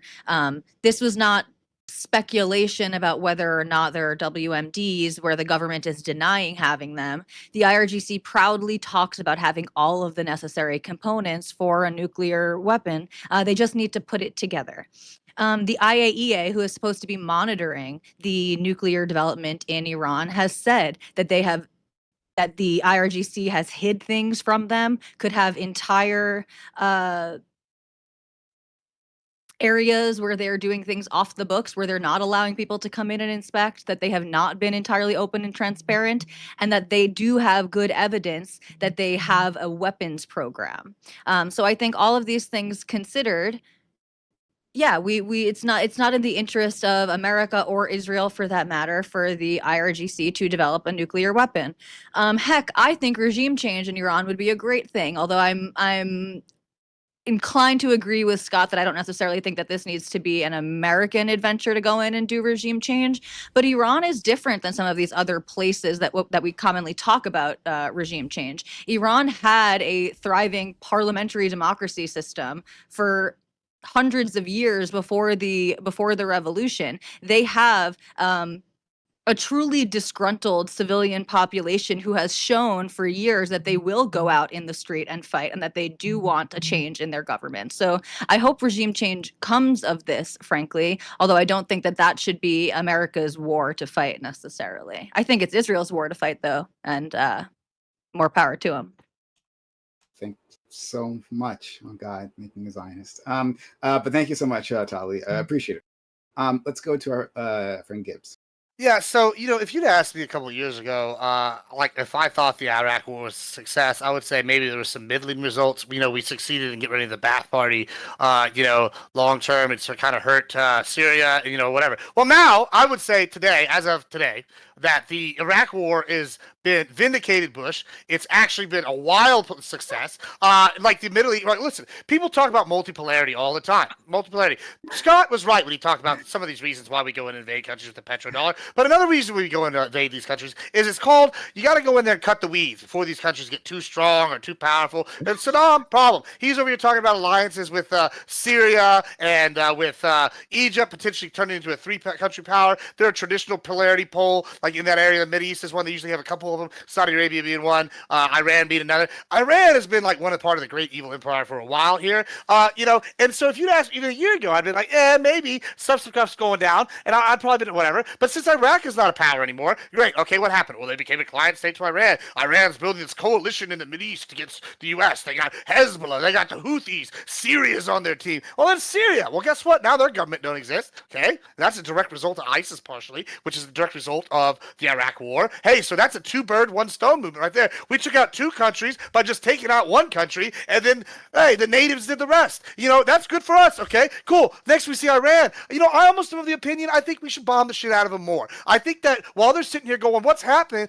Our boys are sitting there going, oh, see, can you see? And they're flying up in the wobbly yonder and bomb the shit out of them, and they can't do nothing. I think that this regime is evil. I don't even care about the nukes. They like to kill people all the time for all sorts of bullshit reasons. They're an evil actor. They fund terrorism worldwide. They're opposed to us diametrically. They just hate us all outright. They call us the great Satan, just like somebody said earlier. They actively call for our destruction. These people aren't our friends. You know what? Fuck them. And I think we need to take them out. And it hurts Russia. So if you're pro Ukraine, then you should be applauding this. Also, I want to make sure, I think somebody said it in my chat, and they're absolutely correct. This wasn't us starting the war. Israel started the war. I'll give them credit for that. And they beat their ass. It was such a bad whooping that they're sitting here crying home to Daddy Satan over here to stop little Satan from beating their ass no more. And we said, no, you want to see what they can do? Well, I'll wait till you see what we can do. And then we sent the bombers from across the world. They don't even have the tech to shoot at these bitches. And we dropped new bombs just to test them out and blow up their facilities. Fantastic stuff. Big fan. We need more of that. And then our intelligence operatives, along with Israel, sent letters under the leadership that's left alive because we choose to allow them to live and said, hey, if you don't go tits up, we're going to get your ass. That's called flexing. We need more of that and not limp dick like seizures and Alzheimer's. We need more of, hey, if you fuck with us, we're taking you the fuck out. People need to know that we're still the big dog on campus. And I'm a big fan of it. I honestly don't even give a shit if they have the nukes. I don't give a shit. Iran's evil. Take it out. That's good. I hope they don't. And I hope that all of us are justified for sitting here going, look at all this evil shit they've been doing. And I think that's good enough. And the fact that they probably have been trying to build the nukes, well, cool. I don't want Osama bin Laden to have nukes. Don't particularly want Kim Jong-un to have them. He's got them. I know someone's going to sit here and say I'm a Zionist, but I don't like fucking Israel have them. So you know what? You know who's the only people who should have nukes? Is us. So that's who should the only people is. And we should bomb all these other countries that come against us cattywampus. Well, amen to that last part. But before we continue, wow. There's no one like him. Gibbs is one of a kind. Alexander Wynn, $20 super chat. He says, for those who that think we shouldn't have struck, what percentage is the line for you? Or are you okay with them building one if it means we don't attack them ourselves? So I believe what they're saying is that what percentage of either danger or maybe like enrichment, which maybe would be the same thing, honestly, would be the line for you. And then are you okay with them building a atomic bomb if it means that the America itself doesn't attack? We got two more people. They can respond to that. Other people can respond afterwards. Thank you, Alexander Wynn, for being a real one, for helping the channel through your super chats. And when else guys super chat, we will read your super chats. We'll respond to your super chats. So help us out there on YouTube. All right, let's go to our friend Ali. Yeah. So Iran is like Schrodinger's like danger. I always hear that they're either the greatest threat to, Israel and America, and then they're also a paper tiger. So I don't think they're a threat to America. They're barely a threat to Israel. But because they are a threat to Israel, that's kind of like the only issue here. We don't need to necessarily be involved, but we did get involved. So, okay, we bombed their nuclear facility. I think at this point, just going forward, we understand that there's a problem with Israel and the greater Middle Eastern countries. Just have Saudi Arabia build the Israeli Isles, take the Israelis, put them there. Everyone will be happy at that point. I think that'll solve most contentious problems, and I'll just pass it to Doobie. Okay, Doobie. Yeah, love to hear you. Okay, so in 2024, our intelligence agencies determined that the reason they're stockpiling this uranium that's enriched beyond civilian levels, yes, but it's not at weaponized levels yet, is because they need leverage to force the United States back into the JCPOA, to remove the sanctions that Trump reinstated after he pulled out for no fucking reason. I guess because Obama's name was on it. So that's what our intelligence community said in 2024. In 2025, they said that there's no evidence that they've have a weapons program. They haven't since 2003. No evidence that they are building a nuclear weapon or seeking a nuclear weapon.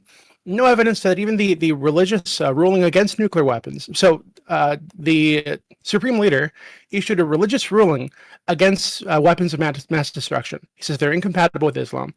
I think over a decade ago he said this. Right? I think like 2 decades ago he said this. So he's made it very clear they do not want a nuclear weapon. They're not seeking a nuclear weapon. It is incompatible with their version of Islam. So Iran agreed in April to give up that stockpile everybody's afraid of. They agreed to the daily inspections. They agreed to everything that was in the JCPOA in April, right? What Trump has been pushing for is no uranium enrichment at all, even for civilian purposes, which is fucking ridiculous. The other thing so when they did have a weapons program, when it was shut down, what our intelligence committees determined then, and even last year or the year before, is that when they shut that program down, they hadn't even mastered the tech needed to build a warhead with enriched uranium. So even if they had the 97% enriched uranium that they needed to make a nuclear weapon, which they could get in 2 weeks. I think it's a breakout period for that. They could get enough of that to make a nuclear weapon. But even if they had that, they don't have the know-how to make a nuclear warhead. Even if once they have that, they don't have the missile mass, like a missile platform capable of surviving reentry, right? Which is what you need with a nuclear weapon.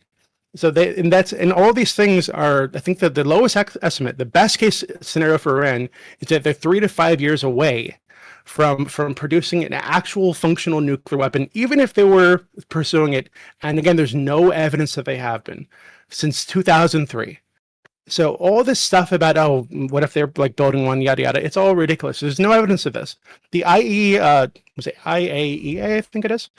They say, yeah, so they announced this year that Iran is out of, for the first time in 20 years, by the way, first time in 20 years, they're out of compliance with the nuclear non-proliferation treaty for the first time in 20 years, right? And they didn't say they're out of compliance because they're building a nuclear weapon. They didn't say that.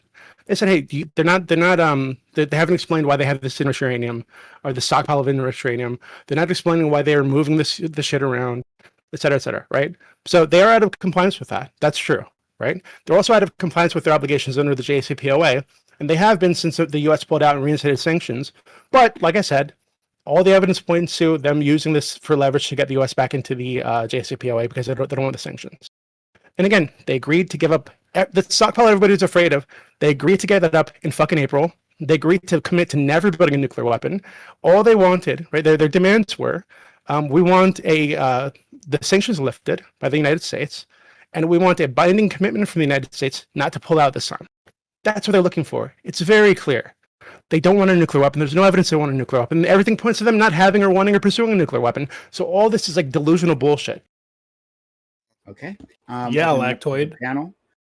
Yeah, I mean, if we take out their leadership completely, you know what's going to happen? The Taliban and the Kurds are going to carve them up, and then Turkey's going to keep the Kurds down. Iran's going to be in chaos. We no longer have to worry about that part of the Middle East being a problem for us anymore. Saudi Arabia and Israel, which are our allies, could just run shop, take over. This is a big win all around for us. We get the petrodollar going over there in that area for whatever eventually pops up. Big win. I don't really see any loss from this for us. We literally dropped 4 bombs, and they just rolled over like a bunch of bitches. I mean, like, they can barely handle Israel. They can't handle us at all. I don't even think we should send one troop. Every time they act up and they get threatening, we should just send some bombers and just, like, keep doing that to them. And just keep them down. And I think that's the long-term solution. And we'll never have to worry about them again. I think this has been, the Bush era is now totally vindicated.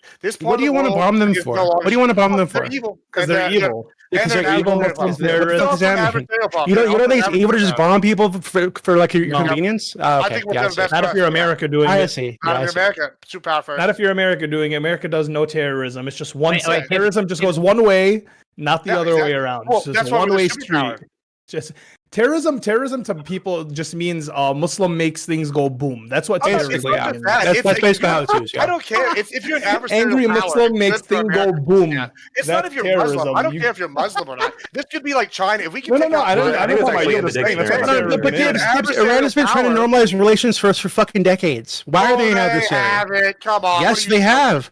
No, why do they sign onto the JCPOA and then comply with the JCPOA? And then they hit the fucking. That's not an attempt to normalize relations. The money that they were getting, and they did literally after signing on the JCPOA. That's not an attempt to normalize relations. Obama literally sent them an airplane full of cash, literally immediately after they signed on to the JCPOA. So actually, I think what's possibly happened here is the JCPOA allowed short-term stalling of their nuclear program so that they could fund the long-term. It hasn't been active for fucking over 20 years. What do you talk? What nuclear program? That's not true, Juby. And the IAEA does not agree with you at all. No, that's You're not making true. all of Pull these it up. claims. No. Pull it up. No, Pull it up. Pull it up. I have it the pulled up on my IAEA screen says right now. no credible evidence of pursuing a nuclear weapon. Cool. Read it You to are me. choosing one sentence. You obviously did not read the entire report. That is one sentence from the report. And they also say in multiple parts in the report that going back to 2003, the earliest of 2003, let me pull up the actual report here so I can read from it, but they were not Hold on, you said you were reading from it right now. Even the sites. No, I said it's up on my computer. No, you said you were reading from it right now. Okay, this is just like the Hassan didn't say this. Pull back. I'm saying I can read you the direct language. Kelly, go get the report. One second, Kelly. Go get the report. This is so fucking stupid. Yeah, that's what Doobie does. I don't have the quote ready. They were in compliance between 2015 and 18. Yeah, they were in compliance. Knock it off. Whoa. Hey, I told you to knock it off. When I say knock it off, shut the fuck up, please. Thank you so much. Really appreciate it. So Alexander Wynn gives another super chat, $10 super chat. This one's specifically to Doobie. It says, so even if they, meaning Iran, achieved 90 to 95% enrichment, you trust their religious leaders enough to do nothing. Thank you, Alexander Wynn. No, I don't. I don't trust any world leader, just like as a rule. Okay, what I'm saying is I trust our intelligence community. What our intelligence community is saying is even if they had the 90% enriched uranium, they don't have the ability to make a warhead. They don't have the ability to make a missile. So, and both of those things would take like 1 to 3 years each. So they and again, there's no evidence, according to our intelligence community, that there even is a nuclear program. All the evidence, they believe that it's been shut down since 2003. So for over 20 years, This is just not they have true. not. Yes, it is true. No, it's okay, not I'll true. post You a are report for you guys. cherry-picking from You these can read reports. it. Then read it to me. What do you want me to read to you? So, for example, I can read First you said you were reading it. Then first you said you were reading it. Then you said you could pull it up and read it to us. on my screen. I said it was up on my screen. I had to So fucking read it toggle it's on your over screen. to Read it to us. Okay, then read the part that Jesus H. contravenes what Christ. Barbara Doobie said, okay? So just Yeah. read the part that you feel contravenes what he said, okay? Okay, sure. So here, literally, I'm just picking fucking sentences at random here. But okay, so having exhausted all of the available safeguard measures and with no further questions beyond those to which Iran had refused to provide any response, the Director General reported to the board on March 5th, 2002, that the issue could be considered no longer outstanding at that stage. The agency notes, however, that no longer outstanding at that stage does not mean resolved. The agency assessment, in fact, remains unchanged. That this whatever location where undeclared nuclear material was stored and processed to produce components for nuclear device-related testing, and that Iran has not declared the nuclear material and nuclear-related activities associated with this location. And there are hundreds of examples like this, where Iran was not reporting these things, not allowing the IAEA access to these things. And the IAEA is very clear about this. They say that, yes, they did not find like a book that said, here is our nuclear proliferation plan. We are planning to make a warhead at this time and this date. But what else are you? They have all of the components there. Enriching up to 60%. The process of enriching from 60% to 90% is a much simpler process than the process from enriching to 2% to 60%. Okay, so they have accelerated this program to a point where the only use for it, the only potential use for it, would be weaponry. And the IAEA talks specifically about the weaponry capacity of the IRGC. They just say that they didn't find specific plans to create the weapon, but they have all of the components, and they talk very explicitly about how the leaders of the IRGC, they talk about their intent. They state their explicit intent to put together a nuclear warhead and to claim that they already have the components. You're lying. You need to post that. Okay. Damn, that was a This is in the IAEA You're lying. report. You are lying. Literally, Post the it. Director General Post of it. the IAEA said this Awesome. Post it. themselves. Okay. Awesome. Let me Post go it. find it for you. Okay. Okay. So yeah, you were lying. Post it. There's something I want to. Can I just very quickly correct one more piece of misinformation from Doobie? You claim you that do that, and then I nuclear want to warhead- jump in. Nuclear warhead requires reentry. That's just not true. Like you can drop it from an airplane, and you can do short-range missiles, and they already have the payload capacity in some of their missiles for short range. Right now, being able to shoot a missile from Iran to America, you're correct. That would require reentry. But being able to drop a nuclear warhead from a plane or short-range missiles that already have that payload capacity, so this idea that it would take 1 to 2 years for them to be able to nuke anybody is just more misinformation that you're cherry-picking so that you can try and make your You just arguments. put it in a Instead of truck, you know? standing by your actual arguments like a fucking man. So okay, and Doobie can respond to that if they like. So something I want to like separate out for everyone is like being nuclear capable and being nuclear armed. Those are two different things, right? Mm-hmm. So like if you are nuclear capable, then you have like the industry, you have the components to reach nuclear armament, right? You're at that industrial level. Not all countries are there, right? Like Mozambique or Belize or something, they're not there. But Japan is nuclear capable, right? There are certain European countries nuclear capable, but they're not nuclear armed. So those are two different things, right? So Iran's, because we never went to Fordo.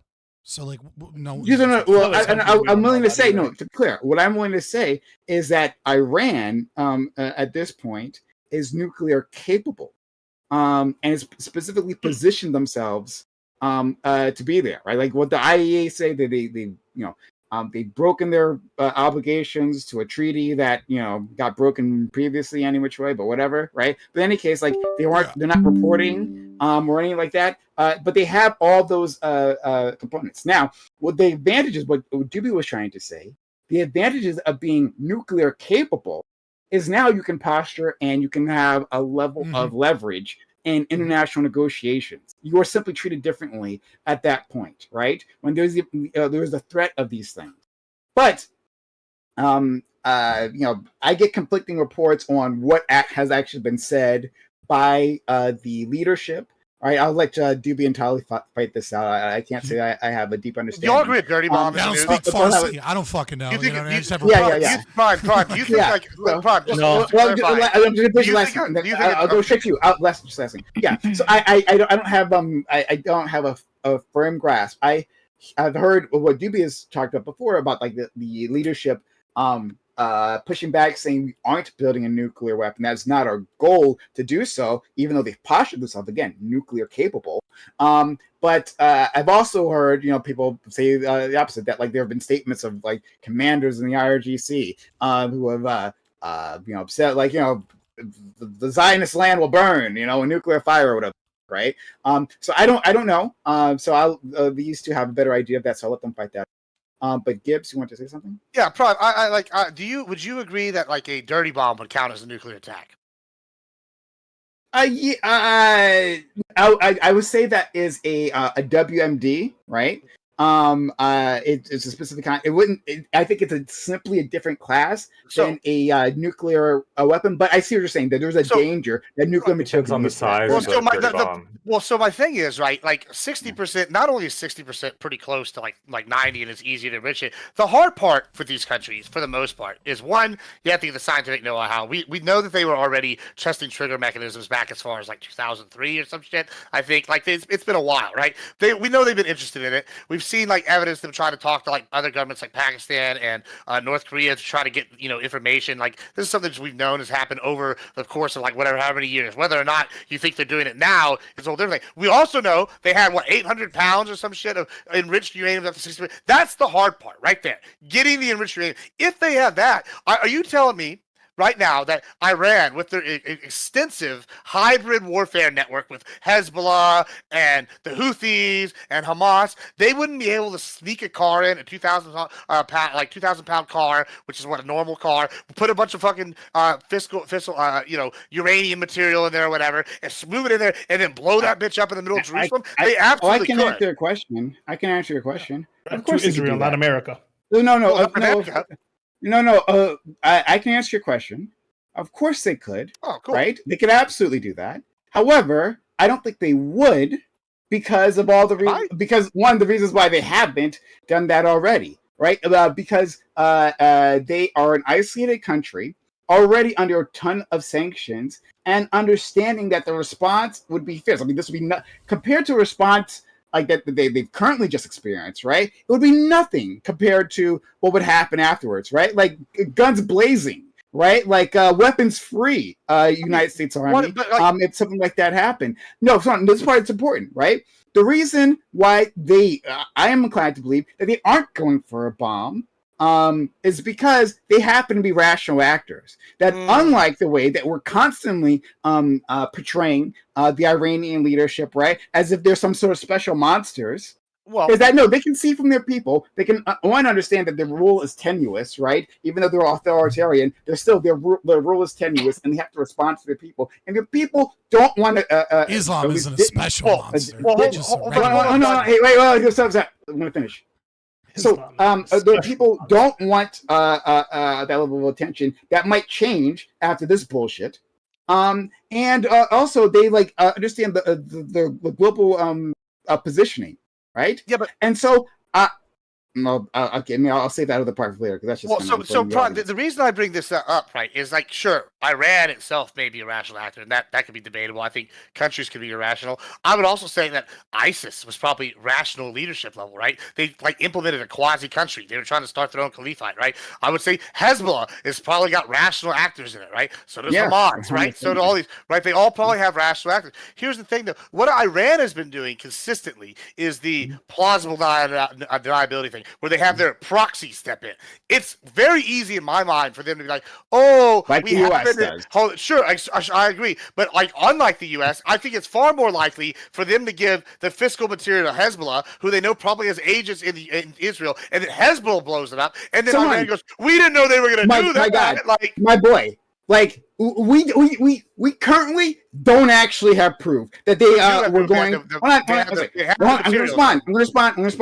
We don't have proof, right? Literally, our DNI, Tulsi Gabbard, made the statement. No, they're not trying to build a bomb. We don't have evidence they're trying to build a bomb. They have the materials. Everyone's citing. Whoa, hold on. I thought I was talking. My point. Whoa, excuse me. I thought I was talking. Right? Was I mistaken? No, I wasn't. Thank you. All right. So I'm going to finish my point. Tulsi Gabbard made that statement. The U.S. intelligence agency does not believe.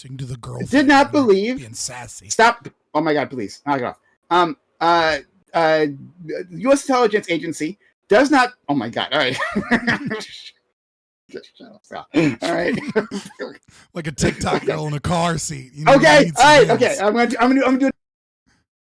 All right, I'm gonna do this, okay? This is how I'm gonna get rid of my nervous energy, okay? All right. So the U.S. intelligence agency did not believe that they had a nuclear that they had aspirations to build that nuclear weapon. They had no evidence of that. Right? That's our agency. That's not the lying Israelis. This is the American the position of the American intelligence agency under Tulsi Gabbard. That's what they said. And then you're saying, well, yeah, they could have worked on their proxies, right? Like, it's not like the entire world doesn't know that Hezbollah is funded by Iran. It's not like everyone doesn't understand that. Where would Hezbollah have gotten the fucking nuclear material? Obviously, to go to Iran, like, even if they went to their proxies, we're not dumb as fuck, right? And the results would be the exact same. And in fact, of course, it would go to Hezbollah to make the delivery. That would be the easiest way of doing that. But no, they wouldn't do that for all the reasons I fucking listed. Right, and I love this coming from individuals defending Israel. Right, the only one who's been attacking its neighbors belligerently this entire time. Right, bombing and bombing. Right, the only one attacking its neighbors belligerently. As That's hilarious. we speak. Right, slaughtering. You're supposed to be getting me that source. Oh, I have it pulled up. I'm sitting here ready. I've been ready. In June 2023, Khomeini warned world powers that they cannot stop his regime if it desires to build nuclear weapons, a threat echoed by Iran's former nuclear chief, Ali Akbar Salehi. In February, Salehi boasted that the regime has all of the components necessary for building a bomb. Then the, what is his title? The Director General of the IAEA, the International Atomic Energy Agency, seconded this and said that he was very concerned that Iran was not being transparent and very concerned specifically by Salehi's comments about having all of the components that they were not allowing the IAEA into inspect. So this idea that Iranian government officials have never claimed that they wanted to make a nuke or that they planned to make a nuke, Khomeini said it himself, and so did the former head of their nuclear program in Tehran. The former head of the Tehran nuclear program said the exact same thing, said they have all of the components, they just need to put it together. Now, yeah, but not that they want to. You could argue, hold on really quickly, that they have, okay.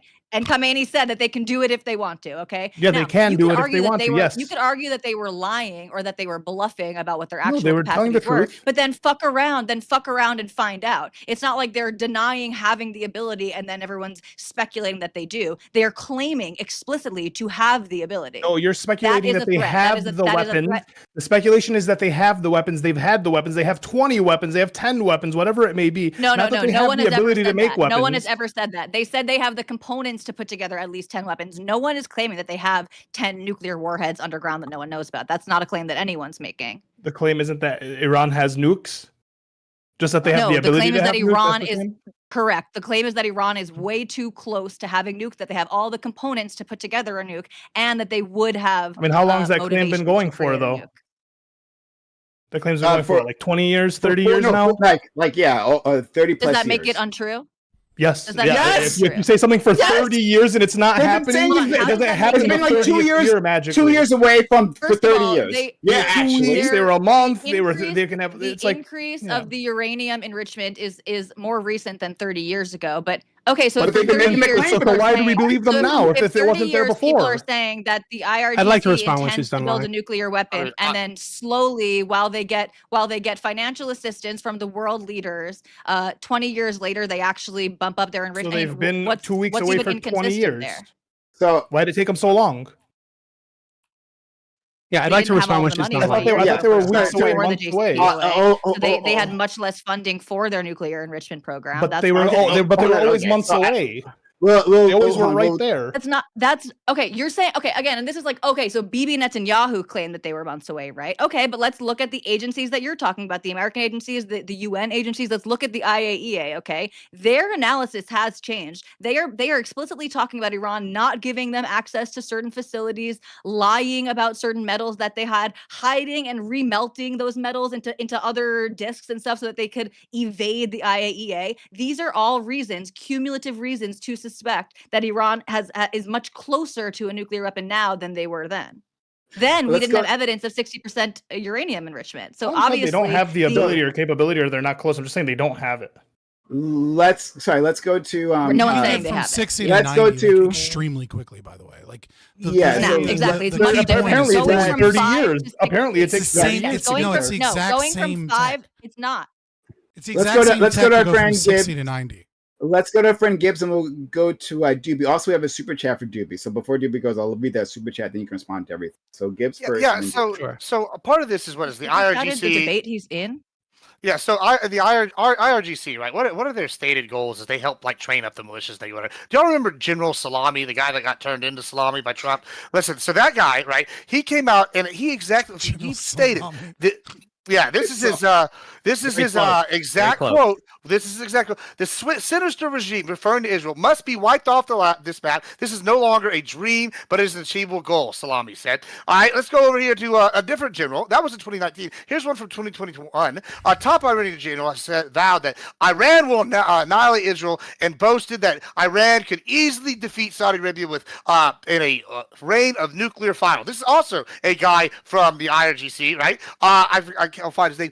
Reza Nakdi. I don't know. Whatever. That's his name. Brigadier General. All right. These are two higher ups. Both of these guys, what the IRGC does is they train the terrorist groups, Hezbollah. They have ties to the ones in Syria. They have ties to Hamas. They're directly assigned, like training with it. Now, when they're both saying these things, right? This is their outright stated goal. Yemen. They said, hold on. Yeah. Well, we can go into them, but yeah, at the top, yeah, I guess the Houthis too, right? These are their stated goals. It says no longer a dream, but an achievable goal. And then one of them directly references nuclear fire, right? It doesn't seem like a far-fetched stretch of the mind for them to go, we made a dirty bomb, we made a nuke, give it to a proxy, they blow it up, we go, oh God, they did it for their own protection against this evil regime. And Israel's kind of small. I assume if you detonate a big nuke in the middle of Israel, that's probably going to devastate Israel overall. If you detonate a dirty bomb in like the capital, that would probably bring them to a standstill. It's not a far idea, and for you to act like it's just out of the realm of possibility for them to do It's not out of the realm of possibility. I'm just saying the country that's been making the claim for 30 years also has nukes and nuclear facilities that were not allowed to inspect. These are their have quotes. never been looked into that they deny even having. So it's like, what the fuck do you want me to do listening to them? Why would I care about what they do? Hold on. These are the leaders of the Iranian Revolutionary Guard stating their stated achievable goal is to do this, and working through their proxies. And you're going, nah. And that's within the last 5 years. So let's go to our friend. Sorry, we're gonna go to our friend Doobie. But and then I see your hand, Scott. Let me read that super chat quickly.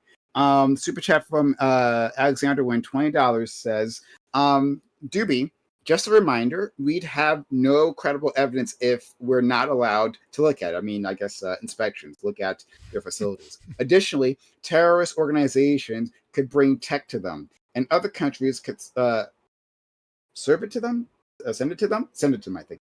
Send it to them, or sell the material to terrorists. So yeah, you can respond to that if you like. Okay. So yeah, what that Alexander Wynn guy said is, I think on his face retarded. But I think I'll demonstrate that with everything I'm about to go through. So Tali said she was going to post something for us. So in the time it took her to find that one thing, I found all this other shit that you guys can see in our group chat. Multiple ODNI reports, multiple years.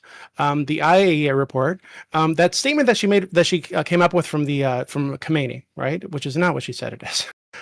So I'll just go through them. So again, Iran's nuclear program has generated widespread concern. According to U.S. intelligence assets, Tehran has a capacity to produce nuclear weapons at some point, but has halted its nuclear weapons program and has not mastered all the necessary technologies for building such weapons. So that's report one. Report two, which is what it says to reference, right, in that first screenshot that I posted, says, again, that we've assessed that Tehran possesses the technological and industrial capacity to produce nuclear weapons, but they have not yet mastered all the necessary technologies to build such weapons. And again, their program was shut down in 2003, right? So, and it even says here, right? National intelligence estimate made public in 2007 assessed that Tehran halted its nuclear weapons program in 2003. The estimate, however, also assessed that Tehran is keeping its options open, and that the decision to end the nuclear program is inherently reversible. Right, so they acknowledge that Iran could make a nuclear, but they could decide to do that. Right. The next thing, I think this is the 2024 ODNI report that I reference, right? Which is talking about why they're stockpiling. Iran is using its nuclear program for negotiation leverage and to respond to perceived international pressure.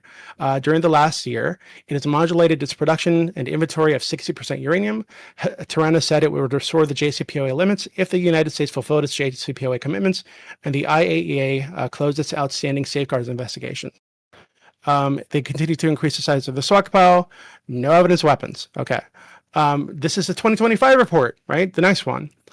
We continue to assess that Iran is not building a nuclear weapon and that Khomeini has not reauthorized the nuclear weapons program he suspended in 2003.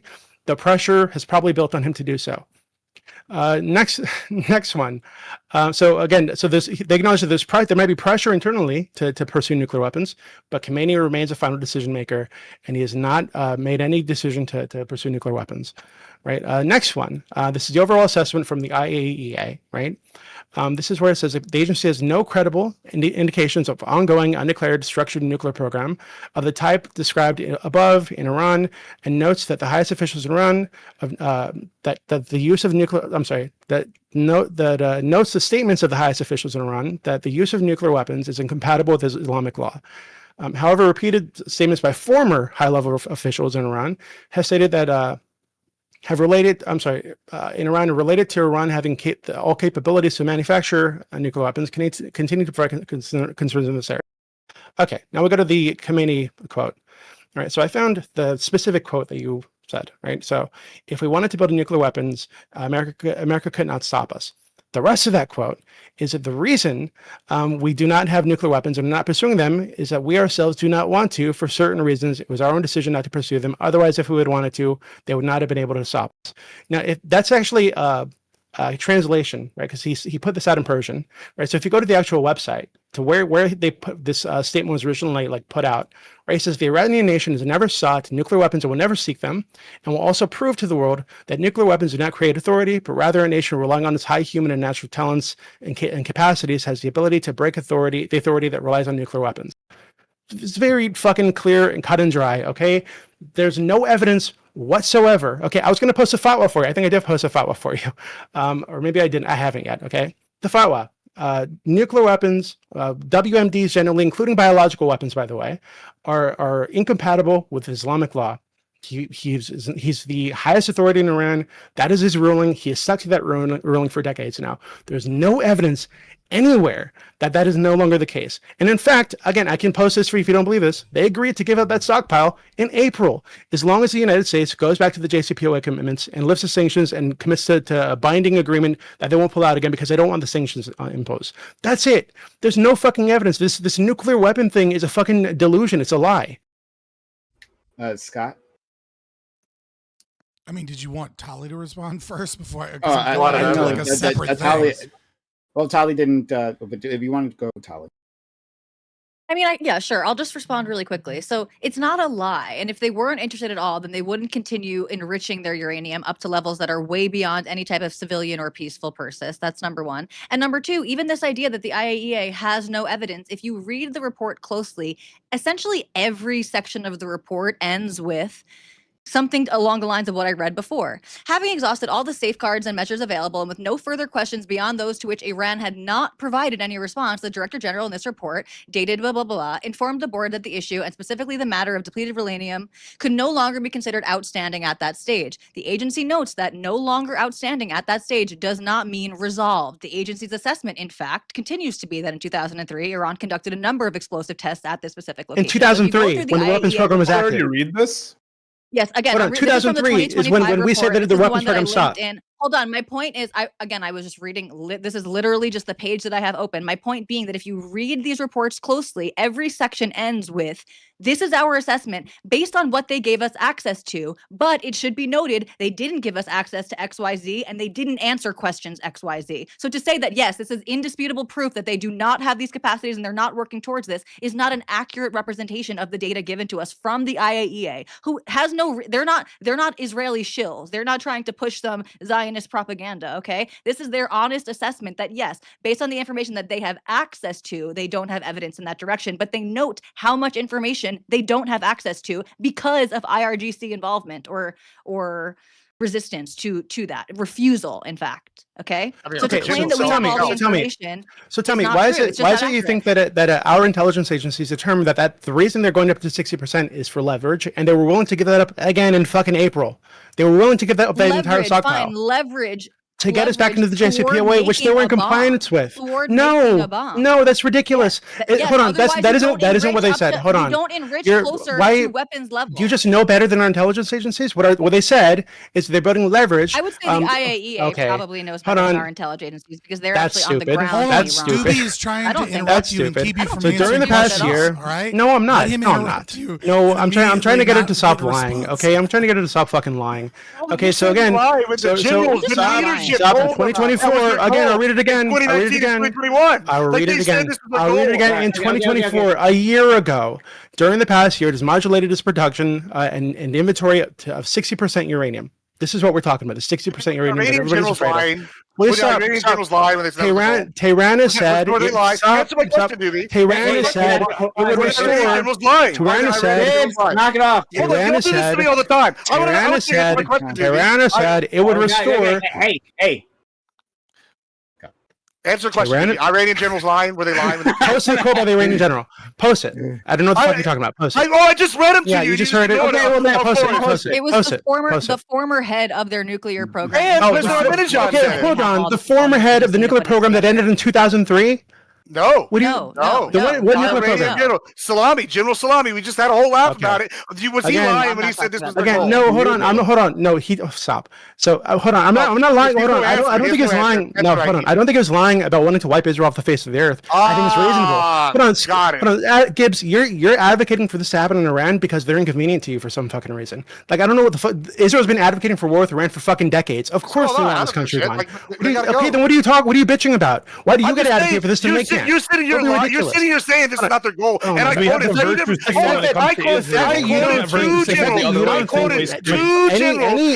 two generals. Morality or any kind of response to the crazy shit that you spew is justified. It's fucking ridiculous. It's childish as fuck. Two generals said the exact same thing, and you are just sitting here going, "Nope, didn't happen." No, I'm not. No, I didn't say that. I didn't say that didn't happen. Oh, okay. So then you're lying now. No, I didn't say that didn't happen. Right. Well, I'm talking. The supreme leader is the highest authority. No, our intelligence agencies, no evidence of a weapons program. It shut down in 2003. At the IAEA, no credible evidence of a weapons program. And again, in 2024, they said our intelligence agencies said the reason they're enriching the uranium to 60% is for leverage to get the U.S. back into the JCPOA, which they were in compliance with. So it's fucking. What are you guys afraid? If you guys are afraid of the 60% uranium, they agreed to give it up months ago. They agreed that our intelligence agencies knew they'd give it up in 2024 if we went back into the JCPOA and stop the sanction. What do you want from them? They're lying. They're Muslims. Takia, Doobie. Specifically, the Russians have agreed. Thank you for bringing it up before me. The Russians have agreed to take away their excess fuel, right? There's an article talking about this, how the Russians specifically said, like, to help maintain peace in the area, that we will take away their excess fuel. This is over beyond what they need for civilian purposes. And this mirrors a plan that was in place in 2005, I believe, specifically for one reactor that they were using previously. This was a previous deal where, like, Russia would just, like, it was ongoing transfer, right, to keep them below whatever, like, IAEA threshold was necessary at the time. Like, yet another viable path forward. Instead, the path forward we chose was to bomb. And so I'm going to move this conversation forward just a little bit here, right? And we can see, and we'll go to Scott and elect with. Like, hey, I'm gonna say the thing.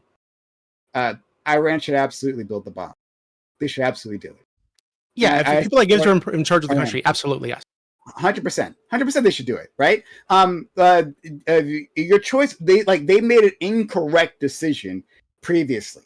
Like, your choices when you're an enemy of America, or even an ally sometimes, actually, is that you are either Libya or you're North Korea, right? Libya, who wasn't our enemy, decided to give up their nuclear stockpile. And what happened to Muammar Gaddafi? Oh yeah, last time I saw him, his corpse was on a truck bed being anally raped by bayonets. Do you remember that? I remember that. That's how he ended up, for giving up his nuclear stockpile. And then Kim Jong-il and then Un seem to be sitting pretty in North Korea, right? And whenever they saber rattle, all of a sudden the U.S. is at their door. Please, what do you need this time, Kim Jong-un? What do you need this time? Clearly the right decision would have been to nuclearize, right? That's the only way to protect their people. Let's get this straight. The agreements of Americans aren't worth the paper they're printed on. I think that's what this situation showed us. The agreements of Americans aren't worth the paper they're printed on. Ask Native Americans about that. Ask so many other allies we betrayed, we've abandoned throughout the years. Ask the Kurds, right? Last time during the Trump administration, what happened to them? What happened to them? If you cannot defend your people against, right, Western aggression, right, and specifically Israeli butchery, well, then, yeah, this is going to happen. Of course, if they had that bomb, we wouldn't be in this situation right now, right? Then they came to the peace table. They came to the table with us, right? And what happened? We assassinated their negotiators, right? Just like Israel assassinated Hamas's negotiators. We're in Tehran, right? That happened last year. They assassinated their negotiator in Tehran, right? Israeli butchery. Fascism, right? And so, but they get to do this. What? They get to launch. These attacks, right, with no reprisals. Fucking JD Vance was on TV. I believe it was JD Vance. That was pretty sure it was JD Vance, right? And he was asked, "Hey, are we at war with Iran?" And he says, "No, no, no. In fact, instead, we are at war with Iran's nuclear facilities." That's how that works, right? If China bombed our nuclear sites, right, of course, right, they could just put out a statement and say, well, of course we're not at war with America. Oh, they're their nuclear capabilities. We just wanted to, mow the lawn there, right? Just, keep that under control. And we'd all accept that. For some reason, we're talking about our Muslim brothers and sisters. That makes sense. You can actually go on the statement and not be laughed out of the room for that nonsense. No, Iran should have built the bomb. They should build the bomb. They should build the bomb. It's the only way to protect your people, right? The U.S. If that's what you believe, then they are going to get all the bombing that's coming to them. So it's not really helping the Iranians. Until they have a bomb, until they make the bomb, and then you'll respect them, which is absolutely what would happen, right? Okay. So great. So anyway, more reason. And the last thing I'll say before I move on to our other friends, right? Last thing I'll say is that during what was it 2015? I forget the 2016, 17, whatever the original Iran nuclear deal was being created, right? What happened then? Iran had previously had a president who was insane. I forget his name, right? But the guy, he was a very death to America type, right? He made all kinds of crazy. Unlike the rest of their leadership. Yeah, actually, unlike the rest of the leadership, unlike the man who came after him. That's actually very important, right? Because that's how we end up with the Iran nuclear deal. So we had a hardline extremist coming. I forget. I'm sorry. But he came in, right, and he was like a meme. He was like a laughing stock, like me, and saying crazy shit all the goddamn time, right? He gets voted out. The guy who replaces him is a moderate, right? He's a moderate, and he recognizes an opportunity for Obama, and he pushes for this, right? And he gets elected on the thought that we have to make peace with the West. He has a conversation with the Ayatollah. The Ayatollah tells him they call for peace with the West. That feels like a stretch there. Well, literally during this time period, the first Iranian nuclear deal. But excuse me, let me finish my point. Right now. Okay, so during that time, they were like, did you not hear what I just said? Okay, let me. Hey, I'm going to finish my point. It's going to happen. You're not going to interrupt me. I will mute you. Knock it off. Okay, don't worry. I'll do it for you. Okay, if you're having trouble, no worries. I can assist you. Right. So when I tell you to shut the fuck up, I mean shut the fuck up. Thank you so much. Really appreciate it. Okay. So back to it. Hey, thank you for your support. He goes to he has a conversation with Ayatollah, right? And the Ayatollah says, like, well, look, the people clearly demand this, right? They voted you in, right? I'm gonna let you do this deal. But I'm telling you right now, the Americans cannot be trusted. They will betray. They absolutely will betray.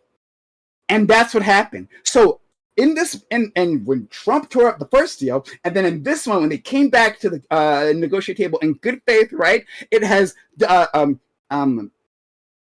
undermined the moderates, right? The people you'd want to work with. The people, if there was going to be regime change, these are the people you'd actually want in charge, right? These are the people who would be credible to be in charge. And they've been undermined at every single turn. This is our result. This is our foreign policy. Undermining them at every single turn. The moderates who are looking for peace. Nonsense. Craziness. They should have the bomb. Absolutely. All right. Now I'm done. So we'll go to Scott. We'll go to Lactoid. Yeah. Oh, and I'll unmute Paul. So I think your kind of telling of history is exactly why sometimes in order to be able to have rational understanding of a thing, we have to use analogies and individuate the situation, because I think it's very clear that there's a lot of different biases towards or against Israel or towards or against Iran or Americans' foreign policy. Right? I'm not a supporter of this war, right? I don't want my fucking tax dollars as a part of it, and I don't want the increased risk that comes with attacking Iran. But when we're talking about, like, well, is this justified? Is this like the great America being the great Satan, or, you know, Israel being the little Satan? Is Iran, you know, just fighting against Western imperialism, but at the same time, you know, on the back foot trying to make peace deals? So I think the best way to like view this situation is at an individual level. And what I mean by that is, imagine for a second, one of your frenemies, and then a guy you really, really hate that hates you are kind of in scuffles in like your local town bars from time to time. They get in fights, they sling insults at each other, they say things that maybe they mean or they don't mean, right? And then you guys show up for an agreed upon, like, hey, we're going to do our thing where we duke it out again, where we fist fight again. Because, like, you said some shit about my mom, I'm ready to kick your ass. Or, you said this other shit, etc. Now, imagine person A is our frenemy, right? Like, sometimes they're cool with us. We're friends. Sometimes they stab us in the fucking back and lie. They fucked our girlfriend once, or, they fucked our girlfriend once. We don't fucking like them. But at the same time, we've been through thick and thin, so we're kind of buddies. And then the other guy is just, we've hated them forever and they've hated us. And that's just how it is. Now, imagine person B is brought a gun to the fight. And me and person A, we've brought guns before for 30 years, but we've never shot the gun. We never pulled out the gun. We've always, with honor, fought with our fucking fists and kicked their ass and then told them to get the fuck out. Now, person B has, for the last couple of times, has just been saying they're going to fucking kill us over and over again. That we're the greatest evil, and once they fucking fix their gun, they're going to blow our brains out. And then they have like a friend with them that we also don't like, and that friend's like, actually, no, he's just saying that. He's kind of crazy today. He doesn't really mean it. And we show up to the fight, and then someone starts loading the firearm and saying, I'm going to kill you. And then their other friend is like, he's not serious. He doesn't really mean it. Is it justified at that point to pull out your gun and stop that guy from loading his gun? Is it or do we have to wait until the gun's loaded and he chambers around and points the gun and pulls the trigger and kills our frenemy before we can fire the gun? Because I think this situation is pretty similar to what we have, right? We've had guns the whole time. We've never shot anybody. We've gotten into a bunch of fights. We hate each other. And we're getting conflicting messages from like him and his boys, whether or not they're actually going to blow our brains out. But they brought a gun this time. And then they start loading the gun, and they're like, hey, we're going to blow your fucking brains out. Now, that's why I think it is technically justified for Israel to take out the fucking gun and get rid of the goddamn gun. Quick question. Israel didn't. Just a quick question. When Israel bombs Iran, right? When they just do terrorist attacks within Iran's border, does that count as shooting the gun or not? Or is what terrorist He means attacks nuke. are The you gun is a talking nuke. about? Literally, when they blew up an apartment, The gun is a nuke. I think. Building an apartment within Tehran, killing the Hamas leader. Right? You remember that? Yeah, so You remember that? I would in this analogy. So if they're right, targeting a this would be- Hamas in leader, this that's analogy- not a terrorist. Yeah, Hold just on. like In this- yeah, and no. In hold this on, one second. analogy, Hold on. you asked me to clean up. In this analogy, I'm going to it's respond fist to fight. Tali just for a quick second. Just like right, China could just like blow up a dissident in Manhattan, right, and it would be like no big deal, right? I guess they literally- just blew up a dissident. The reason I made this Come on, the analogy nuke is a gun. the reason I made this analogy is because we all have a lot of really fucking strong feelings about these countries, right? So in this analogy, the difference between a nuclear weapon and fucking, targeting a building somewhere that's a beating fist the fight. shit out of some. It's a fist fight, right? We're talking about the all right, gun. so let me ask you this then, Scott, because like my understanding, and this is the limits of like analogies, right, and metaphors, but like I'm just gonna go for a the quick real second. world has Hold on, gotten complicated, I get friend, I hear you. I'm not trying to undermine you. I'm saying that like when we are fuck was I gonna say? Shit. Like we beat up their friends sometimes just because they're standing around. All right, like we get in fistfights. We hate each other. Oh yeah. But now this guy is making serious the Second threats Amendment, and right? loading a firearm. My understanding is that like when you are approached, right? They got a bunch of people here who have guns. That when you are being threatened, not necessarily with another weapon, right? When your family is being threatened by various means, you have the right to defend yourself. Am I correct or incorrect, right? Whether they have another gun or not, when they prove themselves a threat to you, you would have you should in fact be armed, yeah. right? The whole idea of the Second Amendment is that like you should be armed and prepared for that aggression at any point in time, correct? Yeah, no, I'm not disagreeing. That would be Iran's perspective. Okay. It's like, you So guys have Iran nukes, you keep fucking attacking us, we attack you, Yeah, and then you want to keep us from So, having a level playing like field that makes here. sense. I want the level playing field. That's Wait, why I'm Scott, using this the only analogy. problem- I'm trying to take away ideology out of this. Scott, the only problem with I your know, and analogy, I'm Scott, working the only with problem with your analogy is that you instantly applied that they were loading the gun to shoot versus just loading the gun to have a gun also. Exactly. But no, I'm not implying that. I'm saying they're loading a gun and they're making threats, and their buddy is saying, dude, he's just saying wild shit. He's like this. And so we don't really You know said they whether or were not the shoot. threat is credible. You said wait until they shoot. No, I said ought we, right? Which would be like in the ought scenario is Israel, Yeah. America, we don't bomb. We just wait and we wait and we wait. We let them develop the weapons technology. Should we wait until that moment to see if whether or not they're going to nuke us or not? Should Or should we Iran get rid of should the Iran gun wait? while they're loading it? I Again, think no you evidence can't- to loading the gun. Should No evidence to have a gun or building a gun. Building No a evidence of any of gun. this. Yeah, but Not dude, loading you're the just a gun. misinformation piece of shit liar this whole time. Okay, well, So hold it's on. like What your if I opinion said? doesn't really Hold on. matter. What if I said this incorrect? What if I said this incorrect? You have cherry picked stuff throughout the entire Okay, time. show me how I've cherry Tali picked has it. taken you to Go task through this. several No, times. no, she There's hasn't. no reason for me to No, rehash she hasn't. your He bullshit just outright misinformation denies lies. General saying You he's lied. not I've an demonstrated that she You lied Oh, repeatedly. here you go. What are Here you you go. talking? You lied saying that Khomeini was the one that issued the fatwa. That might have been a mistake because it was his second. No, engagement. he- And well, you okay, lied about- now you don't know what and the fuck you you're lied talking about. And you lied Now you about know the the fuck fact you're that talking nuclear about. weapons require reentry, which they do not. But you ran away from those things so that you could nitpick Tali's Generals, you forget the description of generals. things because you understand that if you interrupt and bullshit and spew misinformation and don't let people finish, that you can run from the fact that you're a coward from your own arguments. So I don't give a fuck what your opinion is here because it's useless because everything that comes out of your mouth is a potential lie. So I can't trust that any of your opinions are real. Well, You great, have because to I posted earn a the ton of trust of sources for honesty. you. I posted a ton of sources for it, but really quickly, you said that I lied about a committee making the fatwa. No, he didn't. I posted that in chat for you. It's right there. What the fuck do you think I'm lying about? Can you not fucking read? Hassan It says, Rouhani that was the one that. Hold on, no. Ali Khamenei's fatwa against nuclear weapons. I posted it. Are you just not looking at what I'm posting and calling me a liar anyway? Because I posted that for you. It's right fucking there. I'm not going through all of your sources. Okay, so you're calling me a liar despite me posting all these fucking sources for you, and then you just dismiss it all. Then you just dismiss it all and call me a fucking liar anyway. What the fuck are you talking about? If you can't engage honestly with any of this, just say that you don't like them because they're Muslims and you think Islam is evil. No, I haven't. Which one is it? Okay. Scroll up a little bit. Actually, it's the first one. It's literally the first one. So did President Scroll to the bottom of the message history, Scott. The bottom of the message history.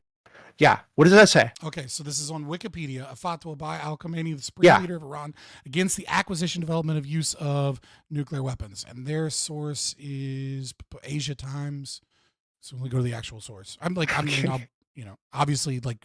He's made multiple public statements about this, by the way. And hold on. And by the way, the other thing that I posted above is the IAEA acknowledging that there's a fatwa, a religious fatwa against this, and he's held that religious fatwa. That the IAEA says this. They have no reason to fucking lie about this. What about the generals then? The IAEA also says at the conclusion of every section of every one of their reports that this is based on the evidence that Iran has given them access to, and they note that Iran prevents them from having access to specific facilities and they refuse to answer questions. So again, Doobie, so maybe the most honest conclusion that all of us here could come to is we don't actually fucking know. We don't actually know how close they are, but they're saber rattling and we have evidence of a certain Why do you think Israel knows? that can only be used to progress towards weaponization. They have so been again, this idea that knowing we for have 30 evidence years. that they're not doing any 30 of years this, of research. we don't. Why do you think When Israel look- knows? When you look at the act, when you look at the, I don't. I'm saying none of us do. That's Then my what the point. fuck? That You perhaps just is want to what attack me because you have a feeling? bombing You have a feeling, despite all the evidence against the feeling, you have a feeling you're gonna bomb people? What the fuck are you talking about? President said the same thing, though, Well, first of all, maybe it's possible that Israel would know more than, for example, the IAEA. Where's the evidence? Because apparently, Where's the fucking evidence? apparently, can you let me finish a goddamn motherfucking sentence? Okay, You Thank may. you. So As soon as you tell me where the apparently evidence is. Israel has Doesn't exist. what's it called? They have human whatever. They have people on the ground Human undercover, resources, right? That like was part of how human they were. assets. Sure, yeah. I don't think that's the assets. Yes, exactly. They have assets. They have human assets on the ground in Iran. That's how they were able to get all of the heads of the IRGC to convene in a meeting so they could bomb it and blow them all up. So maybe Israel does have information, but I'm not saying they've provided it. My point is you are drawing conclusions, cherry picking from these reports. Exactly what Scott said. So you're saying the IAEA came out and said no evidence at all. The end of every fucking section of their reports, I read it to you verbatim. Almost every section of the report ends with, hold this on. is based on the conclusion. What about the with ODNI Iran reports? Not giving us The multiple access years to of ODNI X, reports. Y, There are multiple Z, and administrations. Not answering X, Y, and Z questions. Tony, it sounds What like about the ODNI If we're reports? coming to this What about the conclusion ODNI with reports? insufficient access, then they are tentative conclusions at best. They are tentative. What about the conclusions. ODNI reports? Because Hold on. And the reports that say they haven't even mastered the technology to make a warhead. What about those fucking reports? If their fatwa was so sincere that they would never do that, they have no intention because it goes against their religion, then why are they keeping anything from the IAEA? Why would they hide anything from them? Actually, luckily, I've already told you why our intelligence agencies think they're doing that. It's to get leverage because they want to go back to the JCPOA, which again they were in compliance with, and they had daily inspections of all these fucking facilities. They want that to happen again. They want to give up the stockpile.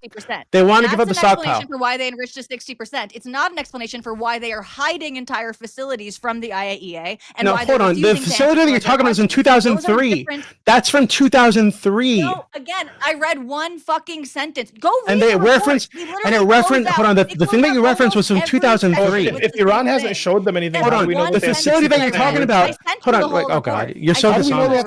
Yeah, you're so dishonest. Okay, hold on, you're so dishonest. What they said is that they didn't tell them about this nuclear program that they had in 2003 that is shut down, and it has been since 2003. I was reading 2021, 2023. Okay, so you're cherry picking. You're cherry picking shit that doesn't even agree with you. How's it irrelevant. God. No, it's not that it doesn't agree with me. Hey. Again, you are not being honest. Find me the about thing that amount of disagrees with me. information that Hey, the Tali, Find me the thing that disagrees with me. Tali, can I ask you a question based on what you read, right? Hold on. After that, we got to go to Lactoid. He's been waiting quite patiently. Well, I just got to clarify the fatwa. Working his, one second. So Tali, right? It sounds like, and maybe I'm incorrect, maybe because I haven't read it. I've just like been listening to you, and maybe I misheard you. But it sounds like that excerpt you're saying that's at the end of all these sections of the report, right? It says basically that there are sections of the nuclear program that we haven't had access to, and the second thing is that they haven't answered all our questions, right? Those are the things you've been saying. It sounds like what that states is that, all right, we this is our reporting, right, with all the information that we do have. However, because we've been blocked, there's a certain level of mystery here, right? There's like no evidence here. That sounds like what they're doing is not drawing a conclusion. They're saying this is a red flag because we can't see into this. It's a black box. But like the absence of evidence, right, doesn't mean that there's proof positive, correct? Sure. Tentative conclusions. Sure. Yeah. Sure. Yeah. So if I could just clean this up very Quick. quickly Black about the quick. fatwa, Black because quick. I called him out on several lies, but he got me in one. I'll give you that. So there is no evidence that Ayatollah Khomeini issued an official. Sorry, fatwa. Baba. The evidence that exists, they haven't produced it as an official document. However, Hassan Rouhani, who I thought was making the claim, he was making the claim that a fatwa was issued in negotiations, but they have not presented any evidence that there was an official fatwa that was actually established. So it could be total bullshit that the fatwa exists at all and it was just a negotiation tactic, or it just could be that Iran is like, fuck off. We told you we had a fatwa and we do. So we don't actually know whether or not a fatwa was issued. We just have the word from his negotiator that a fatwa was issued. Again, you didn't deal with multiple things that Tali called you out on, as well. Okay, hold on. I'll just see what this bullshit that you just said. I'll just see what this bullshit you just said. And the lie that nuclear warheads require re-entry. Okay, that's fine. Hold on, Scott. I was wrong about that. Hold on, Scott. I was wrong about them requiring re-entry. What I meant to say is what is in the ODNI report from 2024 that I posted for you again, which is that when we found that when this program was active in 2003, when it ended, we found that it actually had not mastered. I highlighted it here for you. Iran has not yet mastered all the necessary technologies for building such weapons, and it goes into detail as to what that fucking means, right? So what they mean is that they haven't built. In 2003. Okay, that was but again, that's the end. That's all the evidence that we have shows that they ended their program in 2003. Now, secondly, so they don't have enriched uranium. Stop. They can't have. No, hold on. When I say program, don't be dishonest. You know what I'm talking about. When I say you're the one being dishonest, saying all evidence listen, that they ended program 22 years ago, when that's clearly not true. Okay, hold on. A nuclear weapons program is not having uranium enriched to 60%. That's not what that is. Okay. So secondly, weapons grade enriched uranium is not a weapons program. It's not weapons grade. Hold on. It's not weapons grade. I don't know why I keep saying this. It's almost weapons grade. I agree with you. To get to 90%, and they're growing. But again, they've agreed to give that up months ago. Actually, a year ago, our intelligence agencies knew they did this up for the removal of sanctions. But again, I don't. No, okay. They've said this. Their chief negotiator said this. Their chief negotiator said this in fucking April. This has been their position for a very long fucking time. Now, again, to the fatwa thing, okay? The verbal fatwa, the public statements that he's made are, and you posted this thing by the Atlantic Council, which I'm sure you didn't read, okay? But that's fine, okay? I post things shit I don't read sometimes too. Yeah, I'm not going through the whole thing. No, that's fine. That's fine. Just reach towards the bottom. Hold on, but wait, stop. But just really quickly. So the verbal fatwa is considered religiously binding. So him making these statements repeatedly is considered religiously binding within their religion. So they don't need to produce a written document that says, "Hey, this is a fatwa." We have the report. No, hold on. That's not true. We do not. He said it repeatedly.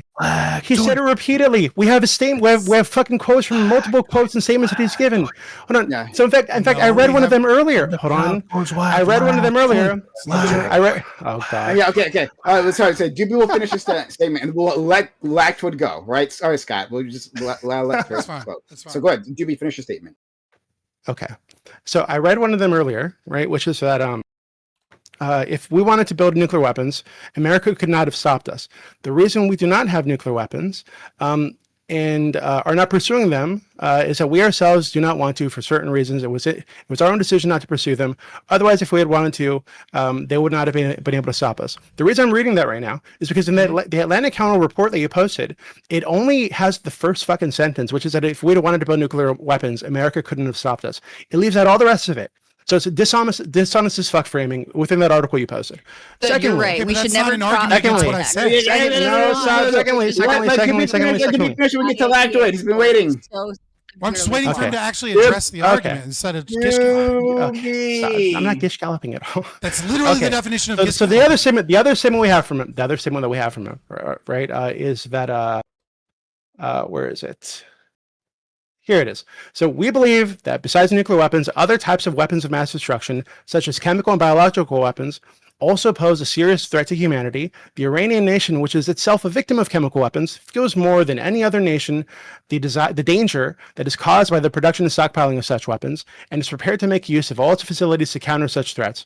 We consider the use of such weapons as haram and believe that it is everyone's duty to make efforts to secure humanity against great disaster. This is religiously binding within their religion. He's a supreme religious leader. He is the not the accountant. He is the considered to be like the custodian of the Mahdi, of the Mahdi. So like him saying that is binding within the 12 religion. They until he retracts that, they cannot build nuclear weapons religiously. And he has not. Again, all of our intelligence reports that he has not retracted it. Cooperating with the IAEA. Let's go to go ahead. Lactoid. Gibbs all right. Sources. Well, I got a couple things, and this might. I'm reading from the IAEA report. In fact, I can't wait until it's my turn again, so I can read directly from the I section am an called Cooperation IAEA with Iran reporter, and the cuz. EU. Don't worry about it. Lactoid is really Guys, feminized over the years. If you are not if you're not of Northern European stock, right? Well, then you can't talk. Lactoid, please. Get him, Lactoid. Okay. All right. I'm going to give my very spicy, middle of the road opinion. I've heard a lot. Okay. And I've heard a lot from a lot of different people here. And I've been fact checking a lot of the claim in the background. I've been fact checking a lot of the claims that have been made and looking at the evidence on both sides. And I'll say this, right? I mean, this is a situation where this war I'm just less educated on. Although I definitely think I'm educated enough, especially for this conversation, to have an opinion. You've got a high IQ. But one of the wars that I am educated on is the Ukraine-Russia war, and I'm just noticing what blew me away the most about that is just the pervasiveness of the misframing and lying from the U.S. State Department and hawks when it comes to what they wanted to do can still continue to want to do in that conflict. And I also, was thinking back on how much Trump was making fun of Bolton for being such a hawk and wanting to like bomb Iran. Like what a dork, right? He wants to bomb Iran. This guy, he fired him because this dork wanted to bomb Iran. And I also remember Trump criticizing the Iraq War and all these things together. Trump's sort of more sane kind of anti-deep state policy when it comes to the Ukraine situation, opposition to the Iraq War, opposition to Bolton's idea of bombing Iran was really appealing to me. That's not to say that he can't change his mind, but the question about whether or not I think he's justified in changing his mind is whether or not there's really good evidence that Iran is planning to get a nuke and use it. That's what I think the concern is. And from what I've heard today, there's clearly enough muddled kind of gray where we're looking at right now that I am not comfortable launching attacks on a country based on what I've heard today. It's just not enough. Like if you showed me definitive proof here, yes, they have the nukes and they're going to use them. But from what I've been fact checking, every single claim that you can make about them hiding shit from the IAEA is all after 2018 when the U.S. pulled out. Between 2015 and 2018, they were in complete compliance. And Doobie is right. That's still relevant. That's still relevant for military campaigns today, though. So if since 2018 things have changed, then a military campaign in 2025. You're right, but it's also relevant when we're trying to look at their motivations. Because what Doobie said is that, hey, look, they claimed that if you lift the sanctions, they'll give up their stockpile. And we got to figure out if they're lying or not. And if the last time they were willing to abide by that when sanctions were lifted, doesn't it maybe seem at least plausible that they're not lying about that part? At least, are you confident enough that they're lying that you're willing to blow them up? That's the question. Lactoids bought by Qatar, nice. Except that you Iranian shill, you simp. Can I add one little thing to your argument? I'm not a huge fan of Iran. I'll just add one little tiny bit. Fuck Iran, bro. Which is, I also would like to, say from your perspective, internal critique, right? And it actually is my perspective. I just, nevertheless, Iran doesn't have the weapons technology to be able to nuke anything other than our military assets in the Middle East. They like, even if they were able to develop the nuclear technology and they were doing so in secret, they'd have to get Chinese to like give them missile technology or something under our nose in order to be able to actually nuke us. So I do think that the situation is obviously slightly different, comparing whether or not Israel may or may not be justified in their attacks and whether or not we have any fucking justification in terms of them protecting, American civilians and assets. But ultimately, my concern here is, again, because really the prompt is about what America should be doing. Right, I don't, and the concern I have is perhaps this wasn't a problem before. Maybe Doobie's right, but the other concern is, did we just make it a problem? Because they've made multiple statements now where they're saying, now we're going for the nukes, right? Yeah. Like there's been statements, and so I don't the whole FATWA thing. I didn't find that super convincing. I mean, the whole idea of it's a promise that we can revoke at any time. I don't really care about that. Also did I'm more interested in. Yeah, that part was the least convincing argument. But what I think was the most convincing argument was, what are they like? What is their motivation? What have they done in the past when they did get what they are claiming that they're looking for? And what are we willing to do to, like, what are we willing to do to stop them if it turns out that they're lying? And are we even sure that they're lying? It just seems like there's so many what ifs that I'm sorry, we had just as many what ifs when we attacked Iraq, and we were just dead wrong. And I don't want to repeat of that. I just don't want to repeat of that. Morris, let's go to Gibbs, and I do want to have Tali answer that question later on. Gibbs, I do find this interesting because I've been sitting here also fact checking while we've been going through here, and I mentioned the generals said directly the opposite of what Doobie said earlier, and he just hand waved it. And then post that, please. Cool. Yeah, no, you can go and Google it. We already went through that. I did Google it. I can't find it. And so I'm saying here, hold on. These are famous quotes. I think he's lying. In fact, I'm not. I guess I'm lying. But 3 other people already quoted it before me, and I just happen to find their actual names. Yeah, cool. If you let me finish, that's cool. I just posted about 6 or 7 other articles, basically showing they're saying, the head of the state, or the prophet, he's aware of where they're at, and at any time, within a few hours, they can sit here and turn around. Their supreme leader of the religion, as you described him, they can turn around and they can do this within hours. This is from multiple people that are higher ups in his government. This is all throughout. So basically all you're saying when he says there's fatwa, it's just like something convenient that has plausible deniability. They've absolutely pursued gaining nuclear materials. There's no reason why they would have these materials that are higher enriched. Okay, cool. So you agree then. So here's my next point. They're gaining nuclear. Wait. No. Listen. Hold on. Hold on. Let's do this thing with we are going to do this thing. Well, okay. No. That's not what I'm equating. That's not what I'm equating. This is an adversarial power. That's now. Hold on. That's not what I'm saying at all. This is an adversarial power that I don't even care if they have the nukes. They need to be taken out in any way, in my opinion. So when we're sitting here going, an adversarial power who probably should be getting taken out because they're just evil fucks, needs to be taken out. China just gets taken out. That's all you need. No. First of all, I don't care about the Muslim nation. China, yeah, if we can get to China, sure, but we might as well take out their allies. No. First, we got to take out the Iranians because they're tied to Russia and China. They're adversaries. Next, maybe we start working on, I don't know, North Korea. I'm just saying, it's pretty clear to me they should be taken out. And whenever we see all this conflicting information from all sorts of people at different levels in their government, some the higher ups, some the middle people, some in the administration side, and they're all saying, hey, We've actually been working towards the nukes the whole time, all the way back from 2005, and we have reports during the little treaty we had. We have reports 2019 after. We have reports 2021, 2023. We have reports now. When we have all these different reports, and these people are saying the opposite of what Doobie's saying, it's pretty clear somebody's lying. And I guess I'm going to take the Iranians at their word, and you're just going to go, oh, they don't really mean this. Like, that's the most ridiculous, unserious take I've ever heard.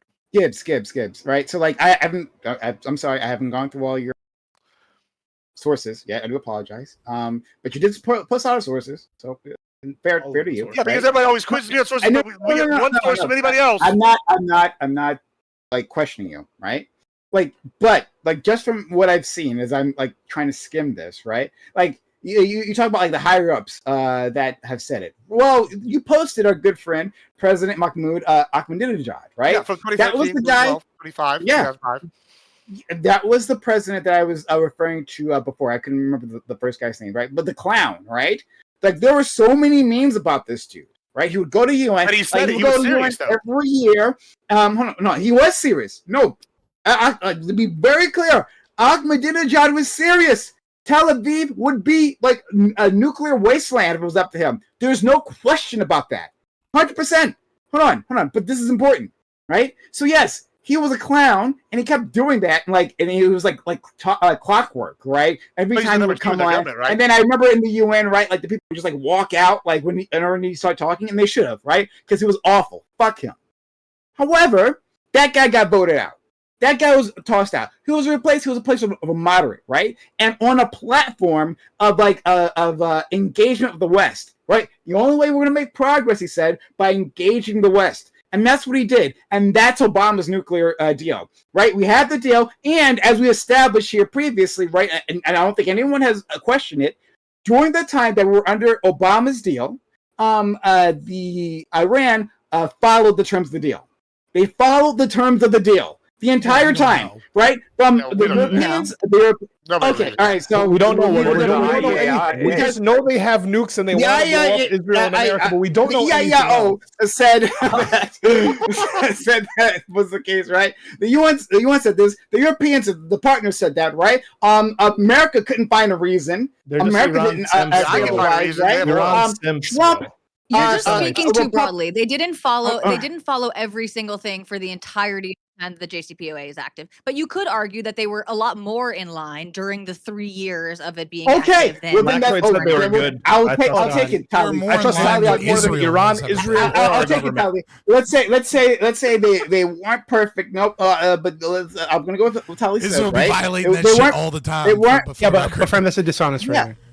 I think so too, but but even using that framing, even then, right? We showed there's progress to be made. That we have a partner that we can work with within the frame of this, right? But then, as we, at least the second thing I thought we established was that after that deal collapsed because Trump pulled us out of it, right? Then, yeah, they broke out of it. They started to enrich the uranium. They started their nuclear program became a black box, right? We can see a clear stimuli that they're reacting to, right? One, when you give them sanctions relief, right? They start opening themselves up, doing the things we want them to do, right? When then you lay the sanctions back out, when you betray them in the deal that they set up, right? Then all of a sudden they clam up, right, and start doing things we don't want to do. And then now it's been repeated. They asked Biden to get to go into the deal. He didn't do it, right? Fuck Biden. Another reason that I hope he burns in hell, right? Biden, being the preeminent Zionist, genocidal Zionist that he is, right, didn't want to get back in the deal to renegotiate. God's not real, and that's why Islam is evil. So he's not going to burn in hell. And then that's fair. And then but then after that, Trump comes to office and he says, "Hey, why hasn't anyone thought of making a?" This is what he actually said. Why hasn't anyone thought of making a deal with the Iranians? Literally, he doesn't even remember. He didn't even pull out. He didn't understand why he pulled out. He just made the statement, "Hey, why didn't anyone even think about making a deal with the Iranians?" Right? And so they come to the table, right? Once again, showing good faith, and then what do they get? Bombs. Why should they? Why should anyone? Well, trust according to the American Trump people? administration, Ever. they didn't meet the prerequisite. They didn't meet the prerequisites for the negotiations. And again, according to the Trump administration, they gave them 60 days for these talks, and Iran was not willing to What come were the to the table. prerequisites? I have no idea.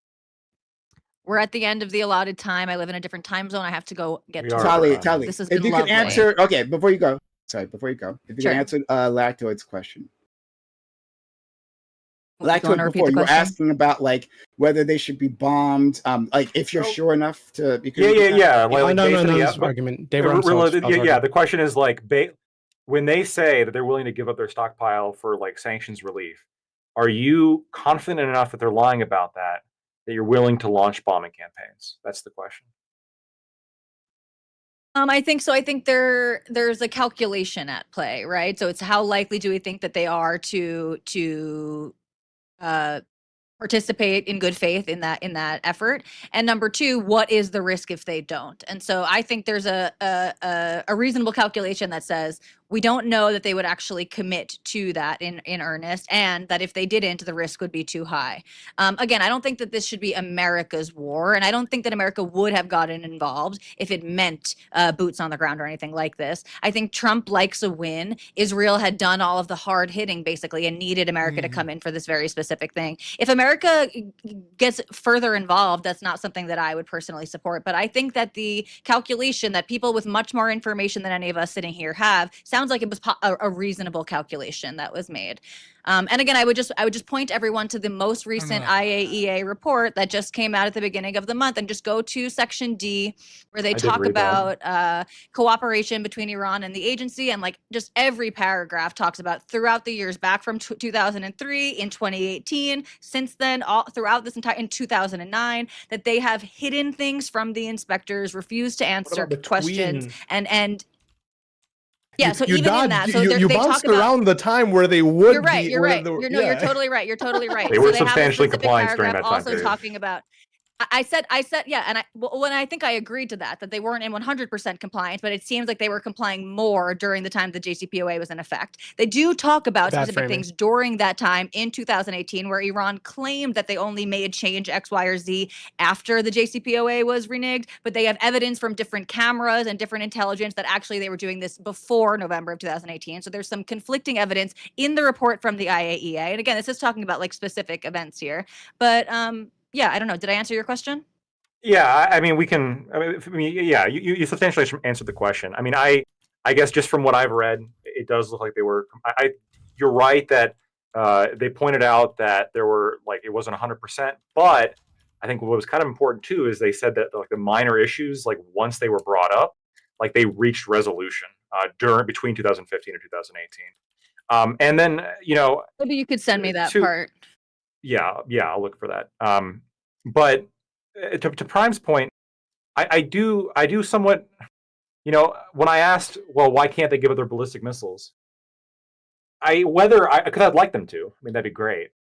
But I think you're right that they probably wouldn't. There's probably a hard line for them, and it does sort of make sense why they wouldn't, given the fact that the current government is really the result of a coup that was launched by the CIA and replaced the government of Iran with a literal monarch. Which, I mean, I liked him for a couple reasons, but like we can't deny the fact the West did that, and so here is this government that's like, hey, last time we couldn't hit back, you guys took over our government. It would make sense that this government would have that as a red line. So the question is there a path here for some kind of lasting deal that involves Iran keeping some kind of like ballistic missile stockpile? And I think there has to be. I don't know what the future holds here. I think there has to be. I'll let Jimmy go. But before then, Tali, I know you said you had to. Can I just ask one? I had my hand up like 45 minutes ago. I just want to ask one question to Tali. Okay. So from what I understand, okay, you support the bombings that took place from everything that was gone through. So as of now, like from what the data says, like there were no casualties. If it turned out there were like, let's say 1,000 civilian casualties, would that change your opinion or stance on the bombings? I don't know. The numbers thing is always like when we start talking about numbers, like I would have to see like how reckless it was. Just the number alone, not necessarily. Again, I don't like have all the information. Okay, but if if I go to 10,000, is that Like, is that making it more clear for you? If 10,000 people died in their attempt to bomb the nuclear facilities, that would concern me. That would very much concern that would not me. be like the red line for you, though. And let's say 100,000, would that be a red line? I just try to not speak with complete certainty. Like, yes, that 10,000, I'd be very concerned, and I would need to look into that, and I probably wouldn't be exceptionally 100,000. You couldn't be certain without any Sure, other yes, context. I'd be exceptionally concerned. I mean, this goes. It's not the same thing, but it's like a similar question to the conversation that everyone's been having about the war with Israel and Gaza right now, which is like, okay, well, what's the number? What makes something proportional? I don't think there is a specific number, right? So if there was evidence that actually there's an imminent threat, I can go up to like a billion. You think a billion is enough for with the data? Yeah, like 10 to 1 compared to October 7th. All of the Iranians. So if the all the US Iranians are gone. Yes. So if the U.S. going in and bombing those 3 sites murdered everyone in Iran and all There of we its go. neighboring countries, Okay. I just want to see where somewhere where your red line. There is a red line. And also, would it drop a nuke on would it Iran be and then we'll fine feel bad. if Israel, would I'm they? not saying I sorry. wouldn't feel bad. I'm saying these are complicated. I wouldn't feel bad. These are For complicated our- calculations. I For think Iran, right? Joseph would they Stalin be answered this justified? best when he said Would the they? death of I one don't- is a tragedy, fine. the death of a man Yeah, is a yes, statistic. yeah. Would Iran be justified to go into Israel? Let's say if they have the capability to do so, right? And enact a certain number of deaths there, which is equal in proportion to the amount of deaths between the October 7th incident and what happened in Gaza. Right. So let's say it was like a 10 to 1. No, because that's not how proportionality works. They would have to have a They would have to have a military objective. It's not about one-for-one. Yeah, the military objective That's not would actually be how to stop proportionality works. the dangerous IDF government to like wipe off. If They gotta stop the children from going to school, or they'll grow up That to be too, they IDF gotta die. soldiers. That's true that they gotta die. If their Sorry, go ahead. goal is to stop the quote-unquote dangerous IDF government, then no, targeting civilians would not be a valid way to from turning the IDF 18. government. I'm sorry. No one can join the IDF IDF. is the Scott. military. That's I the do way you got to apologize think for that. about it. Well, like yeah, like 18-year-olds. the danger. Yeah, if they like destroy, Hassan, just like who totally just like should have been right Hamas, on a right? plane. Let's say He said they that had to, all like babies were Likud can't be. perfect They said targets. themselves that Likud can't be in power anymore, right? All babies are it's simply unacceptable for Likud to be in power, right? So then they could enact the same level of destruction as Israel did in Gaza, right? That would be the exact. Israel wants to get rid of Hamas. No, it's Iran not wants the to get rid exact of same Likud. because again, you're just making. Why So would that if be they, if different? they decided that Likud needs to be taken out and they went to Yeah. take strikes to target Likud, Regime I change. wouldn't support that because I don't think that Likud is a terrorist organization. But sure, if that was in the interest of that Of course government, we wouldn't. sure. If But their what are the- if their method is targeting civilians, then no, I don't agree. Are there- with I'm that. sorry, What if they believe? What if they are- believe Likud is a terrorist organization, though? That's what I'm saying. That's what I'm saying. Yeah, they might believe that, and so there would even potentially Yeah, be yeah. a valid So, military. but does it have to be? Are terrorists the only valid military targets? Right? It's regime Just change. like state actors can't be No. valid military targets. No, not just terrorists. Terrorists are not the only valid. Okay, so like military just like target. Iran, right, is a military a state actor, right, and a valid target. Then Likud, right, would be right. Sorry, the IRGC. Right, I'm mixing things up. I do apologize. But like Likud would be a valid target. And Sure. so that I mean, this goes back to, for example, like I'm a Zionist, I'm pro-Israel, but I think we'd be having a very different conversation if on October 7th, Hamas was targeting only military bases. I support the IDF. I would not be happy that Hamas targeted military bases, but that would be a very different military campaign than going into kibbutzes and to a music festival how many and murdering as many civilians people have as been they hurt? possibly could. They attacked apartment buildings, right? They threatened civilians. There's Washington Post released audio of them like they did this whole campaign of threatening the second tier generals, right? Saying that we're going to murder you and your family if you don't leave Iran immediately after they did the initial bombings. So threatening civilians, and then like the mass amount of civilians injured in their bombings, right? You could say they're not targeting collateral civilians, damage right? is But they- different from targeting. No, Okay, it is. so yeah, It's and that's what I'm obviously saying. different, right? Okay, so great. Again, So blowing if up and up they- the discotheque or the bus then I on agree. the way to Then I school, agree. those are Then I agree. characteristically Okay, then different we agree. dying So in a valid military. I we really agree. So I'm just saying, during the course of the military campaign to exterminate Likud, right? And Totally they, trying to get out of here, going through a fucking struggle session from One broadcast. second. So to exterminate Get out of here. Lakud, right? Israel's evil. I got one question. 1 second. Oh my God, Scott, you're making still me so. white out. I really do have. I know. I just wanted the last thing because Scott's making it. So to exterminate Lakud, right? They were just targeting military targets with the same efficacy of Israel did in Gaza, right? The same ratio of civilian deaths. You know, when they were just hitting military targets, you'd say It's not that'd be about justified ratios. at that point. It's not about That's ratios. not So no, I ratio. wouldn't care Okay. about the ratio. It's about the Okay. validity of the military target Ab- and the Is and the Lakud effort a valid taken and military the effort target? taken You said to yes before. curtail civilians. Is Lakud a valid military target? You said yes before, right? I said it could be based on the interests of other. I don't believe it is, but yeah, I could see how other Well, yeah, rational because actors it's not would view it as Iranian. such. But like in that conflict, Yeah, okay, right. all right. Because I'm an Okay. Israeli shill. Yes, correct. Okay, I really have to go. All right, okay. Thank you for being here, Tyler. Much appreciated. Have a good one. Factoid, you got something else? You're so polite. One I'll stay for question. one more second for you. One sentence. My wife's calling Should- me. I'm about to be in actual One trouble. sentence. But please One go sentence. ahead, quick. Should Prime lose his global pass for his opinions that he expressed here today? Yeah, Iran should get the bomb. I don't know. I don't think Well, no, Prime's he's very too well broke. connected, but He's if too broke. there's If he evidence had that more he money, is, then yeah. sure, maybe. Yeah. So what'd you say? What'd you say, Tyler? Yeah. Yeah, she said yes. Okay. All right. Bye. Yeah, no. She said you weren't connected enough. Get wrecked. Okay. Okay. You don't have enough rich family in foreign countries. Yeah, I'm broke as shit. Bye. so Thank don't you worry about guys. it. I'll be Hold on, you're listening. connected. Okay, don't talk shit Hold about on, me. bye. I'll be listening. You're connected when I to leave, Tali okay? now, all right? A known care, Zionist well. sympathizer. I know all right? Zionist. Chill. Thank you, Tali. All right. So anyone else can? I know, sure. Yeah, I have. I get- So, okay. So I'm first thing, right? So to be very clear, when she was saying that Iran, and this is what I said was like dishonest framing. So I don't want to attack her too much, but just to clear things up. So it's true that Iran did violate the terms of the JCPOA a handful of times. What they found wasn't that it was like these were bad faith or they were trying to be secretive or something. There was like a time where they like went over the allotted amount of like heavy water they could have, right? But and so that violated the agreement. What the IAEA found is that these were good faith mistakes, public, and they were cleared up as soon as they were found. They're like fixed as soon as they were found. Not a big problem, right? They were in compliance. They were showing good faith, and to be clear, in this period, Israel was still sabotaging their program, still running like tech attacks, trying to take out facilities. Yeah. So like, we infiltrated their scientist teams and like had fake scientists and fed them fake data in the hopes that it would like stymie their production.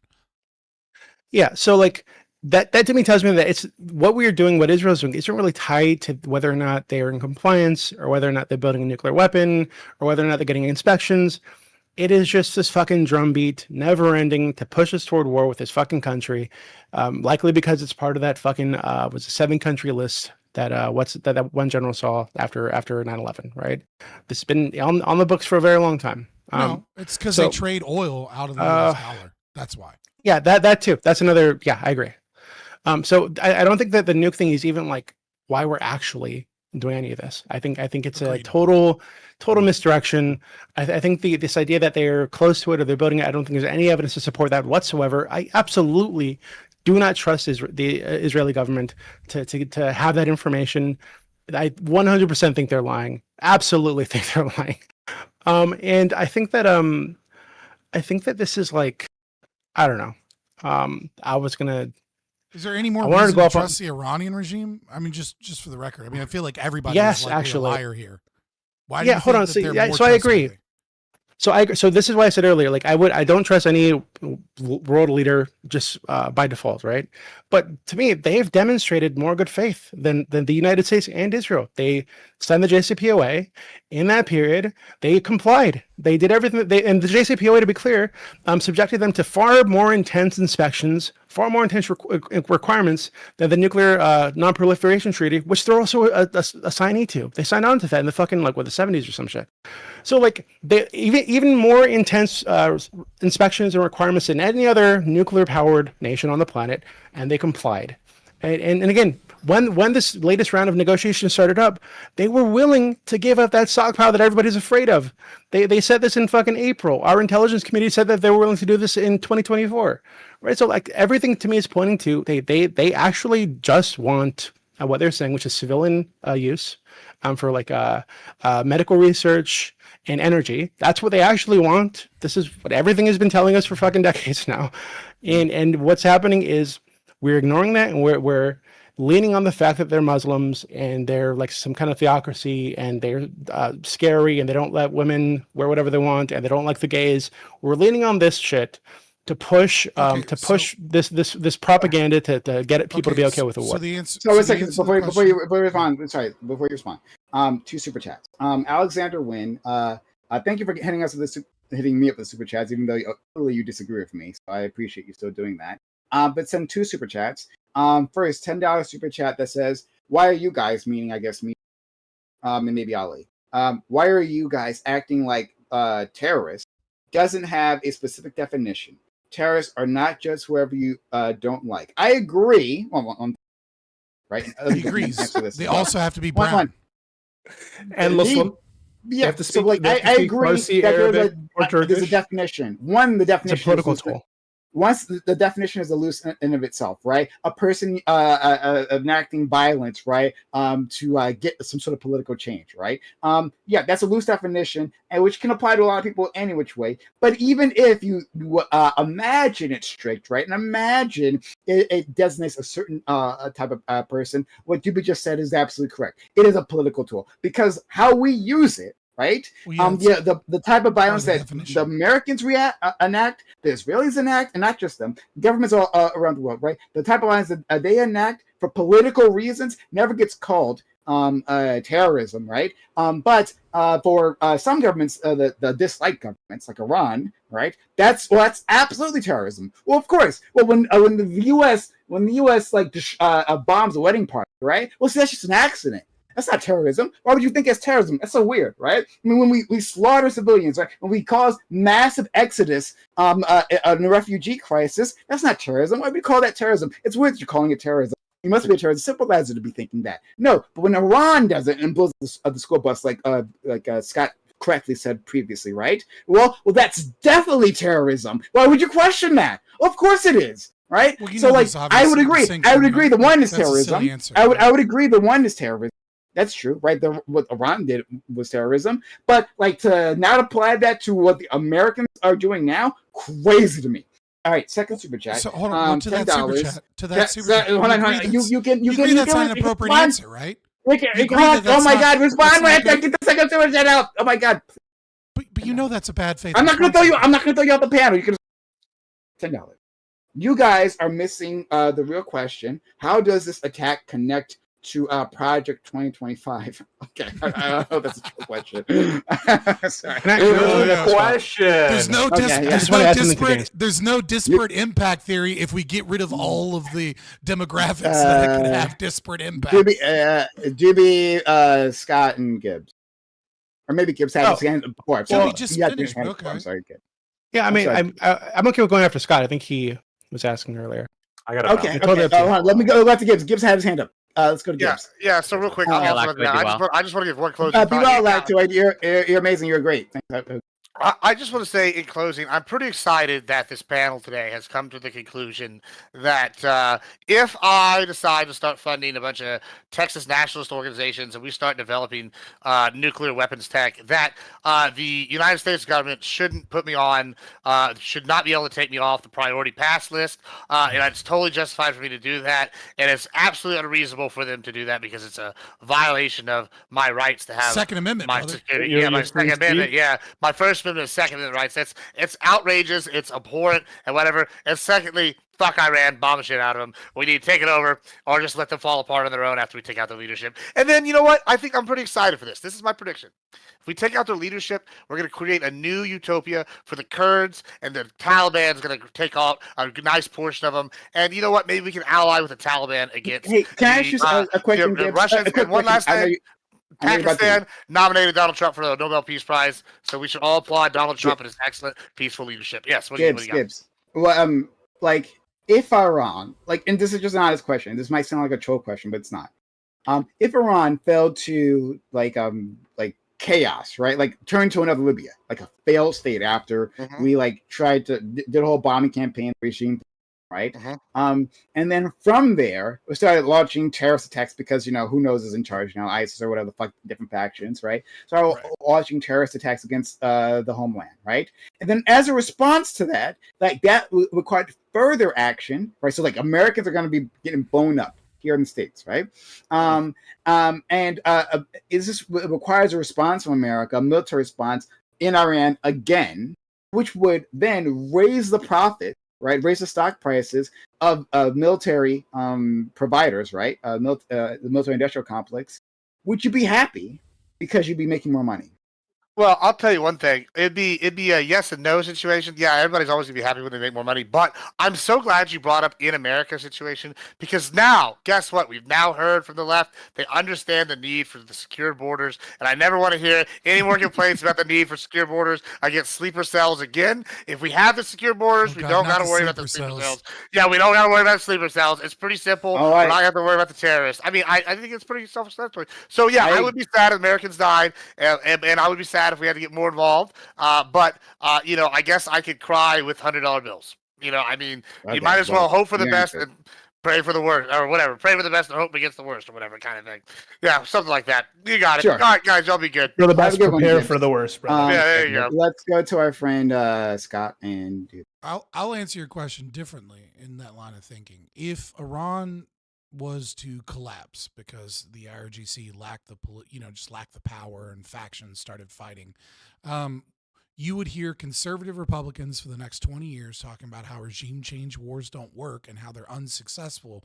Meanwhile, the CIA and large corporations would be laughing at all the way to the bank, because we would have another country that isn't able to sell oil and distribute oil to Russia and China and Syria in currency that isn't the US dollar, and the global trade on oil will still be backed by the USD. But again, in terms of terrorist attacks, I think I really dislike your answer that you gave. I think it's really, maybe not dishonest, but I think it's really dishonest framing, right?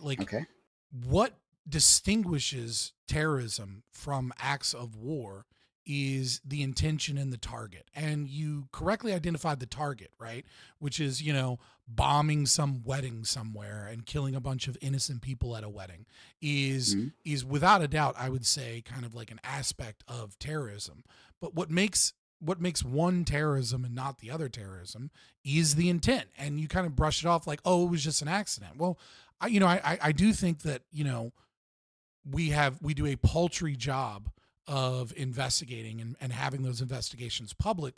I think that's, everybody on the left hated, Julian Assange because, he exposed Hillary Clinton for being, a horrendous monster, right? But before that happened, they loved fucking WikiLeaks because it was showcasing all the fucked up shit we were doing in Iraq, and some of which was terrorism, right? We engaged in terrorism in Iraq, but the idea that everything that America does or everything... I never said everything. Everything. Certainly. But the idea that because innocents die, that is what makes it terrorism, right? And so it's that's not true.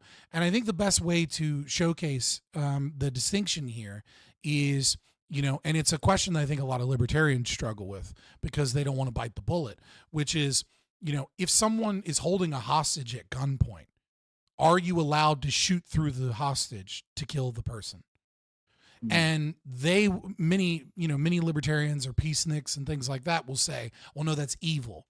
And the correct answer, the right answer, is that I'm not the aggressor. I am not the person that put the hostage in that situation. It's the person that took the hostage and utilized them as a human shield.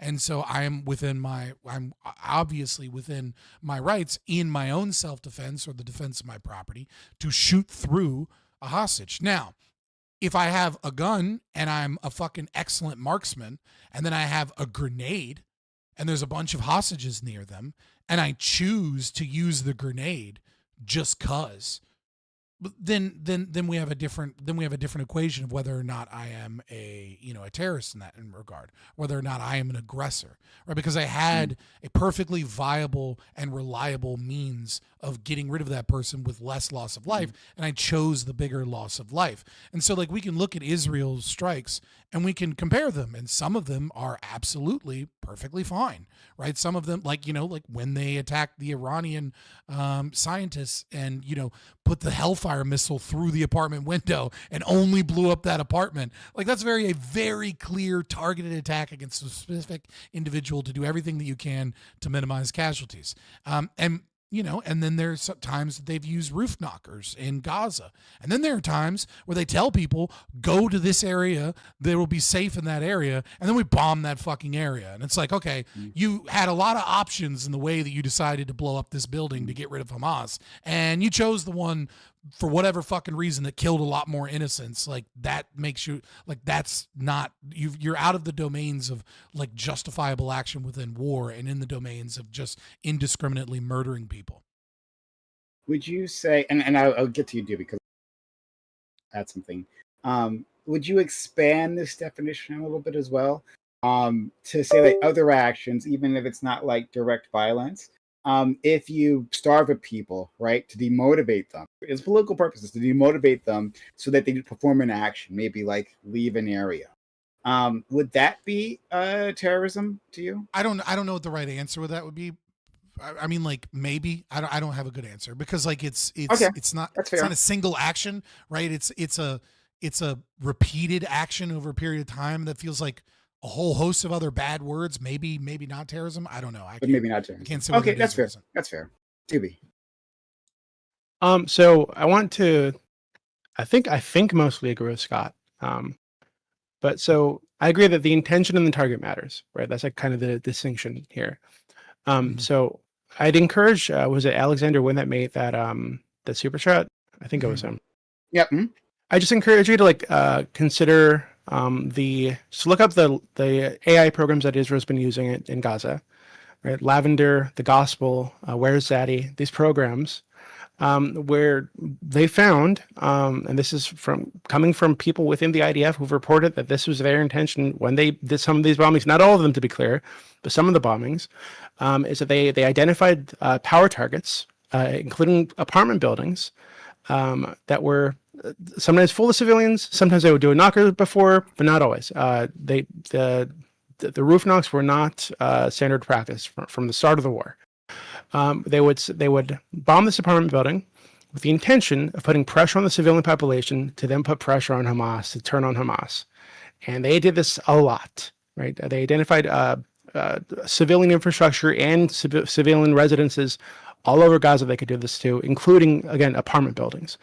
And Prime, you reminded me of something else that I found when I was looking this up months ago, actually. It was the U.S. sanctions on Iraq, right, in like the 90s. They were explicitly imposed to to make life so terrible in Iraq that the population would turn against Saddam. I think fucking was it UNICEF, or I think it was UNICEF, said that like 500,000 kids died, something crazy like that, some crazy ass number like that. Yeah. That's fucking crazy. And when they were asked about this, I think it was Madeleine Albright said, we think we've heard like 500,000 children died when we think it's worth it. Like, it's fucking insane, right? So just Alexander Wynn, like the U.S., the Western world, quote unquote, would never call that terrorism, right? They would just call that, oh, well, this is war. This is what we do. But keep in mind, if any power is opposed to them, whether they're like a small group like Hamas, a larger group like Hezbollah, a group like the Houthis, any of these various groups in Africa, right? Any of these groups did something similar, right? Either to the U.S. or to some other group, they would absolutely call that terrorism. They call this a terrorist attack. They're, oh God, you're attacking the civilian population. I mean, we saw examples of this, right? With the missile attacks into Israel. Israel was framing this as, oh, look, Iran's attacking Tel Aviv, our population centers. They're attacking civilians. They're attacking civilians. They're targeting civilians. But then you look into it and you find actually the fucking their equivalent of the Pentagon is in the middle of fucking Tel Aviv, right next to fucking apartment buildings. They have multiple military bases in Tel Aviv and under Tel Aviv, right, all around these civilian structures. Civilians as shields, yeah. But of course, the U.S. would never say, Israel would never say we're using civilians as shields. Like, so there's absolutely a double standard in the way this thing is applied. It's 100% a political tool meant to demonize the opposition, and that's how we should think about it. Or you're just an anti-Semite, Alexander, maybe. Wynn, who said, it has to, this is, dealing with what you just said. He says it has to be against civies, right? The target has to be against civies as a primary target. And I can handle supporting someone I occasionally disagree with. So shout out to you. Thank you for supporting. Another $10 super chat. Really appreciate it. But yeah, I think, thank you, Lactoid, for the raid. It's like, I don't, Scott, like, I don't want to, like, what about ism the whole time, right? Like, I understand what you mean, like, hey, deal with the argument as is fair, right? But, like, it's just that we live in the world, in a society, that has framed these issues, right? Okay. Like, it frames how we approach these issues to start with, right? What words we use. Like who we think counts as a friend, who deserves our empathy, right? And some of these things make sense, right? Maybe like civilians deserve our empathy, but like the leadership doesn't, right? The leadership, they're free game, right? Like we come at this with a context, and I think part of that context, especially since 9/11, right, where this word terrorist, if you like, you could look at like the Google search trends or whatever, right? Like right. Like the word terrorism explodes after 9/11. It becomes a part of the English lexicon, and where it wasn't previously, and it morphs constantly. And I think at this point, from what Doobie just said, the things I brought up and others, right, that like it becomes a convenient tool to be used against your enemies, right? Especially when we're talking about state actors, right? To ones that aren't in the club, right? That club being NATO, really, right? Go ahead. Well, no, I completely agree with you, right? In that regard, right?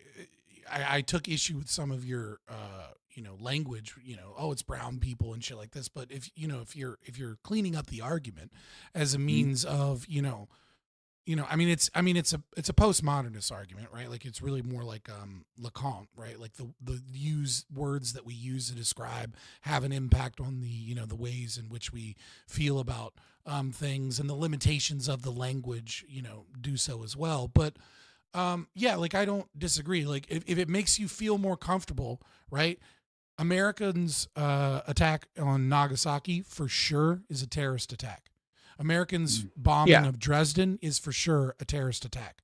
And the Americans' bombing of Tokyo, specifically with firebombs to increase the damage to the civilian population, are terrorist attacks. Now, none of that shit even pales in comparison, maybe not in scale, but certainly in thought to like Unit 731, right? Like if we want to go into whataboutism, like, or, maybe the Holocaust, or, there's a lot of horrible things occurring in World War II. But if we're specifically talking about America, America engaged in multiple different instances in World War II, even in what we, in our history deem as the most justified war. Right? Like, I think you'll find a lot of people that say we never should have been in Vietnam or Iraq or yada, yada, yada. But then when you get to World War II, they're like, no, we had to stop the Nazis. Like, we had to stop, the trifecta there. But even in that regard, we engaged in several terrorist attacks. And those are some examples off the top of my head. I'm sure there are more.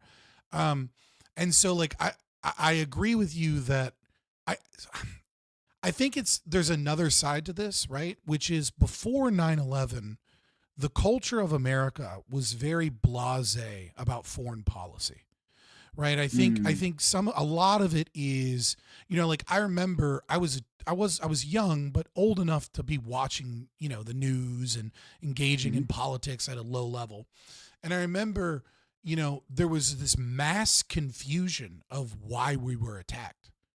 And then there was people like Ron Paul and, communists as well, right? Like there were people, that came out and was like, we've been trying to tell you we've been bombing them for 40 fucking years. And most of America had like no concept of it, right? Like they kind of heard a little bit of Iran-Contra. They kind of heard about the Jimmy Carter administration in Afghanistan, right? But they had no idea that we had been funding terrorism ourselves. That we've been, so that, the Mujahideen were, completely trained and funded by us, which is what eventually became Al-Qaeda, which, is what attacked us so that they could fight the Russians. Right. And so I think, And I think once that word enters the lexicon, it enters in the frame of the personal experience of it, right? And so the American that has no idea what's going on, they begin to hear about terrorism, and of course it gets linked to 9/11 because they had never really thought about terrorism. Well, they just never thought about terrorism in any meaningful way before that. You know what I mean? Like maybe Timothy McVeigh. You know what I mean? Or like the or the plane like, hijacking that happened in the 80s. right, You know what I'm talking right. about? But this is like, these are small acts, and like they're not really politically engaged. And then all of a sudden, we're in a a war in another region. So I don't disagree with you that the term terrorism carries with it a certain propagandistic draw to the American people that allows them to put it in a frame of mind that cuts down the rational thinking. And so that is the other aspect of why I was trying earlier to like, well, let's think about this as a group of people that get in fights all the time and then have guns but don't use them, and someone else is building a gun while saying, it's like I wanted to pull it away from that for that very reason, which is so many of these terms and so many of these countries and ideologies have so many biases that it's really, because like most people think they rationalize things, they don't. Overwhelmingly, people have a feeling and then they use post hoc rationalization to justify their feeling. And there's really strong feelings when it comes to the Middle East and wars in the Middle East and terrorism. Yeah. Like, I don't know. It's just like you said, like it comes into a national thought. And before then, we had like the average American didn't have an idea of terrorism. You can read books about this. You can like watch it's like Timothy documentaries, McVeigh, right? or like the IRA or something. It's very limited stuff. But these, yeah. I mean, they're big, especially like local. Like these are big things, right? But it doesn't stick, right? And one thing, it just okay. So even like, why doesn't it? That's actually a question in of itself, right? Timothy McVeigh, he had Oklahoma City bombing, right? Is that one? Okay, so he does that. It's a big fucking deal, right? See this building, like you can go online and watch the old films, right? Like the newscast of this, and the building destroyed, right? And pulling out the bodies, like it's awful, right? Very reminiscent of 9/11. But why didn't it stick? And I think that it goes to part of the problem, because now I'm gonna put little something bit of echo chamber there, maybe a little bit, or maybe it's just an age difference. People called I'm getting out of here, guys. terrorists the whole time. They called it an act of terrorism the whole time. But peace. I hear you, but it's very different that's than not what I meant global by war on terrorism. You know what I mean? Yeah, but I guess my the question is like, why? Like, I agree with you. They called him terrorists at the time, but why doesn't that like get applied? One, even other people done like attacks, right? Like he was. He had like racially motivated reasons. Was he the one who wanted to start a race war? There were a few of these guys. Was he the military-industrial or not the modern? Fuck, I can't remember. Modern society and its consequences. I don't want to get. Yeah, we don't want to get. That's Ted Kaczynski. Oh, okay. Yeah, okay. I'm sorry. There's a few of these guys, and I might be. Yeah. So I do apologize. But that in any case, the point is that MK Ultra by the CIA. Look it so up. I there's like the one with the Camp of the States who was reading and all that. Like these individuals, so, like there are these other individuals. These incidents happen, but like terrorism doesn't blow up in the same way. I think that terrorism blows up after 9/11 because the perpetrator, once we find out, because we don't know initially, so when we find out the perpetrator, it's an other. It's a direct other. I'm going to ask your opinion about this. All right, well then let me lay it out for you. Yeah, no problem. I'm lay it out for you. So like, this is a group of people that like, again, we hadn't like really thought about, right? Middle Easterners. People had only vague ideas about them. Again, there was like a bombing, like a plane bombing, like in the 80s or something, right? But like other than that, like we don't really think about that. We had some wars against them, but like they just didn't interact with American daily life, right? So safely, all that's in the background. I agree, but when this does happen, it's in front of their faces, right? And again, the way in Oklahoma City was also in front of their faces, but like the people who get called a terrorist, right? We don't simply call like hermit white guys in the woods terrorists, right? Like, oh, that guy might be a terrorist, you know, he's a hermit white guy in the woods, he might be a terrorist. We don't say that, right? But when we talk about brown people, certain actions of brown people, like we're more likely to use the word terrorism there. Why is that? I think it's because they're other. I don't think it's because they're brown, though. I'm sure that plays some effect. You know what I mean? Like race and a conception of race is gonna play like some level of effect when you're talking about like a nation of 330 million people, right? Some small percentage are racist, right? They're right, like of any demographic group, right? And so if it comes from an other, obviously there's gonna be like some level of racial motivation involved in that calculation. But I don't think that is the primary thing. I think the primary thing, you touched on it with one, which is that it's not that they're an other in the sense that they are another skin color. Rather, it's an other in that America is uniquely isolated from war since the Civil War. Since 1865, we haven't had any major military bombs or strikes or anything other than, Pearl Harbor, right? That is like where the war has really come to the home front. Nobody has landed an invasion force in Florida or, sent a bunch of missiles that blew up New York. And so a lot of other countries in Europe, they feel closer to the war because the war is a 4-hour fucking train ride, right? They're not separated by an ocean with the world's largest navy 6 times over, protecting that ocean. And so when terrorist attacks occur, it's the other coming into American daily life that makes it so much more terrifying, because we have this sense of peace as the global superpower and as being so separated from that like, yeah, whatever, we're bombing people over there, we're doing a thing over there, but that's not here. And then a Boston Marathon bombing happens and it's like, holy shit, it's fucking here. So like we're not desensitized. Israel, for example, they're pretty much desensitized to that shit. They got the Iron Dome. They're like, yeah, whatever, another fucking set of bombs. They'll go on the news and cry victim. But in all actuality, a bunch of them, that's a part of their life, is recognizing that the bombs might come in any minute.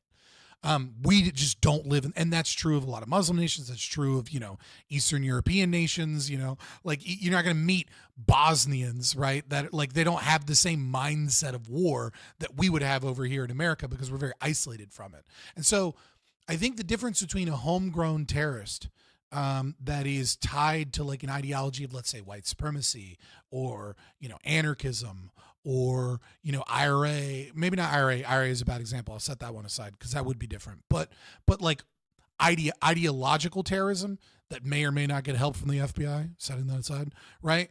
that feels like a crazy person.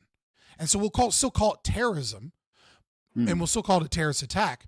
But I think terrorism has taken on a concept of like a more than just an ideology of jihadism, and more like a state secretly funded, well-armed militia and group. Like it's an organization that is working together to do something. And so it sits in this liminal space between like the terrorism of Timothy McVeigh and like a nation like China fucking sending the boats over. It's somewhere in between, because it's not like a dude that went crazy in his basement and then got guns and shot up a place. It's, it's funded and organized and planned, and like they might have received secret. So I think that's kind of more the reason that like the terrorism thing sticks there. But I don't disagree in any way, shape, or form with you that, using the label of terrorism kind of cuts off a certain portion of the population's brain and immediately is like, oh, well, that's the enemy. It's friend enemy distinction.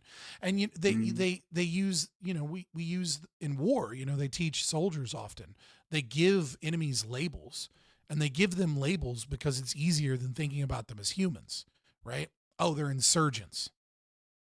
They're not people. They're not, Iraqi civilians or people. They're insurgents. Now, to be fair, the term insurgent comes from, Al-Qaeda inserting themselves into a village or town, threatening everybody there, and then like raping their wife and being like, hey, I'm going to blow your wife's brains out if you don't take this radio and a motorcycle and let me know when the American troops are coming up the road, right? So the term does have a reason that it's used, and there are some horrors there. But again, it's the dehumanizing language. And I think terrorism or terrorist is a way of selling to the people that they're just an enemy as opposed to a person. And so those would be more the reasons, I think, than this. I just don't think their skin color plays as large of a role as maybe some left-wing people believe it does. I wanted to, I want to hear what DP has to say. But I wanted this conversation to expand more to like when America should be able to use its power, right? And more of a generalized conversation. We got bogged down in important things like, is Iran like intending to build a nuke, right? That's an important distinction. But I definitely want a larger conversation and what it looks like when it does, right? That's an ethics conversation, and that might be too much for a 9-person panel, to be honest. That's like a 4-person panel thing. I don't know. Well, I mean, I don't know if it's necessarily. I don't know if it's necessarily. I mean, everything touches on ethics, but like there's a general. We could talk about a general policy discussion. Yeah. On these things. I just think policy and ethics requires more context and longer conversations, and that's hard to do with a larger panel. But anyway, I might anyway. So I want to. There was something I wanted to like introduce in this conversation, but I didn't get a chance to. We had a good conversation in which way, but like I wanted to expand on this. But yeah, so maybe I'll save that for another day. Being a panel moderator is like herding cats. Oh my god! Yeah. You can kind of do it. You can kind of do it, right? But have you ever tried to herd a group of cats? Like it's like eventually you'll get them all in one room, but like you got to chase one behind a couch, you got to poke one. You know what I mean? Like you got to do a lot of crazy shit to get them together. I feel like you're the angriest of my cats. Gibbs has got me. Oh no, it's not anger. It's I don't know, like wily. But yeah, Doobie. Did you want to say something? I think I agree with everything Scott said there. Unfortunately, yeah, I think he's right. I don't think it's about the race so much as it is the it's someone from far away that I don't really understand attacking me here at home. That's not normal. I wanted to stop. It's that kind of thing, right? Hold on, but Doobie, even like locally, so okay, there's different levels of how this is, right? One, how in the national media, how it's used within or the policy realm, right? And then like how like people use it colloquially, right? And they'll call like people who run a fucking like a corner store terrorists, right? If they have skin color looks like mine, but hair a different texture, right? I think you might be projecting. I'm gonna be honest. Am I projecting? How am I? I think you're projecting your fear of racism and the way the state. No. I'm literally listening to Middle Eastern backgrounds. Or people look like they're Middle Eastern backgrounds. I'm talking about the people like Sikhs who have been murdered, right? Because they were walking around, and that's a terrorist in their eyes, right? Like that's what I'm talking. I'm not projecting anything. Yeah, I'm like that's like almost statistically irrelevant when we're talking about the lexicon of like America and the narratives that we say is like obviously there are crazy racists out there that have fully swallowed I'm not racist talking about the ideology. crazy racists. And then there are people that are retarded, right? That see brown person and go bad guy, right? Like, and they are also crazy and racist, just not as developed as the racist that knows the difference between whether or not an Italian is considered white. You know what I mean? I agree with you, and that's why like I disambiguated this, right? I said like there's different levels of these, and that's why I was talking. I was specifying, but Doobie, sorry. So I actually can't stand much longer or at all. I gotta go. However, I promised my wife, my wonderful, beautiful wife, that I would say this earlier in the panel, and I forgot because we were yelling at each other. But you guys heard my position on this, right? So just to give you like some idea of what I deal with, okay? She wanted me to tell this joke that she thinks is hilarious. I've heard like 4 times. It's the CIA has determined or has The CIA has determined that there are no Walmarts in Iran, only Targets. That's what I deal with. Okay. She thinks it's hilarious. That's funny. Yeah. Okay. It's a great. It's dad not joke. funny. Oh, It's a God. great dad joke. All right. It's Yeah. It's so cringe. It's not that funny. It's horseshoe. Like dad jokes are horseshoe theory of comedy. Right. It's that it's cringe, but it's so cringe that it becomes funny because it's like you know. Yeah, like, she that's tells a that good joke dad and then she goes around chanting USA for like 10 minutes. Okay, like it's all bad. That might just. I gotta go. DB, You guys later. yeah, I know you got to go. DB, prove to me that your wife is beautiful by sending me a picture of her. Thank you so much. Have a good Oh my God. Okay, bye bye. Bye. Specifically of her feet. No, please. But yeah, first I of gotta all, get out of here too. I just got back from the fucking mountains. Good night, everyone. okay. Well, I do appreciate it, guys. Yeah, like I hope you guys enjoyed that conversation. I wanted. I gotta go. Okay, I wanted to be more comprehensive, but you know, it went where it went. Like I actually really want to look at this, and this is because it's how my brain works, how it always work, and I always want it to work. Look at it from the point of the targets, the civilians, right? And I feel like this is something that should at least come sort of naturally to you, friend Scott, right? Because you take things from the non-aggression, right? Yeah. So I feel like looking at the victims of what I call imperialism, like I think that would be a worthwhile conversation for you, right? Maybe some. What do you like? What are you asking specifically? Like, I mean, I like because we live in an imperial core, because we have the military that we do, right? The biggest and the baddest, right? Because that is an option. It is, and it's been normalized. It is the option we simply reach for. Okay, we have a country where we're having a problem with, right? There's all kinds of problems that we have with other countries. And then the option that we very comfortably reach for, the tool that fits perfectly in our hands, is like the military, right? And that's how we solve our problem. What is it like to be a country that doesn't have that option, right? When they have like international conflicts, like they seem to be able to resolve things between themselves as well, right? Without necessarily bombing the fuck out of each other. And then two, like when we do take that action, like are we comfortable with like what we leave behind? Like what we leave behind tends to be broken bodies, right? Destroyed families, scars on the landscape, right? And societies have to pick themselves back together. Some of them manage to do it, others are Libya, right? Right. So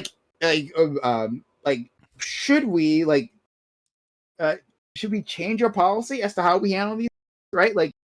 well, yeah, does it make sense? But, I mean, think, Gibbs will think differently. I think if you look at a country in the Middle East, I think there are essentially, obviously there are derivations, but essentially there are three choices that we have, setting morality and ethics aside, right? Option A is we go into a country, we kill every single person that is the leader, right? We foment revolution. We put boots on the ground, we occupy said country, we impose a liberal democracy, and then we stay there for 100 years. Okay? And we stay there very similar to what we did in Japan. Now, the problem is Japan had a culture that was far more receptive towards liberal democracy than, let's say, Iran. Different ones will have different responses. But Iran is still also far more receptive to it than, let's say, Iraq, right? Because Iraq is obviously there are Persians and there are Sunni, and in Iran there are different ethnic groups, right? But they're not quite as diametrically opposed as like kind of the creation of a country that like Britain made for some dumb fucking reason, oil and land grabs and shit, right? Like Iraq should never have been the borders that it had. Lots were of very countries bad that should never have been, yeah. Agreed. Yeah, I mean, but that's what happens when you're the Ottoman Empire. You're the dying man of Europe. You die. And so, option 2 is what we're currently doing, which is protect the U.S. petrodollar, engage in, because look, war has fundamentally changed. I don't think you're going to see Trump, and it doesn't matter who the president is, go in and try and do a boots in the ground situation in Iran. And the reason I don't think you're going to see that is because we have developed over the last 20 years control of media and social media and funding of academic and NGO institutions to such a degree that we are pretty good at pulling the levers to cause a country to collapse or to cause other other interests and powers to be the winner, so that we can pretend like we didn't do the shit that we did. We did it in Ukraine and we did it in Egypt. The Arab Spring was almost completely controlled by U.S. NGOs and intelligence assets, as was the takeover in Ukraine in 2014. But if we could have done that to And Iran, so- we would have already done it to Iran. Well, Iran right? is- And to well, Cuba. Well, we went into Cuba. We Zunizeo, right? We created an alternate to Twitter in Cuba, Zunizeo, then we attempted to make it a sports and weather app, and then slowly we were going to use the algorithm to push revolutionary change in Cuba. Unfortunately, they got found out, and that is kind of early in the development of being able to do those things. Not unfortunately, but unfortunately for the CIA. You know, right? So like, I just feel like if we had that, if we were able to do that, like for our North Korea is even more special. Oh, let me back up a little bit. I'm not saying we have the power to like install the regime we want that way. What I'm saying is that we can pretty effectively cause revolutions and or factions to implode upon themselves, because as far as America is concerned, we don't need, like it was in the 1960s, to have a liberal democracy that's allied with us. All we need is for the region to be unstable and no longer a threat because of its instability to the U.S. petrodollar, to certain interests, and then we can let Israel gain power. We can let Israel do whatever it is that we want to do over there. Yeah, I agree with you there. Yeah, like America doesn't, American corporations and shit like that, they don't want the option A, and that's kind of what option B is. Option C, right, which is what I would prefer, is that we pull out. We pull out of the conflict. We pull out of money in Israel. We pull out of the Middle East. We stop trying to world police. We only protect our trade routes, right? So, we're not going to fuck with you, but if you fuck with the Suez Canal or you fucked with, the Strait of Hormuz. Sorry. Then we'll fucking blow you up, but leave that alone and we'll continue doing business as usual. The problem with that is it's going to cause hyperinflation and a crash of the U.S. economy, without a doubt. If we do that, the U.S. economy collapses and we go through another Great Depression. There's no ifs, ands, or buts about that. When $2.9 trillion floods the American market, an increase in the monetary supply is the definition of inflation. That would be an increase in the monetary supply, and we would no longer be able to export our inflation. I'd like to actually ask you about that before you leave. I don't understand this, and you can assist me. So 1 second, just quickly. I did have a super chat, but it was too late to read it. From Alexander Wynn. This was he says, I'll look into it. My point about terrorism is that it's set specific. Politically motivated violence targeted at civilians to influence policy. Wasn't that number gathered by Saddam at DB? Wasn't that number gathered? I'm not sure what number he was talking about. Thank you again, Alexander. He was discussing the numbers of civilian casualties, and I don't remember what he was specifically talking about, but yeah. Yeah, $20 from Alexander. I apologize. Just quickly, and to you. So I what you were saying about the petrodollar like tracks, like I haven't looked deeply into the petrodollar concept, I'll admit, right? But I'm aware of it. And what you're saying tracks is what I understand. However, you're saying, all right, so there's maybe that's how it is. It's the bonds. Okay, maybe that's what it means. So there's 0.9 trillion, whatever the number is. We don't know exactly how much, but it's somewhere between 2.2 and 3.5. Most estimates I see say 2.9. We'll say, but yeah, 2.9 trillion, right? 2.9 trillion of American dollars, outside, right? There's so I'm more like, than that, but in the petrodollar, yes. In the petrodollar, fair enough, right? And that returns to the U.S. Now, is that in the form of like bonds? Like sell? That's in the form of like money, real money, yeah, like cash or in bank accounts. Well, then that's what I'm confused about. How does that come back to the United States? Let's say like we didn't allow them to transfer it back. You keep that. How does that exactly work? Okay, so let's say I want to buy oil, right? And I'm France, and I want to buy oil from OPEC Plus. Okay? Now, because of our agreements with Saudi Arabia, they have to purchase oil in US dollars. They can't use the francs or the euro or whatever currency they're using at the time to buy the oil. So what that means is they have to keep US dollars in their bank account. Okay? But if that falls through, they no longer have to keep those US dollars. So there's no reason for them to hoard US dollar. There's no reason for them to keep the US dollar. So that means that they can get rid of it or keep it in any way, shape, or form. So if so they can buy stocks, right? And then sell stocks back to America, or they could sell to other investor.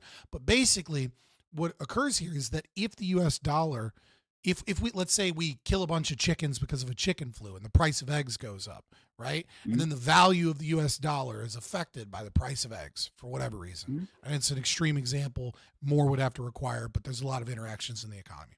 And so the US dollar becomes less valuable because it can buy less, because prices have increased, because of the supply of chicken eggs has gone down.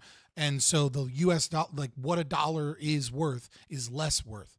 Now, as it currently stands, because all of these countries are forced to keep the US dollar and they're forced to buy oil with the US dollar, it means the price of oil is tied to the US dollar, and oil is how you ship things. Oil is how you produce things. And so oil is going to be impact your entire economy and the entire price mechanism of everything in your economy.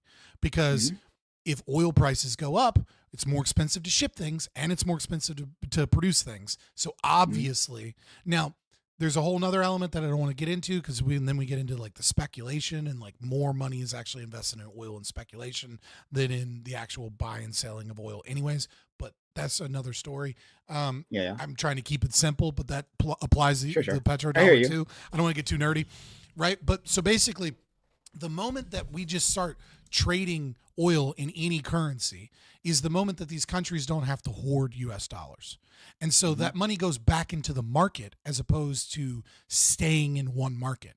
And now, technically speaking, that money could go anywhere, but where are the most transactions in US dollars? In the US. In the States. Right? Like so if I'm buying and selling stocks or goods or import, whatever it is, most of that money is going to naturally find its way to the United States. And so if you go by the old school economists tried to redefine what inflation was in like with like the post Keynesians as like the increase in price of a market basket of goods is what inflation is, and then like asset inflation is the increase in price on like housing and land and things like that. But what inflation actually is an increase in the money supply, because if there's more dollars, right, then your dollar is worth less, all other things being equal, right? And so if we get a fuck ton of money that comes in, then what we get is we get a bunch of inflation. And when we get that inflation, instead of it being tied to oil, and thus the euro inflates because oil inflated based upon the US dollar, and therefore the costs of shipping all of their goods with oil and the cost of producing all their goods, now our inflation doesn't necessarily impact other countries' inflation. And the reason that's super important is because this is what allows us to have such a service-based economy and have such a large trade deficit. It's okay that we don't manufacture a fuck ton of things here because we export banking and we export loans through like the IMF and things like that are done in the US dollar. And we go into Africa and some new warlord takes over and we go, hey, you're one of the good guys that, murders a bunch of people because you're our favorite guy that murders a bunch of people. And you want to set up a real government, but you need infrastructure. We're going to give you IMF loans and the interest is going to be paid in US dollar. We lose that U.S. dollar in oil. We likely lose a lot of those trades being done in the U.S. dollar in like IMF things and things like that. And it can create a domino effect where just more and more money finds its way back into the U.S. market. And then we end up having to pay when our currency inflates and it's not worth that much. Guess what? Prices of everything that gets imported are no longer tied to the U.S. dollar because they're doing fine. Because the euro didn't necessarily inflate or the yuan didn't necessarily inflate because it's not tied to the oil market anymore. Yeah. And all of a sudden, our currency is worth less and it costs more to import goods. And that can create, it doesn't necessarily have to cause hyperinflation, but it's very likely if all of that money came back and a lot of other money came back that we would be in a hyperinflation situation. So 2 things, and I don't mean to keep you. It's like, one, I'm talking about worst case scenario, right? Like, okay, petrodollar system somehow ends tomorrow, right? One, I don't think that money rushes back to us immediately, right? It takes time for it to work its way through the. I mean, it's hard to know exactly how much, but people don't usually hoard wealth, right? Like, in countries certainly don't hoard wealth. They want to do something useful. Spend it on something. Fair enough. Usually they spend it to make more money, and when they spend it, a majority of it is going to end up back in the U.S. And 2, wouldn't there be ways for us to mitigate this, right? So petrodollar system is ending, right? Could we not understand? There's no way we could stop all, right? This tidal wave of money. There's 2 ways you could fix it. You could have an increase in real GDP, so not government spending, but real GDP, which would mean we would have to build a bunch of manufacturing facilities in the U.S. Like probably trillions of dollars worth of manufacturing. That's one way. That's pretty difficult. I don't know if that's going to happen. Right, but you'd have to spend if you did it by the government. The problem is that you would be printing money to do it, unless you could get that money through taxes, right? Like so. Yeah, that's what I was going to ask about that. So, right? you could severely tax the population, which would degrow the economy. In the hopes that you centrally plan, it would be a disaster. No. I'm not talking about taxing the population. Instead, taxing that incoming money, right? So there are certain ways, certain flows that it's most likely to coming through, right? Like if there's foreign currency transactions and they're offloading dollars, right? Yeah, but the retaliation would be just like how you would essentially be creating a tariff on a currency. And the problem is that other countries, now that they're no longer tied to the U.S. dollar, could do the same thing. So we would actually be devaluing our currency by taxing the currency as it comes in to gain money to try and increase manufacturing. It's like it's playing a game of whack-a-mole because you're doing one thing that harms the currency while trying to do another thing that helps the currency, and the money, like it's a game of whack-a-mole problems. The other thing that you can do is that you could resolve the debt. And we're $37 trillion in debt. We don't have that money right now. We literally just do not have the money to resolve our debt. The payments on the interest on the debt right now are 13% of all federal funds. It's now higher than our entire military budget is money we're paying just on national debt. Yeah. If we could build out through what would that private you're saying through private investment, we'd have to build things, right? Useful things to boost our economy. Yeah. But that would hurt. It'd take 20 years and we'd be through a depression while it happens. I'm not saying we wouldn't survive a depression. I'm just saying it would cause a depression, and billionaires don't want that. So they'd rather kill Iranians. It's a lot easier to kill Iranians than deal with a Great Depression 2.0.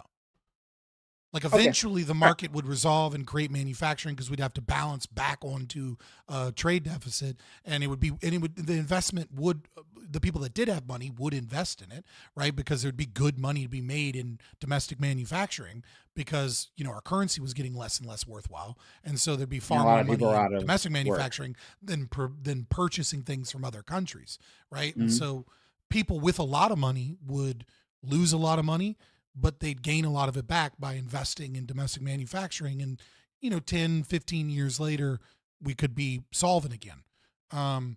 That's what I want. I know it sounds horrible, but it's like at a certain point we have to rip off the Band-Aid. And I don't think we can maintain ever increasing debt and like this military might of toppling regimes every time they threaten to sell oil to China or Russia or something. Well, then that's what I can agree with you. If nothing else, I can agree with you on that. Like, 500,000 are actually civilian. 500,000 are children starving. That's the number he was talking. Okay, yeah. Thank you for that, Alexander. Yeah, best estimates I've seen is like 200,000 dead. Yeah, I mean, I saw hundreds of thousands, but it was huge. Yeah, a huge amount died, and that's from our previous conversation audience. But yeah, okay. So that's fair. I would agree with you there that like I don't want this petrodollar system. Sorry, actually, let me put I don't care about the petrodollar system. I care about our incentives, and our incentives at this point us to military intervention, to destabilize countries, right? To maintain the order that you're talking about, right? If that incentive is leading us to those ends, then I want to change those incentives. Yeah, it's like I said before, like, I don't make any qualms about thinking the Muslim world would be like this renaissance where everything would be Dubai. I think the ideology holds them back severely. Even more so than our ideology, right? But we knocked over several secular governments, right? So like it's hard to say that. But what I would say is this: is that I don't think they would be nowhere near as far behind as they currently are. I think you'd have a few more players like Saddam Hussein, right, that kept them in check through authoritarian means and was able to have a relatively decent economy and currency. And then I think you'd have probably, several more Dubais, right? There wouldn't just be one Dubai. I think you'd have a few of them. Iran might be one of those. Right. But I mean, because that's the thing is like, we don't even need their oil. We have all of the oil we need for 30 years here in America. And we have all of the nuclear technology to transition off of oil. The real reason we keep using oil and gas is because we're invested in the petrodollar. You want to talk about solving climate change? I'm not a big proponent of like climate alarmism myself, but if you want to talk about solving climate change, we have to stop that because that's what's keeping us from having green energy here, is because it's all fucking oil companies that get all of the subsidies for green energy, and they do little pet projects that are astronomically more expensive than they need to be so that they can have big tax write-offs on them maintaining the oil industry, right? Like all of our government money that goes towards green energy just ends up back in the hands of oil executives. And it's like you cut off that petrodollar, it's going to sting, it's going to hurt, and we're going to go through a depression. But what we'll see is an increase in domestic manufacturing and a big increase in solar, wind, and nuclear technology and getting off of oil. Because the only real reason we're on oil is because we want to be in control of the game of oil distribution. But question, sorry, and I'm sorry, I'm keeping you way too long. I do. I can do this all night when it's economics and shit like that. It's a different wheelhouse for me. Okay, well then it seems but I'm like not gonna. Okay, I will take this question. Okay. So like it seems like the collapse of like even if we are starting to go through a depression, the American market is still the American market, right? We would have a highly educated, less educated than before, but a pretty educated population. Well, in terms of numbers, we beat like any European country, right? Like even if the quality of our education isn't quite as good as, let's say, Germany or Sweden, we have 330 million people here. Like we have, in terms of raw numbers, we have a fuck ton of college educated people that are able to work in that type of economy. We have an infrastructure, right? Rotting and not as good as it should be, but still we have an infrastructure. We have, data centers, access to like information technology on a level that like other countries can't compare it to. We also have natural resources that outstrip basically everybody except for people in Africa. Like we have an insane amount of natural resources. We just don't utilize. Like America is a supercharged landmass. Like our country, supercharged in terms of positioning, right? Militarily, economically. We have every biome. Yeah. That's the biggest thing. All of them. Yeah. Right. So I mean, we have deciduous forest. We don't have taiga and tundra, but we have everything else, right? We have deserts. We have deciduous forests. We have Great Plains. Amazing. We have tropical areas, right? So and because of that, we have the resources that are typically associated with all of those. We're very independent in our resources, but because we don't manufacture anything, we don't use them. Yeah. So it seems like even within the context of depression, right? Like it would be good business for people to trade with the United States, right? It would be, So like it's like a data, it's like a chip manufacturing facility doesn't happen overnight. You know what I mean? When the stock market's crashing, and we're like, don't worry, in 3 years we'll have a really good chip manufacturer. We shouldn't have gotten away with Biden's plan there. I mean, we should be chips. I disagree, but that's fine. I get it. Of course, you're not going to like the way it's funded. Fair enough. But in any case, right? It seems like our country would be in a position to make this happen. I think you're agreeing with me, right? That like while it would hurt, America is like well placed to respond to such an event, right? I think it's pulling off the Band-Aid so we can heal the infection, right? Like I genuinely think that America's ideology and culture and resources and capacity is one of the greatest in the world to be able to have a new renaissance. But it can't happen until you have to get rid of the infection, and the petrodollar is what do you think the military does in that time?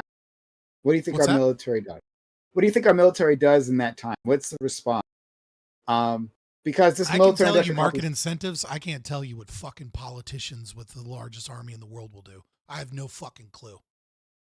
I mean, don't you think they'd be responding to individuals, to market leaders, right? The market leaders. I mean, the problem is that if we get off of so the deal with Saudi Arabia is already done. Saudi Arabia isn't in a treaty that requires them to use the U.S. dollar. They're just using it because we have the power and we're enforcing it by shit like Iran and things like that. But if we stop that, let's say we stop that, and in worst case scenario, U.S. dollars like no longer traded in oil, and they go to like yuan or something, or the euro, right, or something else, right? The problem is like China's just waiting for our collapse to hit before theirs, because we're both in a similar situation for different reasons, right? We're both spread thin in terms of debt and capacity. Like America is a paper lion or a paper eagle, and China is a paper tiger. Like we're built on a house of cards of bullshit. But if we collapse first, and they can swing in with the yuan, and then all of a sudden they can export their inflation, they can invade Taiwan while we're dealing with way too much shit, and they can do a lot in Africa as well. So the question of like, well, what do we do? And the thing that I fear is that about 8% of our bonds are like Chinese owned and things like that, right? We can just wipe away 8% of our debt instantaneously and back up our currency and boost domestic manufacturing by boosting weapons and going to war.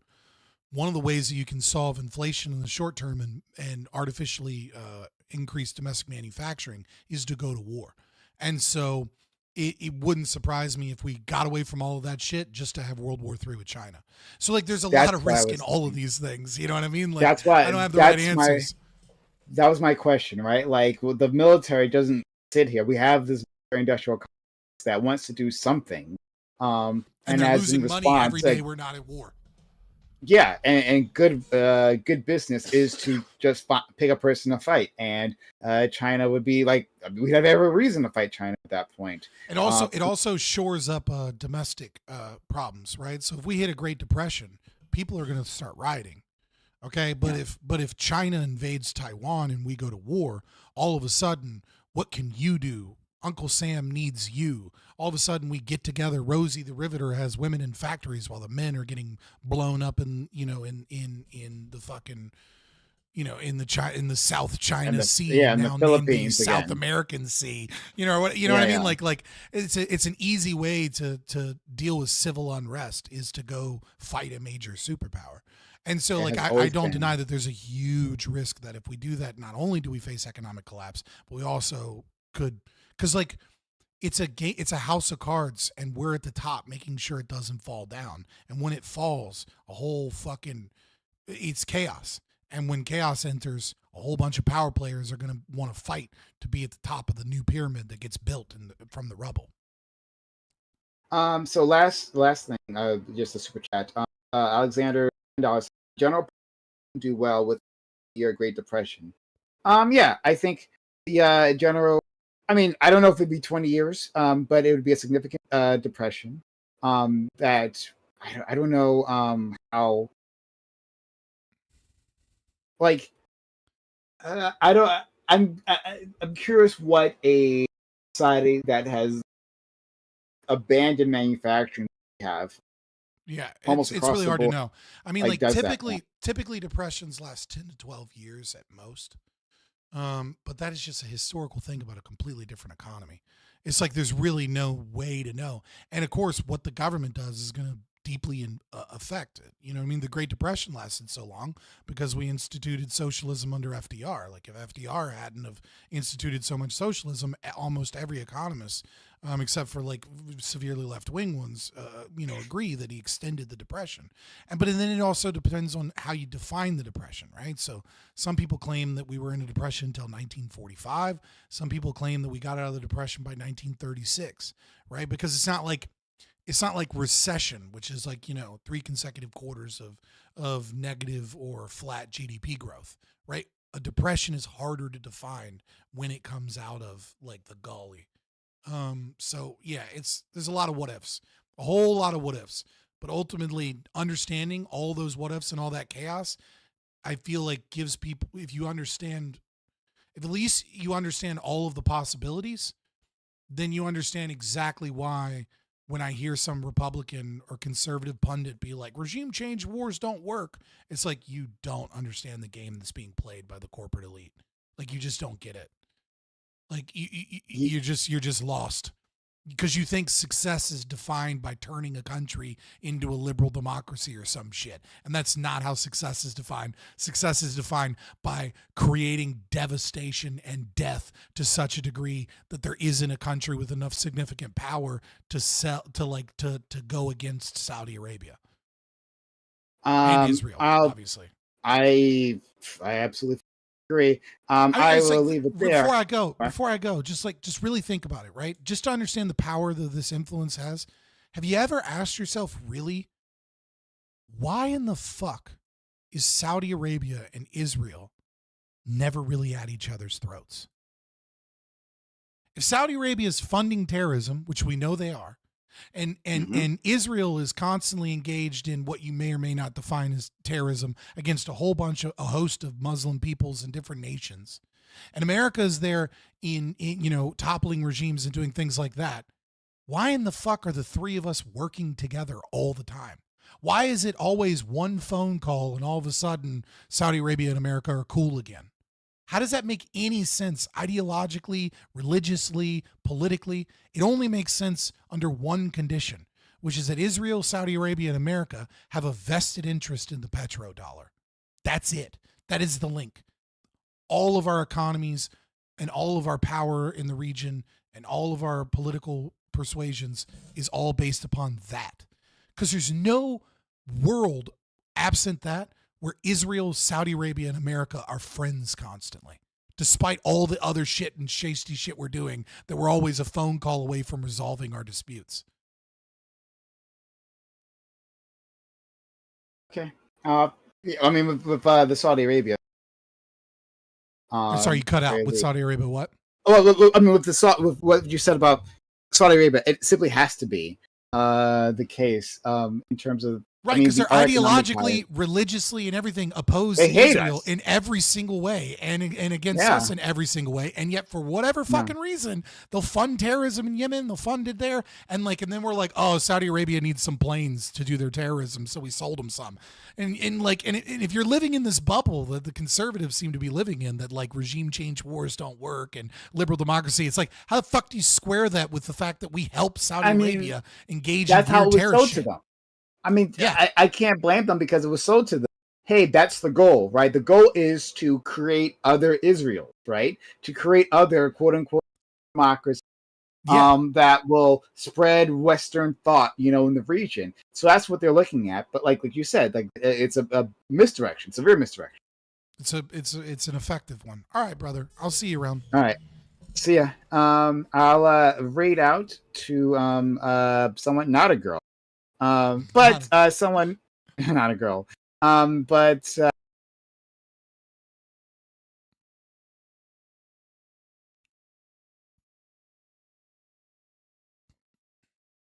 it's always so quiet.